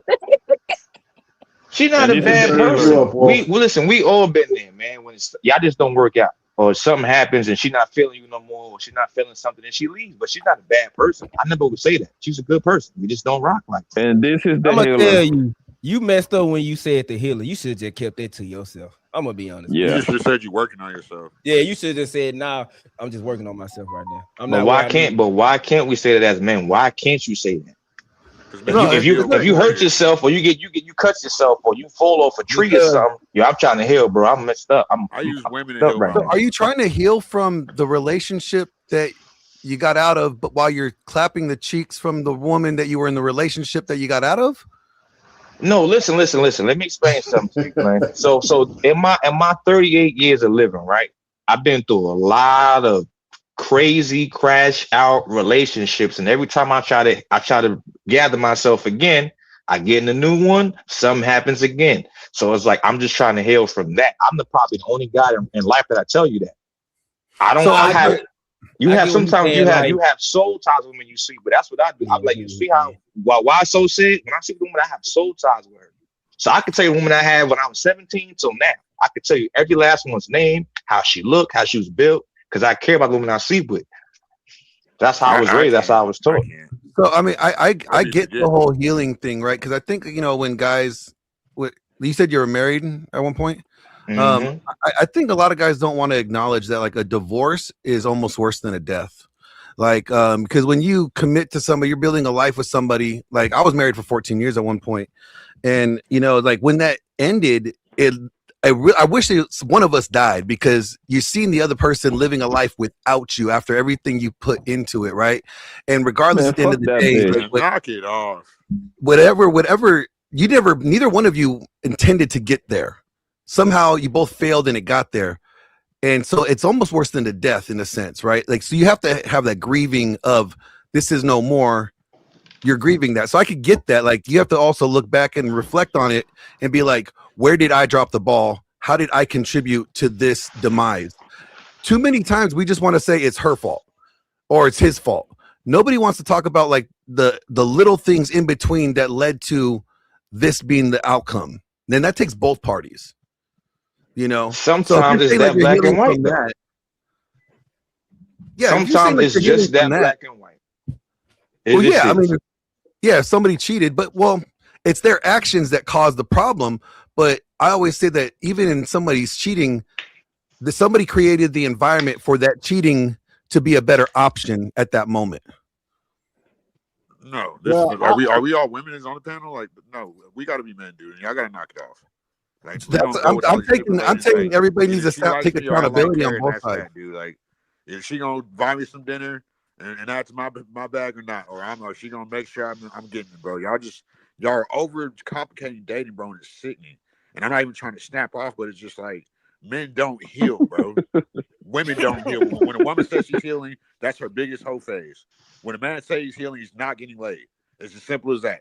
I'm not lacking life experiences, so I can be confident in my 36 years on this earth, and they tell you about what to do and what not to do, and you're gonna understand just from my tone of voice the different type of women that I attract.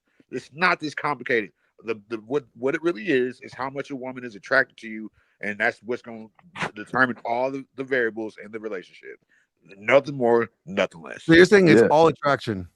It's all attraction.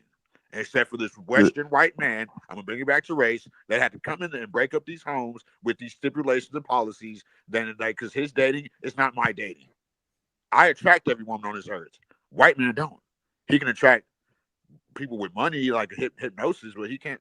That's why we can't really take relationship advice from an overly effeminate male. White men are feminine, dude. It is what it is. Every other race of men. Black men in America are the most masculine men on earth. That's why we get every woman on earth. Damn. Well, that's wow. They're like, I don't think this conversation like anecdotal. No, I'm just saying I don't think this conversation is a white man. I think my political views is it's a Jewish psyop. I'm just gonna leave it at that. I'm gonna say you're not far off from that. Like, I'm gonna say this. Me personally, I don't believe in the whole healing thing, but as a divorced man myself, I understand exactly what Glenn is talking about when it comes to divorce. So I'm gonna speak for divorce. So if you have not been divorced, then you can't understand what Glenn was talking about. Now, I'm not gonna say it's like a death. I'm not gonna go to extreme, but you know, when you want, when your goal as a man is to grow up with your kids in the house and everybody be under one roof, and then you got to split this and kids go over here, then your kids calling you daddy, why you can't come to mama's house, mama, why you can't go to daddy's house, and then your kid is coming to you and you got a heart for your child, your actual child, and they asking certain questions, then you get the courts involved. Like, that's a whole different life experience. And if you ain't never experienced that, man, you can't speak on it, just being real. But so I understand what Glenn was saying in that regard for sure, because I'm divorced, and I think Wolf's actually divorced, and you know, so I can't. I got engaged at 17. I had my first kid at 17. I broke off the engagement because I didn't want to. She was illegal, so I didn't want to. And because I'm from LA, I didn't know what I was getting myself into. And I'm the guy, like, if it's not like the first time, if it's not as wet as the first time, I don't want it. Because I know how women operate. So you said she was like a Mexican? Huh? You said she was illegal, like a Mexican? Well, yeah, like her mom got like over the course of time, like her mom got like the green card. But I was I was with the girl for like 5 straight years, like from like 16 to like 21. Like, but I'm the type of guy, like, I'll cut a girl loose if I know she's not making me better as a man. So of course it took me years to get over it, but like the girl just said in the chat, I held under other women. But see, more respectfully, you know, I think it's the second time on the platform, like I said, and you cool people, but I think it's different when you're as an adult and you build a life with a woman as a husband and wife versus from 16 to 21. Respectfully. I mean, I get what you're saying, but like when I met her, she changed my life. Like, I was literally gangbanging, like, and that was the worst my family was. My dad's in Motown, and just I got a nephew in the NBA. My other co-family is Blueface. So the 2000s was the worst we was ever off. So whenever she got pregnant and Blueface brother and them had that little incident, I decided I'm going to move from Cali and get a job and go back to school. Mm-hmm. So I became an adult. So you can't really correlate it to being an adult, because I was building something with her here in Texas to where I could let her go when she moved back to Cali. You know what I'm saying? But I respect what you're saying, but it took me years to get over that too, but I didn't just like, oh, I want her dead. No, why would I want her dead? And that's what you said. It's not that extreme, but I feel like that's a feminine way of looking at that, and we got to stop. I'm not saying that you want her dead. It's like a death. It's like worse than a death. Like the relationship being like this thing that you invested in, this thing that you were planning on creating, that you guys were both creating, that is dead. The relationship is dead. And so it's like a death, not you want them dead. Okay. Yeah, I understood that. I understood that, Glenn. You gotta think about the well, I know me. Like I had 300 people in my wedding.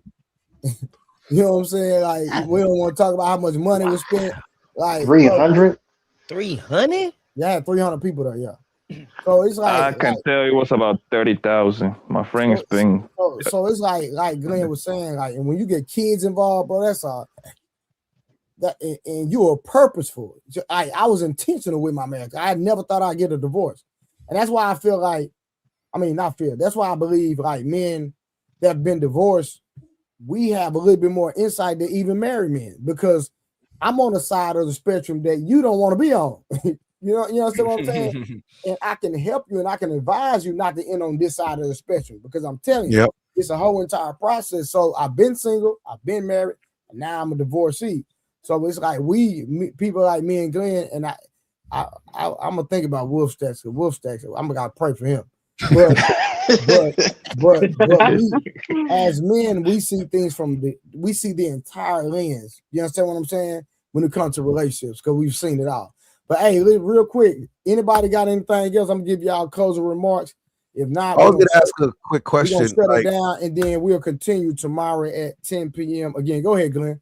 So I was gonna ask you, for those that have been divorced, when you look back at it, have you been able to go, you know what? I see where I dropped the ball. 100%. I see, like, okay. So then once you acknowledge that, did you really like come to terms like it's not all her fault? Well, I'm gonna say this, Glenn. I've taken responsibility and accountability, but to this day, she said she hasn't. Well, that's not, but that doesn't matter. It doesn't matter if she ever takes it. No, I know, I get what you're saying, 100%. But it's like a lot of women think just because they don't cheat that they're good wives. Oh yeah, no.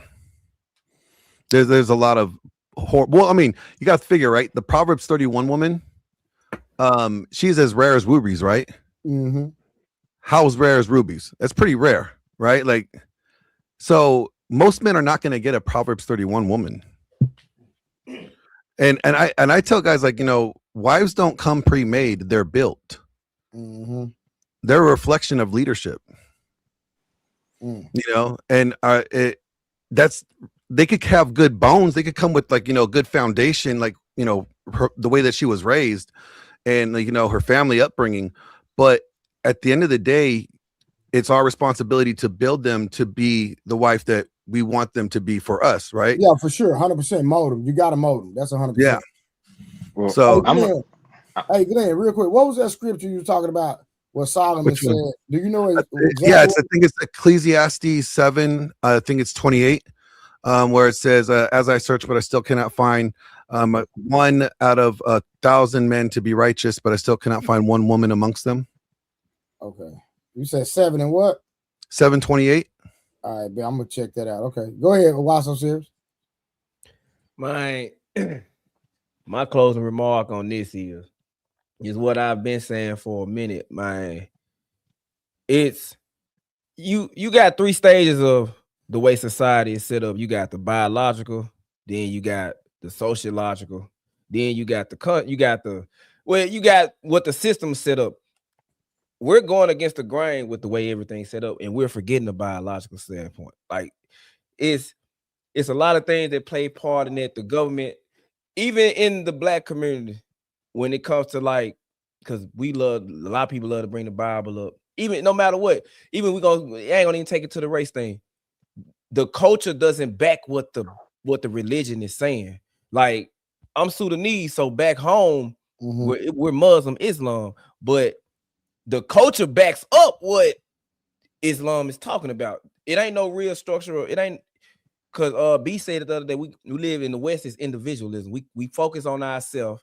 Then we decide when we settle down. That's when we want to figure out how we supposed to be symbiotic with somebody. It shouldn't be like that. People got to understand that you got to go against the grain Stop buying into what media is saying. Stop buying into what is going on in society. You got to pay attention to what exactly do you want? What exactly do you need to get to a point of where we can get back to the nuclear family? Because we don't really have that at all. And that was what every major society was built on. The man go to work, he make the roads, build the house, while the woman stay at home and nurture the kids. Women love being in a feminine state. I don't understand why we have to. I don't even know why we even arguing it. And men do better in a masculine role. Now, I'm thinking too fast, but we got to find out what the culture is amongst in the West, and the culture is messed up. And the people that actually want to go, we need to go against the grain immediately. Cause I gotta raise my daughters in it. Do I want to send my daughters back home to my great grandma in Sudan? No, because I want to raise them in them precious years. But if I gotta do that, I will. To send them back to their culture, I would do that. It takes us laying the groundwork now to change the culture for the future generations. We're not going to see the fruits of our labor, but if we do it right, maybe our children's children will reap the harvest that we sow. And that'll be the greatest generational wealth. I promise. That'll be the greatest generational wealth for me, because I'm tired of seeing the people that I have an affinity with, black people. I was raised with y'all. I hate it the way we are, because it's crazy. And it's really just it's just crazy, man. Like we gotta figure out the reason. We know the reasons why it's failing. People don't want to speak on it, which is why I love the fact that Trey opened up the panel every day so we can. People got to understand that we got to accept the flaws that we have as a community, as a culture, and deal with it, instead of sweeping up under the rug that like people been doing in other families for the last 30, 40 years. That's all I got. Well, I'm gonna just say I appreciate you, brother Trey. You know what I'm saying? Every time you shout me out, and I be getting attacked. Listen, I'm a roaster. Just understand. I'm gonna stay on It's cool. It's cool. I'm cool with it. So I'm gonna say this last thing, and I'm gonna go right. Sometimes, as a man, people don't think this to be true. I'm gonna wrap it up right now. Men fall in love hard too. So every time we fall in love and the shit don't work, we need to heal. I'm just gonna use that word, whether y'all like it or not. I could be with women right now if I wanted to. I'm not gonna be talking to 2 and 3 and 4. I need to do what's right for me. And before I talk to any female and put whatever I got on her, that's all I'm saying. But you know, God bless y'all. Love y'all. Appreciate y'all. Good night. All right. Anybody else? Yeah, I wanted to say this. I've seen a couple of podcast posts, and yes, I do agree to a certain extent where people will say, don't always believe in what you hear. I'm the type of person that's like, hey, just make sure you research it to see to what level of where it can be considered anecdotal or it can be speaking from the authority, respectfully. I will say this in terms of social media. What social media actually did is that it gave the avenue for people to be influencers and to basically preach their culture throughout the world. So men, I say this, if you think you can go overseas to find somebody and saying that they're not like here, if they have access to social media, don't be surprised at what you run into and then start to complain after that. All right. The other point is that I do appreciate you, Trey, for basically having this the stream where you can actually, bring the hard conversations for people to actually have the conversations. And I mean, you can see where it's going, where you basically met a new brother, Glenn, and then y'all can collab and then try to preach the message just so that people can have the ability to say, hey, I never thought of it from that standpoint. 100%. 100%. And I'll stop there. All right, y'all have a good night. Well, Nice thank you meeting for having me. I'm just here so I don't get fined. Have a good night, everyone. You play too much. Glenn, you can close us out, brother. Oh, yeah, okay, great. I was gonna just read something that I wrote. Haven't published yet. And it has to do with feminism, right? Mm-hmm. And I put it in the back. I said, feminism wasn't built only by women. It was bankrolled by rich men, right? The same oligarchs who own the banks, the corporations, the media realized something early. Strong families create strong men, and strong men don't submit easily. So they funded an ideology that broke the family unit. that turned women into labor units and left men isolated, disposable, and desperate. Feminism wasn't about liberation. It was about labor supply, tax base expansion, and social control. Double the workforce, halve the loyalty, replace fathers with institutions, replace marriage with dependency. And when men collapse under the weight of it all, blame them for failing a system that was designed to break them. That's the scam. And the people funding it it was never women at the bottom.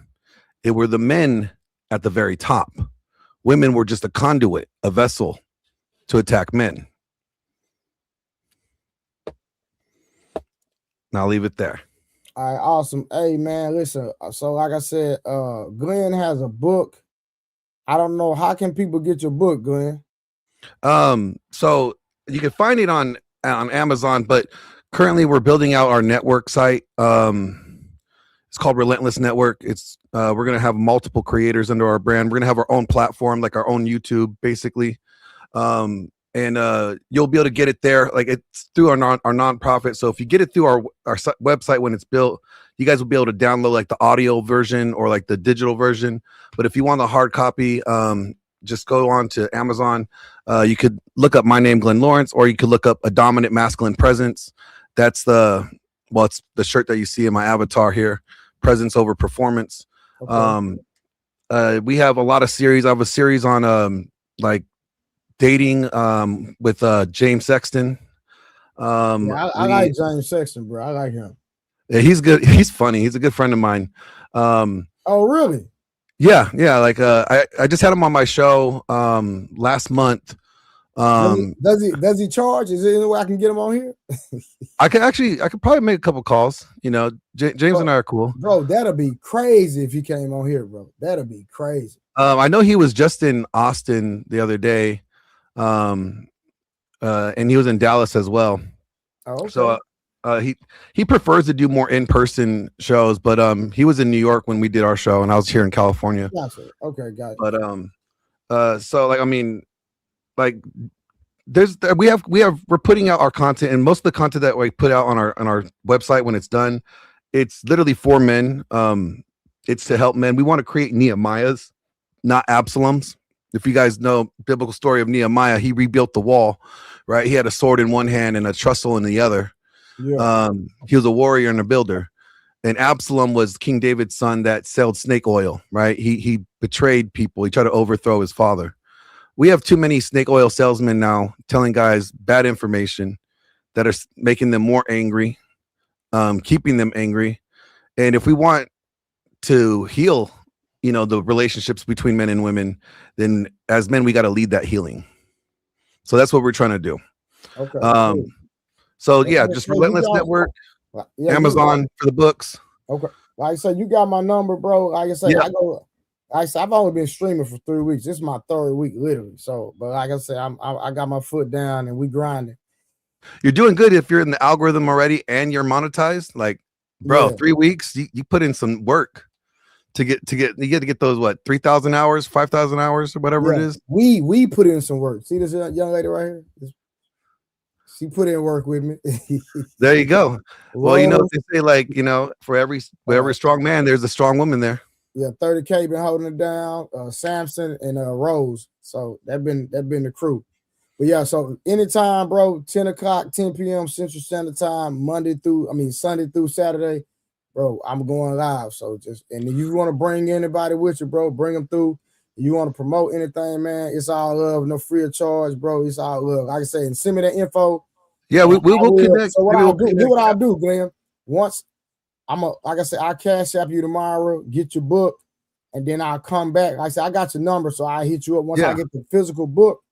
Then you can kind of, I guess, try to figure out how I can do how I can just get people contact information if they want to get the book, and we can just run it like that. Like, I'll physically send you everybody's information that wants to get a book. Yeah, if you want, we could chop it up after the stream. I could like just give you some stuff. We could just work all that stuff out. Because I like the content that you're doing, and I want to show you the network so you could actually maybe interested in collaborating with the network. Because 100% for sure. Hey, let's do it. Let's do it tomorrow for sure. Okay. That's cool because I say a rising tide lifts all ships, and we are the rising tide. Yeah. So I think Karen wanted to say something. Yeah, Glenn, can you put your channel in the chat? Yeah. Put it in the chat. Put it in the chat and the regular chat, the back chat and the regular chat. All right, let me grab my link real quick. Here we go. So there we go. There it is. Here we go. I think this is in the chat now. And is that the private chat? No, the regular chat. All right, here's the private chat. So yeah, I mean, just so you guys know, I used to be Rollo Tomasi's producer. I've worked with Pearl. Like, Pearl's in Dallas now, right? No, I didn't know that. I didn't know that. Yeah, she's dating my friend Nuke out there. Okay. Yeah, so I go to Dallas quite often because there's a lot of collaborators out there that I work with. Oh, okay. Yeah, I didn't know she was in Dallas. That's crazy. Yeah. But thank you for having me on. You got my number. Let's touch base. Yeah. I'm gonna hit you tomorrow. We're gonna chop it up, brother. We're gonna figure it out. Appreciate it. Thank you guys. All right, man. I appreciate you. All right, 30K Cat. I'll see y'all tomorrow. All right. Bye. All right, see you, brother. Shout out to the chat. Hold on real quick. And shout out to Tiffany, real quick. Tiffany KT with the $5 super sticker. Like I said, this is my first time seeing her, but she has came in and started blessing. So Tiffany KT, shout out to you. I really appreciate you so much. If you ever want to come up on the stream, all you got to do is hit the link. Thank you for the support. Remember, everybody, 10 p.m., make sure you like, share, turn on the bell notification every night. And hey, any videos you see that I post during the day, hype those videos. I mean, hype these lives that we're doing. Make sure you hype them up. All right. I appreciate y'all, and I'll see y'all tomorrow night. Trey, real quick, when are you able to start getting members? Because I don't see that. I gotta configure that and do that. Yeah, I'm doing that because what I'm gonna do is, right. A lot of people don't know I'm a world-class strength and conditioning coach, right? I train Earl Spence. I train other professional boxers as well. I got a boxer fighting on February 27th. And so what I'm gonna do is I'm gonna create a members for people that want to work out. And I got to figure out how to post the videos in there. So I'll be working out and I'll record my workouts and people can actually do the workouts with me. They can see how a world-class trainer trains and they can work out with me. So I'm going to be giving people world-class fitness tips, world-class exercise routines. And I'm going to do it for the ladies that want to get a bigger butt, flatter stomach, the whole shebang. You know what I mean? So I'm going to be starting that soon. But I'm figuring it out soon, then I'll have them up. I appreciate that too, 30K. All right. And you're talking about memberships like, how like Ali says, hey, we need to send some memberships, donate some memberships. Yeah. I'm finna start all that, brother. Yeah, I'm doing all that. But like I said, I'm just trying to figure out what I'm gonna do. Like, I'm gonna do a members for people that just want relationship advice. Like I say, workout advice, the actual workouts, like the whole show. But I'm just trying to figure out my tiers and how I want to do this whole thing. And then, and then I'm gonna go from there. All right, I'll be there for you, brother. Oh yeah, also Karen, happy early birthday and enjoy your vacation. All right. Thank you. I appreciate it. It's February 1st, right? It's February 1st on Sunday. Okay, so Sunday when we do the stream, we're gonna see. I'm not gonna be on. I'm gonna tell y'all that now. I'm not gonna be on. Drop your cash up right now, or your what's the other one? We'll do it when she come back. Then we'll do. Okay. We'll do. Try to raise Karen some birthday money when she come back. All right. That sound good, Karen? Oh, that's so nice. I appreciate it. Thank you. All right. I'll see y'all later. Have a great night. Be back tomorrow.